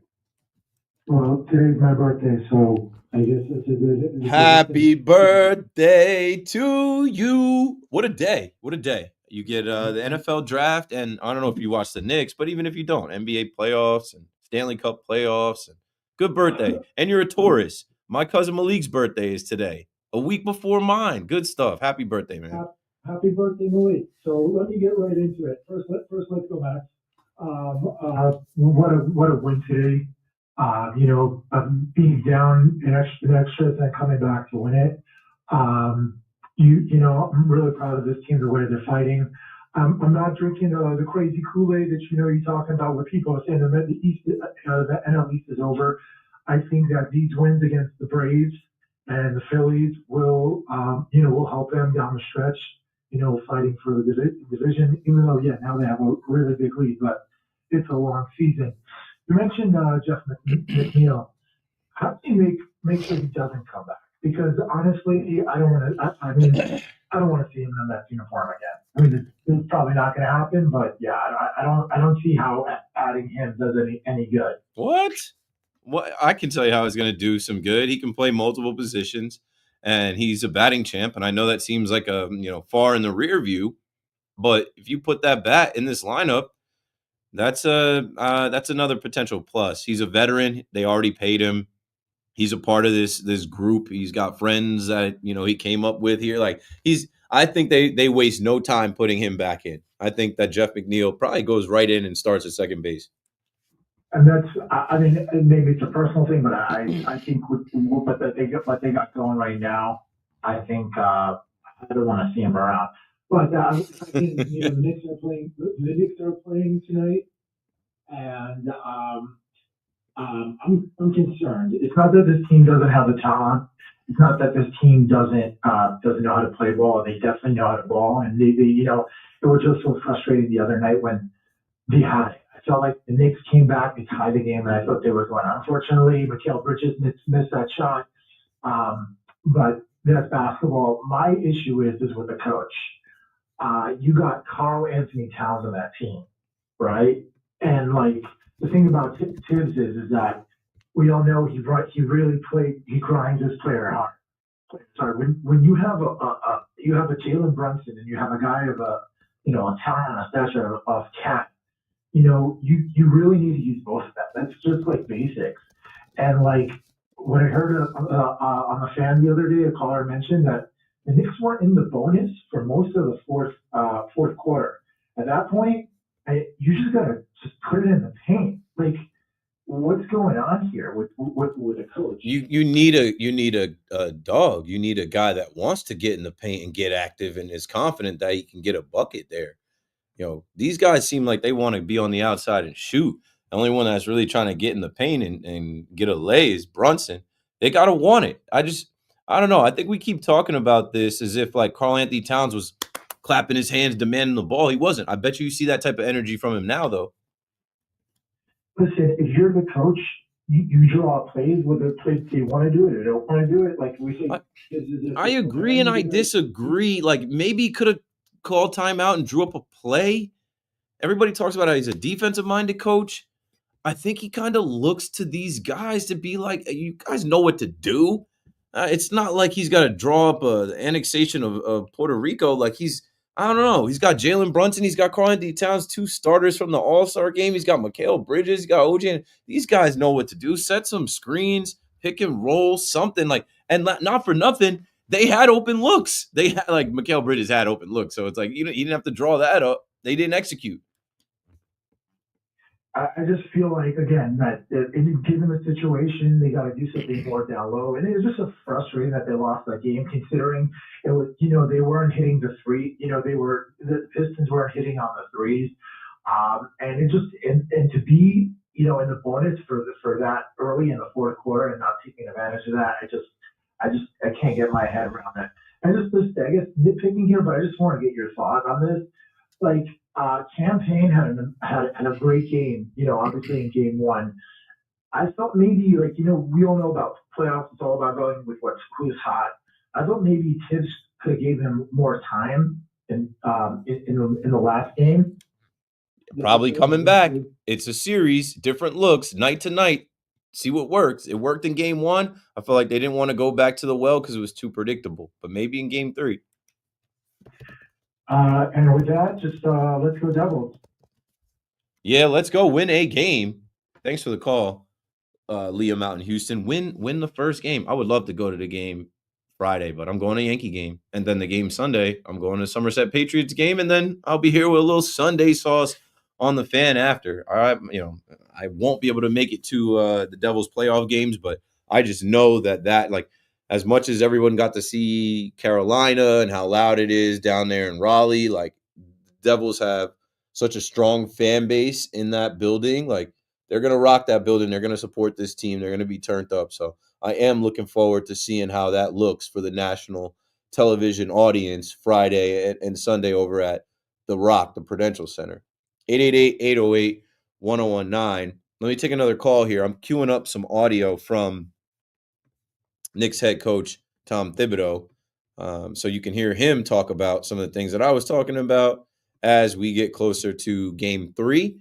We'll play that once we get into the 1 o'clock hour. Let's continue the calls with Jarvis up in Harlem on the fan. What's up, Jarvis?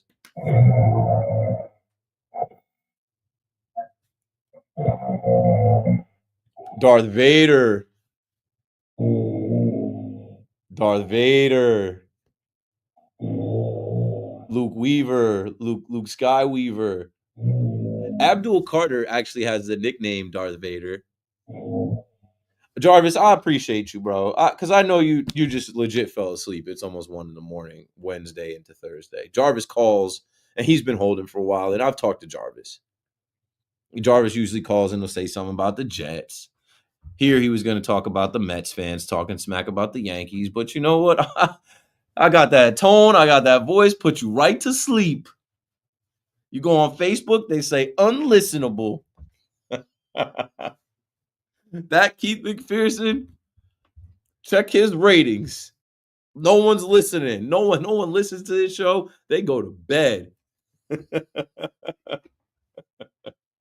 I just think it's funny when people fall asleep on hold. And I think it's funny when people talk trash about me on the internet. Little old me from Ocean Township, New Jersey. Who would have ever thought I'd get here? 888-808-1019. Can I get a call in before we go to the break? Matt in Rockland County, are you alive? Are you awake? Are you okay? Wide awake, Keith. Good. Appreciate you, bro. Shout out to the Pearson Brand on YouTube. You already. We live. They're not falling asleep in the chat. We got 1,056 people watching live. Right, all right. Anyway, to just get into the Volpe point, I don't want to be a dead horse here, but it just seems to me it's weird. You know, you have a lot of guys coming up in the past years for the Yankees. We've learned from the Baby Bombers in the past. But it seems like this regime, I'm not going to say this regime because Cashman's been around forever. But I'm talking about when it comes to Volpe, right? You see a guy who, let's be honest, he hasn't turned into yet the Bobby Witt Juniors, the Gunnar Hendersons. He's there with the glove, but he hasn't really come around with the bat. And, you know, you got a guy, we get his story, right? He grew up a Yankee fan and all that. But no one in this town, especially in the Bronx, can evade the scrutiny of the fans. And when you come to, like, even Judge, you know, move here and there, right? The fans always expect, you know, the great performances and stuff. And even Judge goes on and says, yeah, they expect me to do my job, you know, to do the job. And when it comes to Volpe, I mean, to give him a day off. I mean, you brought Vivas from the minors. I mean, you know, maybe get his mate. I don't think he's sitting at the Yankees. They already sent him back down. Yeah. Oh, they just sent him back down. And I'm saying, you know, the Volpe, like he has this thing. They have to be in there every day. I mean, even Cabrera, just throw him in there for a game and let Volpe sit on the bench maybe a 1 or 2 games. Put Peraza at short, see what he has. We know. I mean, if the Yankees are going to say, "Oh, we're stepping down the defense," you're not stepping down the defense with Peraza. We know that he was considered a better fielder in the minors than Volpe. Just give Volpe a couple days off. Even Dominguez, you know, he's a Martian, right? That even you're taking him out of the 7th inning. And I guess the defensive purposes and all that. But that's because you have Trent Grisham and you can put Cody Bellinger there. Taking out Volpe is not a lateral move. It's a step back, in my opinion. I'm not like... No, I get that. But even Dominguez gets a couple days off here and there. He's this big prospect. It's just weird to me how they treated Volpe and how they're treating other prospects. And even, you know, I'm not going to say, but I'm not going to go and look at other teams. But Austin Ramirez is a guy in this Yankee, and it's just in the Yankee farm system. It just seems that they never either give the guys the opportunity, or when Volpe's struggling, give him a couple days off. Why does he got to be in there every day? I'll say this, and I hear you, and I understand what you're saying, Matt. Thank you for the call and the shout out to McPherson Brand YouTube and everybody in the YouTube chat laughing at the Jarvis call. The chat got a kick out of the. He said Ben Jarvis sleep Ellis. Ben Jarvis sleep Ellis is hilarious. Jarvis is out cold. KB says I'm still awake watching in Arizona. Ariel says bro's snoozing, but I hear what you're saying about Volpe. But what if they take Volpe out and it feels like a demotion, and then you know he comes back and you lose him and he's worse off? They're not doing that. I vividly remember Hal Steinbrenner, I think he was on Joel Sherman and John Heyman's podcast, talking about how they're giving Volpe the run as a rookie, and they let him know, like, hey, you won the job. It's your job every day. You're the everyday shortstop. And, like, get used to it. And also get used to the ups and downs of the season and the criticism and ridicule of the New York fans and media. And you're going to go through things, and you're going to come out of it. But what we're staring at right now is a few things, right? I hate that, like you mentioned, Gunnar Henderson and Bobby Witt are forever linked with Volpe because of that draft and because he played with those guys on Team USA. So those guys have quickly ascended to being all-star superstars in the league. He's expected to be them. Guys develop at different paces and whatever. I also hate the fact that, you know, it was rumored that he was asked for from the Seattle Mariners in the Luis Castillo trade, and that didn't happen. So people will always bring up, hey, we didn't trade for this guy. I also hate the fact that there was a shortstop class that had Carlos Correa and Corey Seager, and people throw Trey Turner in from 2 years ago and Trevor Story and all these other guys, and they said we passed on these guys because we had Anthony Volpe, and he hasn't materialized yet. But he's 23, going on 24 this week, and the Yankees do love him. And whether it's because he's a local kid, whether it's because of his story or whatever, do not expect change. Do not expect him to get a day off. He's young, where they don't feel like he needs a day off. And the alternative is not better than him being in there. They rather let him work it out and hope that he runs into one. And I think he will this weekend. He's going to hit one out this weekend. 888-808-1019. The last hour that I have tonight on the Fan, if you'd like to call up and talk to me, we're going to play some audio from Knicks head coach Tom Thibodeau. We're going to probably talk some more about Abdul Carter in the draft. And, of course, continue taking your calls on the Mets and the Yankees. Keep McPherson on the Fan. Don't go anywhere. I promise I'll be right back.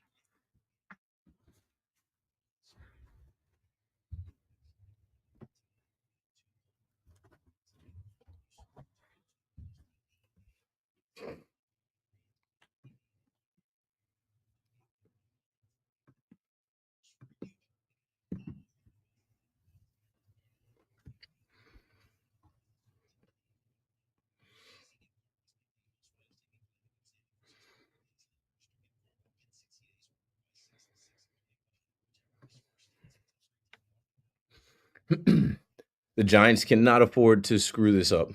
And no one can. But the Giants really can't, because they'll be fired. All these guys will be gone.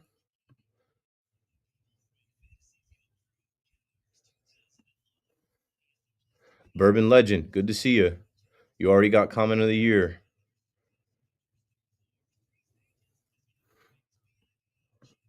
Matthew says, Keith, you're an inspiration. What did New York Giants do with the third pick? QB or Abdul Carter? They have to do Abdul Carter. And then they have to try to trade back in and get a quarterback. If they take Shedeur Sanders or Jackson Dart, there's going to be outrage. You take Abdul Carter, nobody's going to be mad at that. Trade or move down for more draft capital. Again, it takes two to tango. They might not have someone to dance with. Thoughts on Milroe? I was saying, I like him with this group. Like, there's a chance that they can't trade back up high enough to get Shedeur or get Jackson Dart, but they might be able to get to the bottom of the draft and draft Milroe. Lamar Jackson was a project that went at the bottom of the draft with the Ravens trading back in to get him. And a lot of these pundits and analysts are saying Jalen Milroe is faster than Lamar Jackson. He could be a Lamar Jackson type with a couple years to develop. Also, similar. That's what I talked about when I was like, in this modern day NFL, look at the two guys that were head-to-head for MVP, Josh Allen and Lamar Jackson. They're threats to run the ball. Look at the rookie of the year, Jaden Daniels. He's a threat to run the ball. If they can figure out how to, really work on and develop Jalen Milroe in a few years, like he can start off as a gadget guy. He can start off not as a gadget guy, like a packages guy, short yardage and goal line, and then eventually become Mackenzie Gore. Maybe.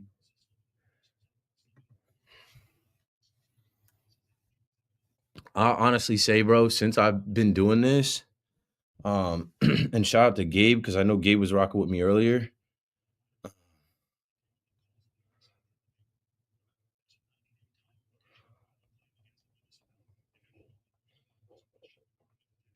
So, Gabe was watching the live streams, and Gabe reached out to start clipping the live streams and putting a couple videos together for me.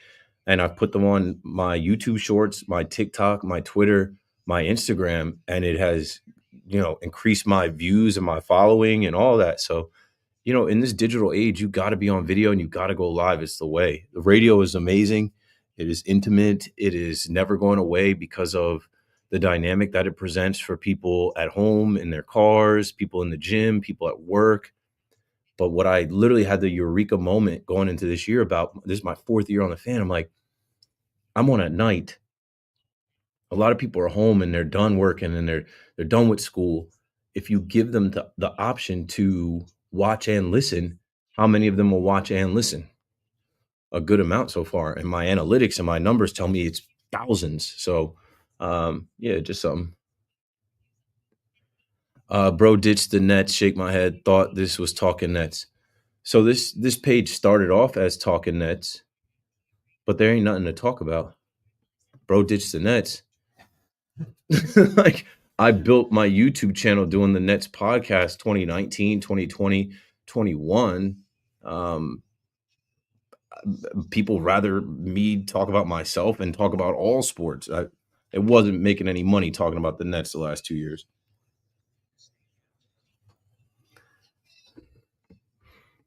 At 103, I'm Gordon Damer. The Sports Flash is sponsored by Mercedes-Benz of Morristown. No slowing down the Mets. Make it 7 straight wins. Top the Phillies in 10, 4-3 to finish off a sweep at Citi Field. Pete Alonso tied in the 10th with an RBI double. Came around to score on Starling Marte's RBI single. Mets wrap up a perfect homestand. Carlos Mendoza's team 12-1 at Citi Field this year.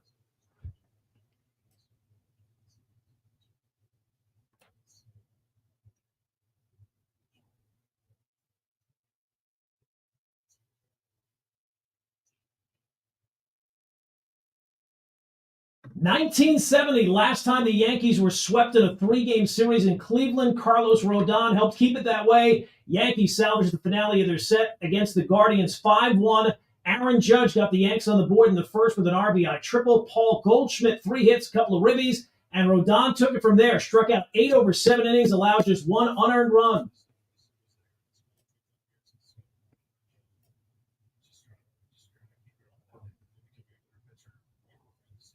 Chris Drury will get the chance to pick another Rangers head coach. Rangers president and GM got a new contract extension. NBA playoffs. The Celtics get a win against the Magic in Game 2, 109-100. 33 from Jaylen Brown to go up 2-0 in that series. Donovan Mitchell with 30. Cavs beat the Heat 121-112. And the Rockets, 38 from Jalen Green. They get a Game 2 win against the Warriors, 109-94 to even that series at a game apiece. That's what's happening. I'm Gordon Damer. After we take this call from Ray in Brooklyn, can we queue up? If you go to your email, I sent a couple of clips from. Okay, thanks. Yo, the funny thing, Craig. Okay. The funny thing, Craig, I'm starving right now. So you're winning. You're eating a snack. I can't eat a snack for 2 more hours.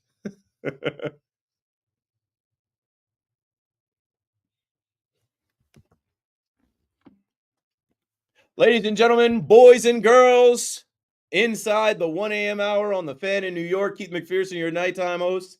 The last hour of another 5-hour KM to AM.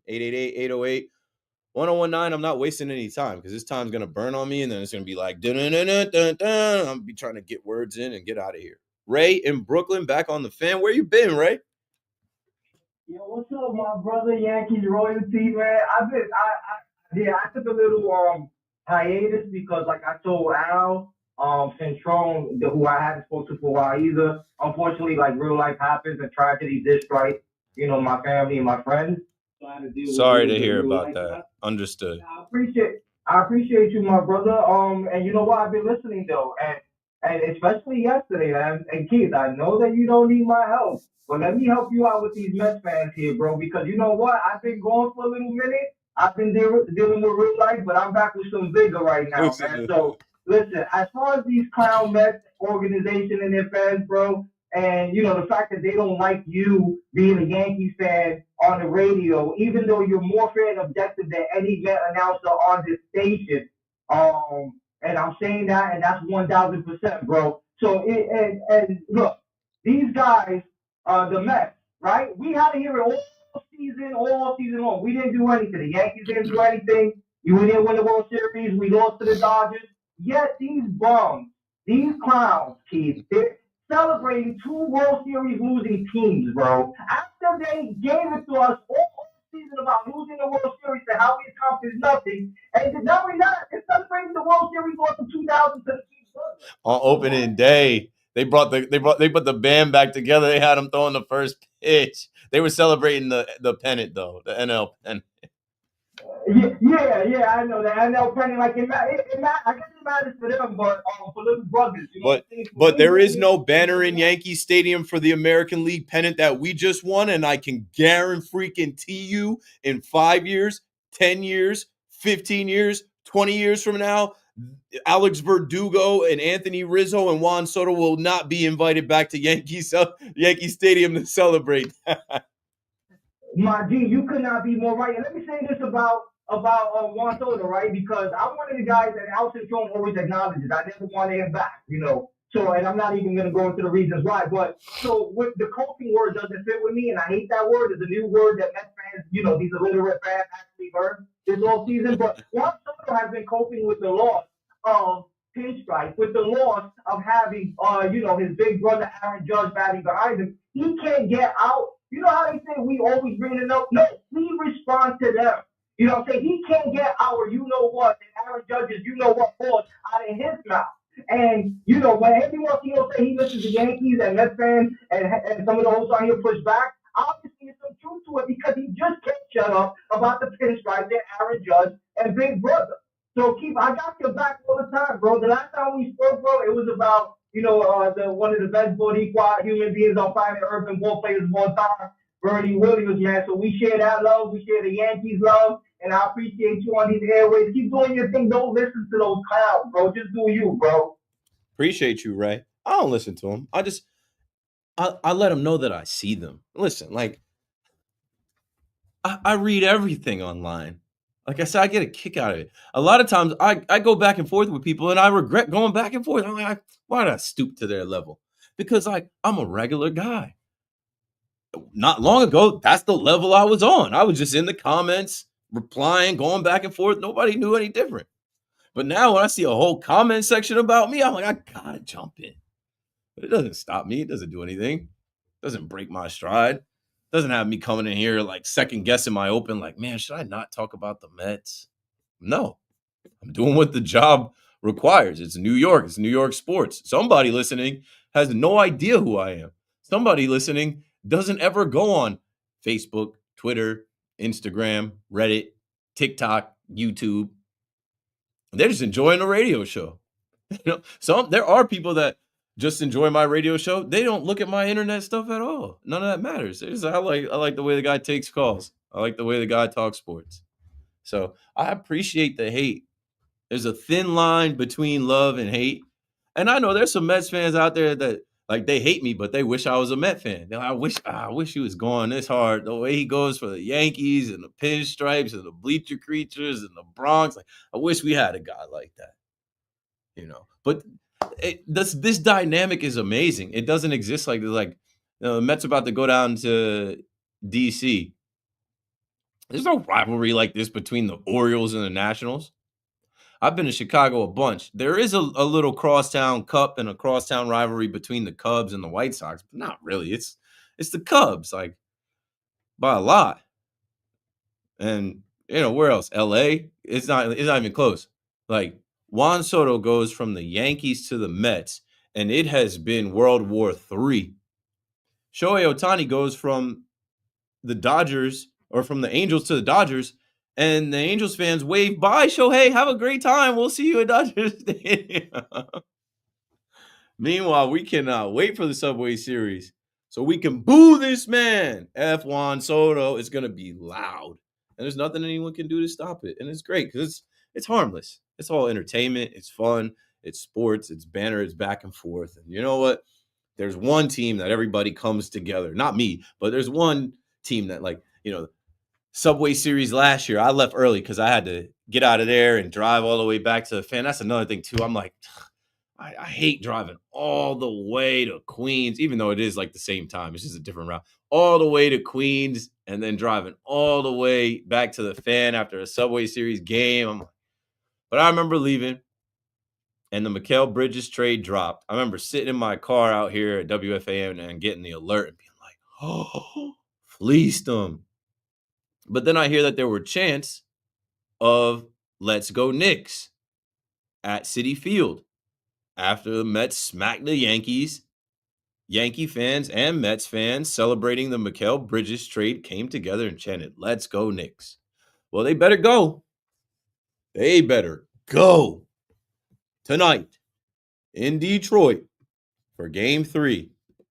And it's been 6 years since the Detroit fans have had a playoff game for the Pistons. They had some success with the Tigers. They had a lot of success recently with the Lions, but they believe in Cade Cunningham. They believe in this team, and they believe that they can beat the Knicks. I don't believe it. I believe it when I see it. But I think you're going to see a different Knicks team and a different energy, and they have a better coach and they have better players. 888-808-1019. Speaking of the coach and the players, I was just chopping it up with Fleegs during the break, and I was looking at some of the stuff that was posted on S&Y Knicks, and obviously the Knicks met the media yesterday, and they asked the same questions that you guys have been calling the Fan, asking and talking about, and there's a couple that, we want to play. First, Tom Thibodeau was asked about Karl Anthony Towns, right? Obviously, everybody's Karl Anthony Towns. How come Karl Anthony Towns didn't shoot a shot? How come he wasn't the second option to help Jalen Brunson? So here's from the coach earlier today, his thoughts on what was going on and what happened at the end of Game 2 with Karl Anthony Towns. A lot of talk about whether Cat got enough shots.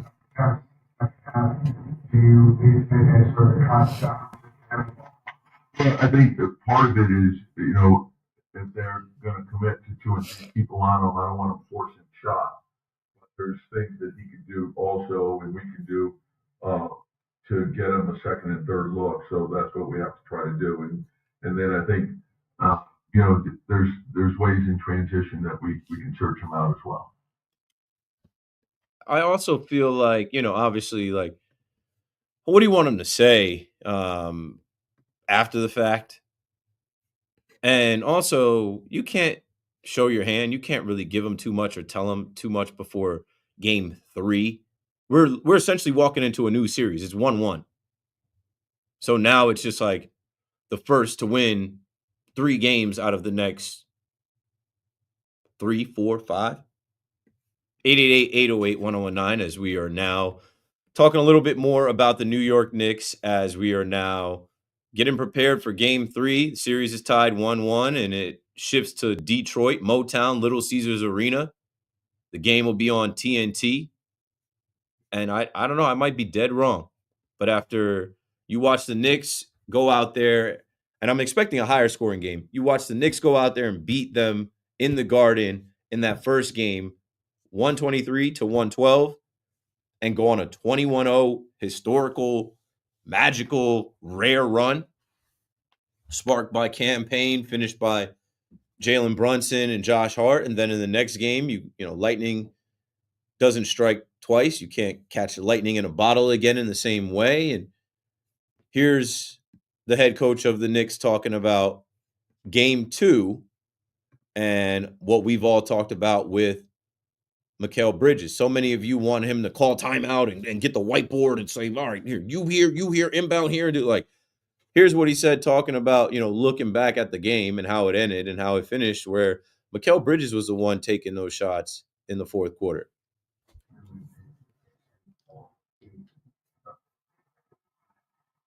Well,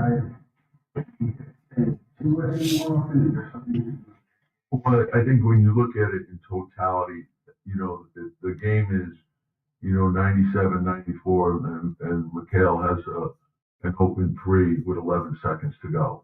So, and he shot it great. It just didn't go in. It was a great play by Jalen to Mikal. Mikal did a great job moving without the ball. So, if that shot goes in, we're probably not talking about all the other stuff, but that's playoff basketball. Then what do you learn from the game? And then how do you reset mindset and get ready for the next one. And I think that all that stuff is important. So each game, take, what happened in the previous game, study, and get ready for the next one. This guy is a coach, man, and he's a better coach than JB Bickerstaff. I was a little disappointed in some of these Knicks fans that are already ready to fire this guy. Was also disappointed in the Knicks fans that were all ready to quit on Jalen Brunson. They watched the film. They're going to have a different strategy. They're going to deploy different rotation sets, different guys. They're going to throw different bodies at them. And I'll say this, 888-808-1019 before we bring in some more Knicks fans to talk Knicks heading into this game. Are you nervous? Are you confident? I mean, it's a new series, 1-1. Series doesn't start till home team loses. Okay, you lost the game on the Garden floor, which your coach just told you that game was 97-94. If Mikal hits that shot tie the game, like, I expect them to come out with a different energy as the visiting team because they can't sit back and think, okay, we have the Garden on our side. We have the home court advantage, the fans behind us in the fourth quarter. They can't be trailing in the fourth quarter like that. They got to have a lead and battle back and forth and hold a lead. There's also a lot of conversation about the officiating, and that's going to be a thing. I mean, you can blame the refs for game 2, and honestly, I think there's a lot that goes on, which I think, Thibodeau was very critical of the officiating at the end of the game 2, and I think that was strategic. I think that was a way to kind of, alert the league and be like, hey, we want the same calls for Jalen Brunson, who everybody's saying, oh, he's flopping. I'm like, he's flopping, but it's not a flop, right? It is a flop, but it's like, it's a flop to get their attention. It's a flop to be like, hey, it's contact. Hey, call a foul. So expect to see that early. Expect to see the Knicks have some different, like, you can experiment early in the game. When you get into crunch time, you get into winning time, you need your best players on the floor. Will he glue Mikal Bridges to the bench? I don't know. It depends on what kind of night Mikal Bridges is having. Will Campaign get a little bit more run? How will they play Mitchell Robinson? The rebounding is so important. The rebounding is going to be a major key. It can't be just Mitch. Josh Hart's got to get in there. Karl Anthony Towns got to get in there. So it's going to be a good watch. It's going to be a good matchup in Detroit. It's going to be just like good playoff basketball at a level that it should be between a upstart young team, and they're not really young, but like, young star mixed with guys like Dennis Schroeder, Tobias Harris, Tim Hardaway Jr., Malik Beasley, Jalen Duren. I don't know if Isaiah Stewart is questionable or what he's going to be. I think he's going to probably go. But this is an important stretch here for the Knicks too, as I've talked about 5 games in Michigan or 5 days in Michigan for these next couple. Like, that's a long time to be there. You got to get one of these games, and I think it would behoove them to not go down in the series. I think if you want to keep the city at bay, if you want to keep the team in check a little bit, if you want to, kind of calm down your own fan base and put your own fan base at a little bit of ease, winning this first game is crucial. Winning this first game in Detroit, rather, is crucial. 888-808-1019. I'll mix in some more things as I'm going back in my notes, to find the officiating and some more details and some stuff about the Pistons. I've really been, looking more at their angle. I've really been looking more at what their city feels like. And like they're going to have, some of the Lions at the game, and they feel like it's Detroit versus everybody. And they feel like it's, the new bad boys. And okay, let's see. Back to the phones we go. Again, it is New York. Again, the Yankees played and the Mets played early yesterday. They're both off tonight, but there's still plenty of conversations to be had around the Mets and the Yankees, and we'll continue to do that. We'll also continue to take your calls on the NFL draft. I haven't said a word about the Jets, and I will before I get out of here. I lean Gang Green, and I kind of just like that, like, it's quiet around the Jets. Good. because they could potentially make the sexy pick, or they can make the quiet, solid pick and just go about their business and move right on. And I think they kind of want to fly under the radar. Let it be all about the Giants and what the Giants are going to do. And I mean, this is a new regime for the Jets. It should be a new regime for the Giants, but they stuck with those guys. So 888-808-1019 as we shift back to conversation around the New York Yankees. I am excited to go to the stadium. I'll be there Friday for the hockey jersey night, trying to finesse 3 or 4 jerseys. I just need 2, or maybe 3, or maybe 4. I don't know. We'll see how it goes. I know the gang, the creatures. Watch, you're gonna see people in section 203 selling jerseys. You're gonna see people in 203 with 3 or 4 jerseys. When they go up on eBay, I probably know a guy that knows a guy in the stadium that could get you one. Those are gonna be a hot item. And I don't know what the giveaway is Saturday. I don't think there is a giveaway Saturday. But one of my boys is in town, and his dad is coming into town. So I will be at Yankee Stadium Friday night, and then going home and going to sleep and waking up and doing that turnaround and going to Yankee Stadium Saturday. Hopefully the weather is good, and hope to see you there. Let's go to Josh in Huntington on the Fan. What's up, Josh? Hey, boys, how you doing? I'm good. Allergies kind of creeping up on me. I always got that, but I'm handling it. I haven't sneezed. I haven't had to blow my nose on air, so we're good. Yeah, I work outdoors all day, cutting down trees, so I know you feel the pain. Yeah. With the weather breaking a bit, that pollen and everything else is getting under me. Hey, can Aaron Boone really do something with Jazz Chisholm? Because he thinks he's like Aaron Judge, trying to hit home runs, and he, ended up being like Adam Dunn. He's gonna have 20 to 30 home runs, batting 150 with 250 strikeouts in a season. He needs to either bat in second in front of Judge, so he has good pitches to hit, or you're gonna have to drop him down in the order and flying him or something if he tries to hit a home run, because it's just horrible. Yeah, the thing with Jazz, and I said this earlier, I'll be ready to blame Jazz and be mad at Jazz, and then he'll do something where I'm like, this guy's a good player. It's just too many different ways. It's like he'll do something to piss you off, and then he'll do something that helps the team. I don't think Aaron Boone can check him. Just from when Aaron Boone was trying to calm him down when he got ejected, Jazz, I like Jazz as a player, but I just think Jazz has a huge ego and attitude. Some of it merited. He's not a team player. He's just. I think he's doing right for the team. Yeah, I think he's always in his head. He's always thinking about himself. He can't wait to get on the base pass. He wants to hit a home run so he could do his whole dance routine. So he could do his Kobe floater. So he could do his, he could do his jump shot. He could do his his Euro step. But this is where I'm at with Jazz, man. Lock in, buy in, and the mental aspect of the game. What did Yogi Berra say? The game is 90% mental, 10%. Yeah, you gotta be focused. Hit a sac fly like he did the other day. Good situational hitting.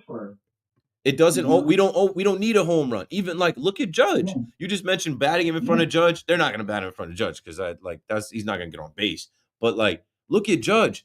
Judge takes what they give him. Okay, he's ridiculous. He'll slap a single through.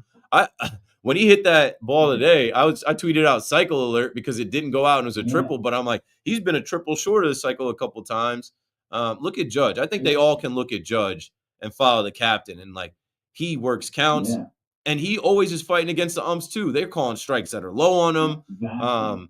It's so horrible. I can't wait for the computer to come in and be automated on that. I can't. ABS ASAP. But yeah, as far as Jazz goes, I just need him to lock in, control his emotions, and be thinking about the game. What do we need here? Right? His first at bat today was trash. He struck out on 3 pitches, and I'm like, bro, all we need you to do is put the bat to ball. Look at the first pitch.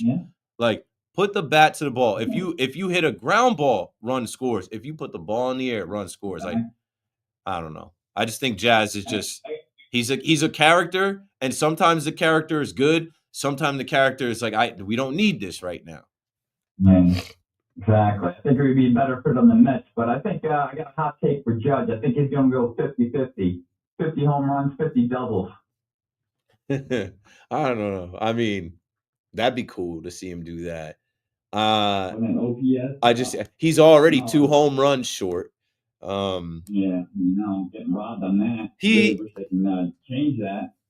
He's incredible. He can do anything. So maybe he does have 50 doubles. I literally pray when I pray. I pray for the health of the Yankees and that he stays healthy, because I feel like he is on a war path this year in his own mind.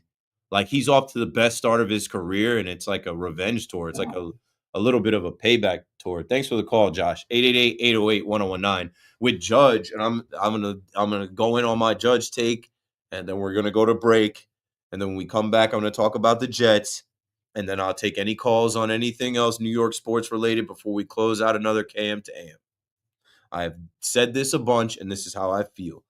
With all the mocking and the memes and the laughing and the jokes and the amount of people that tried to minimize Aaron Judge, the amount of people that tried to act like because he dropped a pop-up in the World Series, he was some type of scrub or he wasn't that good, right? They forgot how good this guy is. That's how he gets underrated, because people mocked him for dropping the pop-up. And all the memes and all the jokes like that just motivated him. Losing the World Series, being mocked, having a running mate like Juan Soto go across town and say that it's a Mets town, they have a better chance in winning in the next 6 to 7 years. He doesn't know what the Yankees are going to be. Like, Judge heard all of that, right? Judge couldn't get in touch with the guy. Judge's first child was born. His daughter was born. He's got dad strength now. He is a father. He has entered the fatherhood club. He is the captain of the Yankees, so much so when they changed the beard policy, he said, and it wasn't to slight Devin Williams, but he said, if you can't shave, then maybe you don't need to be here. And then on opening day, and I've always tied these two things together, the Yankees traveling in suits like George wanted them to, because George said, when you get off that plane, you represent the New York Yankees. And we've seen the Yankees now, not for nothing, they got some fashionistas.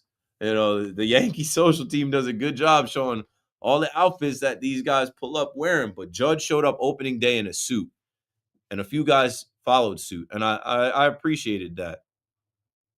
I think Judge is so locked this year and so dialed this year because he failed at the highest level. He failed in the World Series, and he wants to get back. There's no higher stage. There's no bigger stage. There's no greater level to fail at. He wants to get back.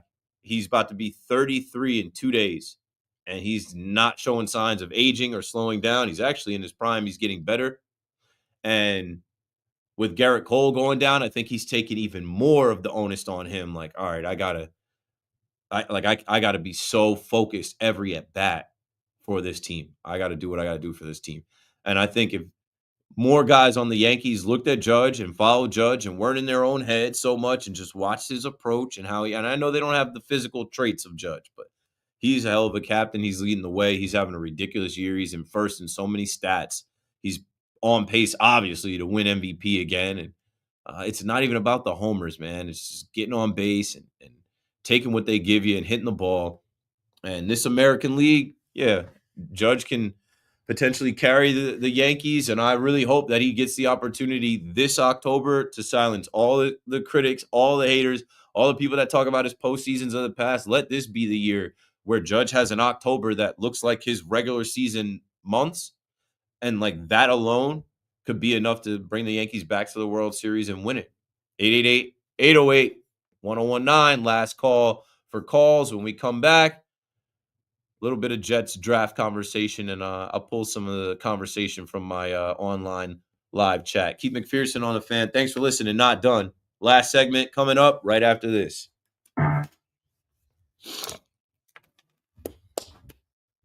Push-ups.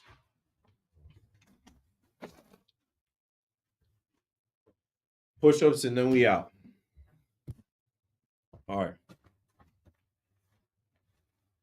Oh.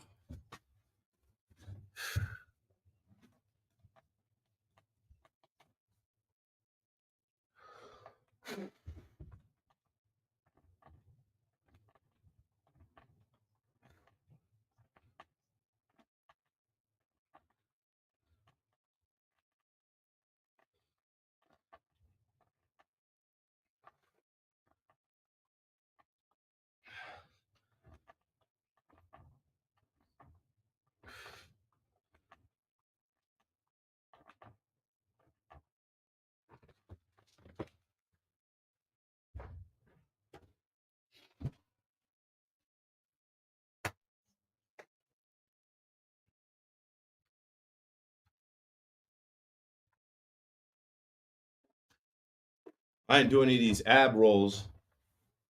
Sometimes I hit the ab rolls in here like this. Ready? This thing is great for abs.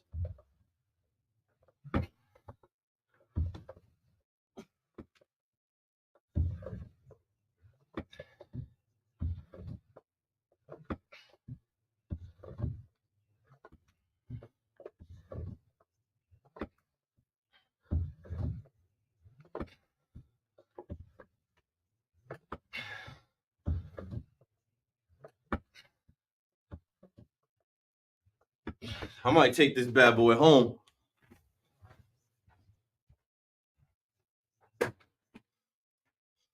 My little at work gym setup. All right, now I gotta catch my breath.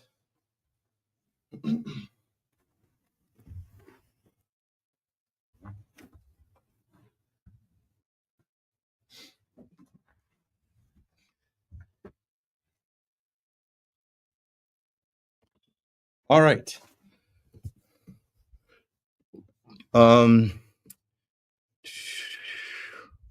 Last call for questions or comments. You have a good one. I'll read it on air.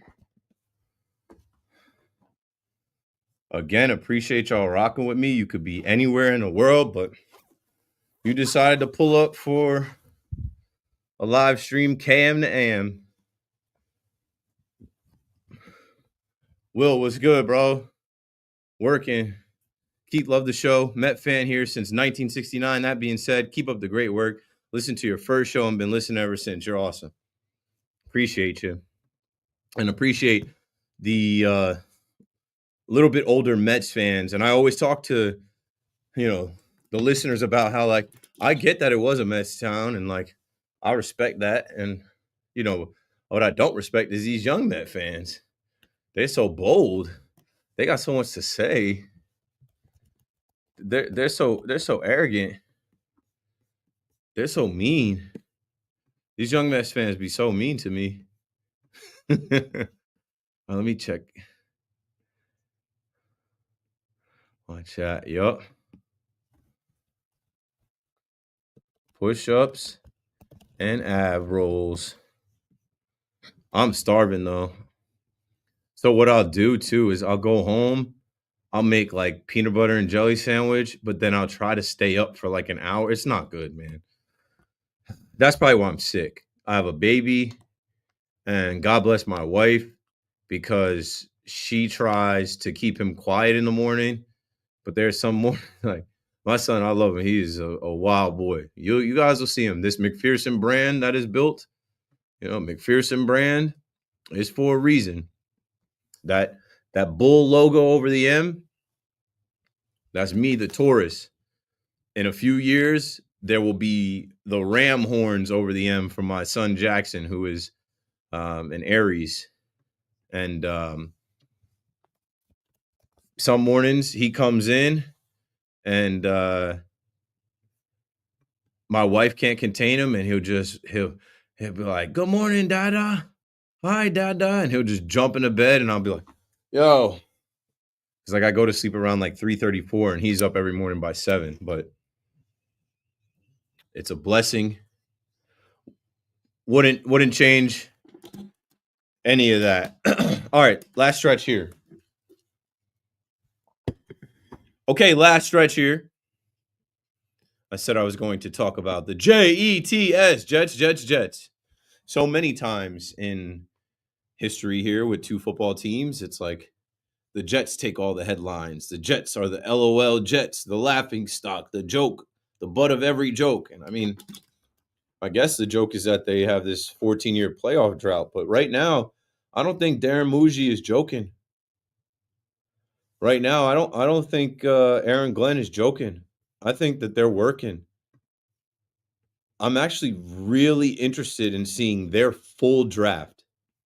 I'm really interested in seeing the type of guys they draft from what schools, what type of player. You know how it'll be like dun dun dun dun dun dun dun dun, and then it'll give you like the guy like whoever it is, he'll be in this like random room and he'll have like a football and he'll be spinning it, or he'll like, do the arms folded, and then it'll give you his height, his weight, his 40 time, the college that he went to, and then they'll start showing you highlights.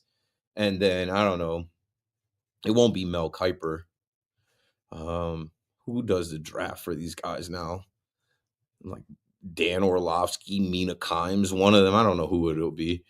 They'll start talking about these guys and they'll give you the background of where they went to school, and they'll give you little tidbits about their life and stuff like that. I can't wait to see what caliber players Darren Muji and Aaron Glenn draft, because there was a certain type of guy that they were looking for in Detroit. They printed out hats and shirts that said grit. I think they also had shirts that said like salty. Like they wanted guys that were gritty and salty. They wanted guys that felt like they were underdogs. They wanted guys that were pissed off. They wanted guys that were like lunch pail guys that were coming to work and like had a chip on their shoulder. And I think if you go that way for the Jets, it's going to work. 888-808-1019. Now, there's not that much noise around what they're going to do. The Jets hold 8 picks in this draft and the number 7th overall pick. You say, all right, you're picking that high. You don't want to pick that high. Darren Muji was quoted. He says, I think you want to go into the draft just adding good football players that are going to help your team win now and in the future. You can't just have this narrow focus of right now. You got to look long term, but I feel good about where we're at in April. These guys are coming in blank canvas. These guys are coming in. They can do whatever here. Now, I did see a lot of mock drafts actually pop up with Tyler Warren. Tyler Warren, to me, the Penn State tight end, is the sexy pick. I say sexy pick because this kid is a freak. This kid can catch the ball. He can run the ball. He can block. And I think right away he's a guy that can score touchdowns and be an impact in the Jets offense, can help Justin Fields. I also think Armin Membu can help Justin Fields, but he's not the sexy pick, especially last year getting a Penn State guy in Olu Fashanu, a tackle, when Brock Bowers was there, and they don't go Brock Bowers, and Brock Bowers has a ridiculous year. You would think maybe there's a school of thought, and I know it's different regimes, but maybe there's a school of thought of like, hey, we can get a tackle in the second round, but you also can get a tight end in the second round. It's about what they deem and how they, weigh these tight ends and tackle prospects. Maybe, I know I was talking about the kid Elijah Arroyo out of Miami. Maybe they think he's not that far off from Tyler Warren. Maybe they think that, the next tackle off, the board, I don't know. These tackles are going to go too. The kid, Josh Simmons out of Ohio State. Now I'm thinking of something with the Dallas Cowboys that I'm going to get to before we get out of here. With the Jets, it's either Tyler Warren, which now like it's been going back and forth. Like now the mock draft on Tankathon has Tyler Warren at 7. But a lot of these other ones were saying Armin Membu. But, it shifted a bit here because now Membu is supposed to go 6. Like if he's not on the board, then maybe you do go Tyler Warren. But if he's on the board, I think they go the less sexy pick. And they take the tackle, and then they just have 2 bookend tackles, and the offensive line is good to go. 888-808-1019 for any Jets fans that want to weigh in on Tyler Warren versus Armin Membu. But Armin Membu might not be on the board. There's people thinking that Ashton Jeanty can go as high as 5 to the Jaguars.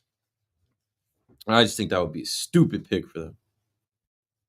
I just think that they got to continue to build their team. Like you have Tank Bigsby, you have Travis Etienne, and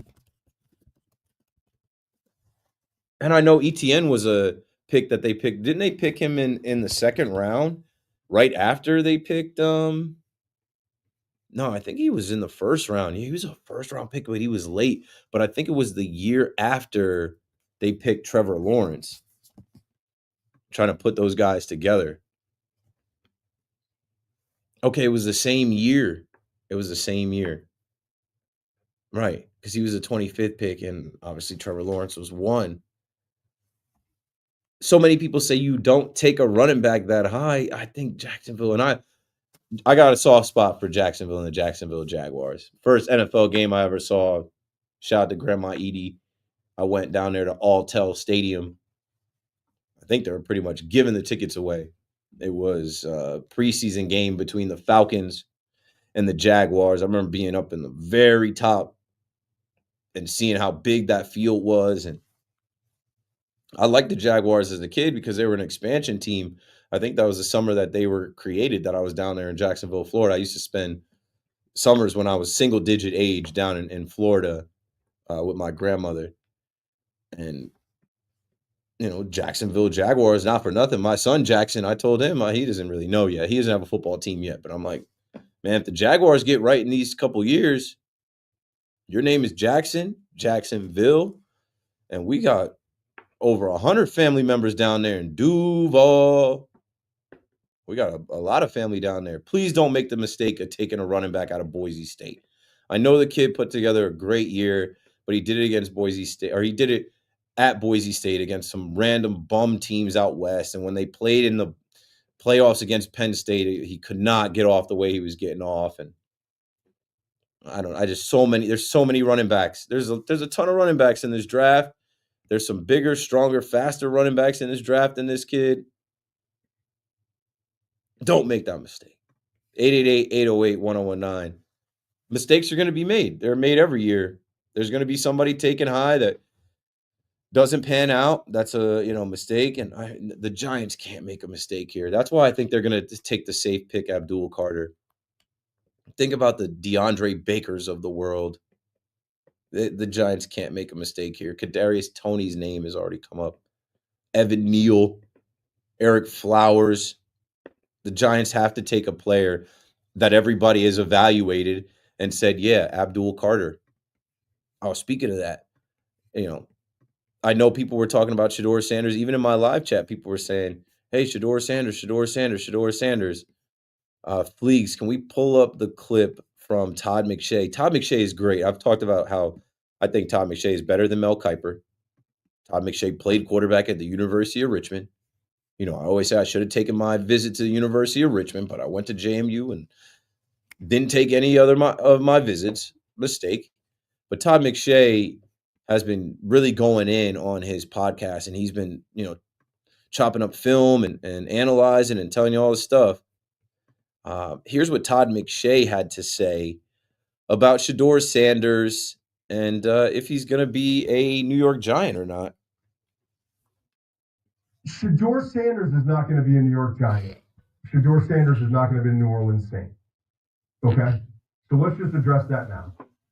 We said to you the week after the Combine that I was surprised that other networks weren't reporting what the information that came to me so easily.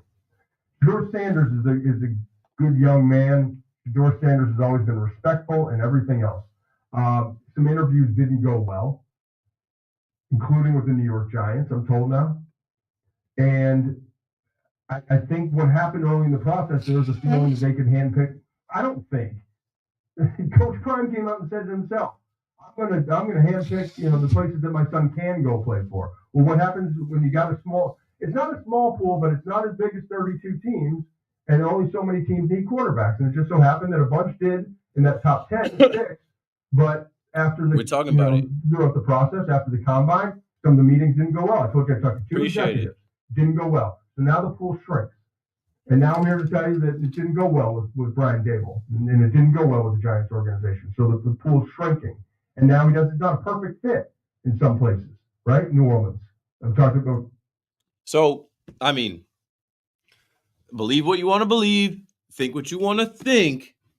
And I even now have come around on this theory too. Like, it's not a lock. It's like Abdul Carter is probably the only thing that's a lock. It's not a lock that the Giants are going to be able to get Abdul Carter and trade back into the first round and get Shedeur dropping or get Jackson Dart or even a Jalen Milroe. They might not. It takes 2 to tango. They might not want to dance the way that these teams want to dance. They might not want to give it up. So Giants fans that want a quarterback of the future, I see Big Mac in here. This is Big Mac's last chance. This is his last chance tonight to get on air and lobby for them to take the quarterback of the future. They might get a quarterback. It might get Tyler Shuck.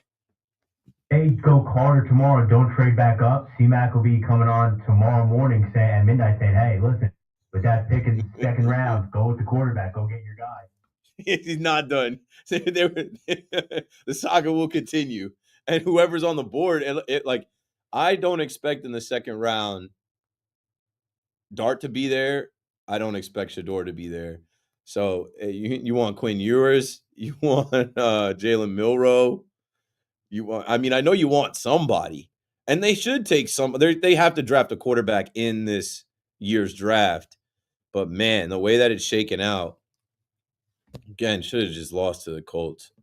Should have just lost to the Colts, man. Cam Ward, I heard you last night, Big Mac, and I guess Morash said it too. Like, you know what is going to be the Giants' luck? Like, Cam Ward is probably going to ball out. They just got him Tyler Lockett. He's got I'm blanking on the name, Calvin Ridley, and this guy's going to sling the ball. And then in the first year, playing in the AFC South against the Jaguars, against the Colts and the Texans, like Cam Ward's they're probably going to win more games than the Giants. Cam Ward's probably going to have a good year, and we're going to be back here in the fall talking about, see, there's another quarterback, Jaden Daniels, now Cam Ward. If you would have just lost those games, you could have had a quarter. And we're watching Russell Wilson get sacked. We're rooting for Jameis Winston to get into the game week 4. The script writes itself, and the NFL script writers are undefeated. 888, you don't have to dial a number. I've got 4 minutes left here to wrap things up. But yeah, it is just crazy how it shakes out. As the Giants were losing games last year, we were all just sure as a foregone conclusion that they were going to get Shador Sanders or Cam Ward. And now all these things about Shador Sanders being entitled. And you just heard Todd McShay. All bets are off with the Giants. And I did hear something today about how John Mara is the wild card in all of this. Like, John Mara can come into the war room and be like, Shador Sanders, we're taking him. Yeah. Shout out to Jordan Schultz. It was Jordan Schultz on Giants draft plans. And you don't know what to believe. We're hours away. Just don't rule out the Giants owner, John Mara, as a wild card. That could lead to Shador Sanders in New York. Let's break that down for a second.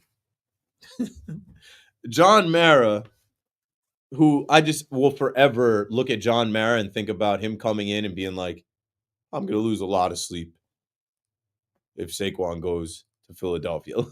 That will forever be John Mara. How is he coming in later on tonight to be like I'm going to lose a lot of sleep if we draft Abdul Carter and Shador Sanders goes on to win a bunch of games and be the face of the NFL? Like, I don't see John Mara coming in and punching that ticket. I don't see John Mara coming in and being like, yeah, we got to draft this kid. But also, listening to the Big Mac show, I don't see the meeting where Shane and Dable talked to John Mara and they said, all right, Jameis Winston and Russell Wilson. I would have been like, you're fired. I wasn't going to fire you guys, but now that you came to me with Jameis Winston, the eat a W guy, the guy that wants to be delivered from pick sixes, the guy that does all these motivational speeches, that's not going to work here. Jameis Winston, crab legs, Jameis Winston. And wait, Russell Wilson. All right, Russell Wilson. At least we get to see Sierra, but come on, man. Now the guys can't play future in the locker room. You know about that. I don't think John Mara knows about that. But if I'm John Mara and these guys came to me and they said, well, hey, Stafford turned down the offer. He stayed. Aaron Rodgers is walking on the beach with a towel and a Apple iPhone 8 headset.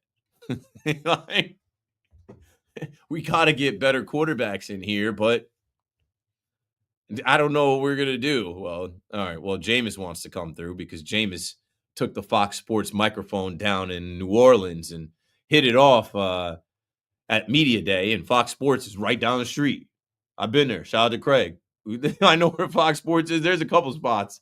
They got 2 spots. They got the one spot right on 6th Ave. They got the other spot where Craig is. Jameis Winston's going to be on breakfast ball. That's why he came to New York. And then Russell Wilson and Ciara, they're socialites. They're just getting ready for the Met Gala. Russ's career is done. They're just getting ready for the Met Gala. They're showing up at the Knicks game, taking selfies. How about that? I saw Ciara. She is a professional selfie taker with fans. Like with the kids, she's picking the kids up. With the guys, she's like, she's like pointing and doing the peace sign, and like she's got her angles right. I'm like, this chick, she gets it. What's Russ gonna be? What's Jameis gonna be? Probably gonna be disappointing. 888-808-1019. But then that sets you up for Arch Manning's not coming out in the draft. But there are some good quarterbacks coming out in the draft this year. But don't we love football? Don't we want to actually enjoy football? Do you want to go through another season? I think they'll compete, but ultimately, like, they got a tough ass schedule, man. It's the NFL. Like, they got a schedule that, like, it's like there's not that many wins. There's not that many wins in the division. There's not that many wins outside of it. They got to play the Dallas Cowboys. Cowboys are about to get Teterow and McMillan. Love it when a plan comes together. I was saying that the Jets should get him. But now after all of this conversation, now after all of this smokescreen, they got Teterow and McMillan falling to 12. What? Please. Because I got nothing left with Jerry Jones. I got nothing left with Brian Schottenheimer as the head coach. I got nothing left with Dak Prescott being the highest paid. Like, please let this Teterow and McMillan kid, T-Mac, fall to the Dallas Cowboys at 12. I mean, they let CeeDee Lamb fall all the way to 17. When that happened, I'm like, it's going to happen. CeeDee Lamb, they're all passing on CeeDee Lamb. CeeDee Lamb going, so you should be a top 10 pick. The NFL draft. Can't wait. I think I'm going to wear my Kenny Pickett jersey in here tomorrow. I don't really wear it. 1, it's a Steelers jersey. 2, Kenny's not on the Steelers anymore. I think that'll be my fit. Last year I wore my Mike Vick Falcons jersey because I was so pumped up about Michael Penix Jr. going to Atlanta. Yeah, I think I'll wear the Kenny P, number 8, Sticksburg. All right. That's it, folks. No baseball, but the Knicks will be back on the floor, so obviously we'll chat about that tomorrow. And we'll know who the next newest Jet and Giant will be. Coming up next, Chris McMonagle. C-Mac, talk to these people, man. You guys dial up, get ready for his show. I'm out of here. I'll see you tomorrow.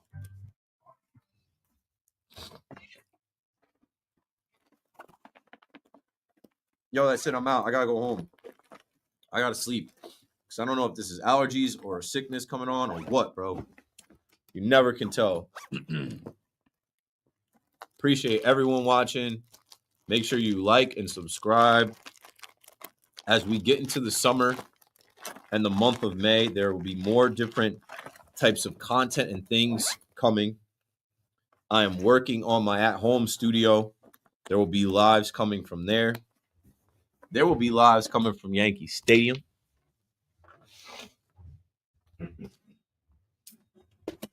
So, look forward to entertaining and connecting with y'all, man. Without y'all rocking with me, watching and commenting and all that, I got nothing, bro. I remember doing lives for 4 people. So, this is a great alternative. Everybody be good. Have a good night. I'm going to be back tomorrow. We'll do this at 7 p.m. Peace.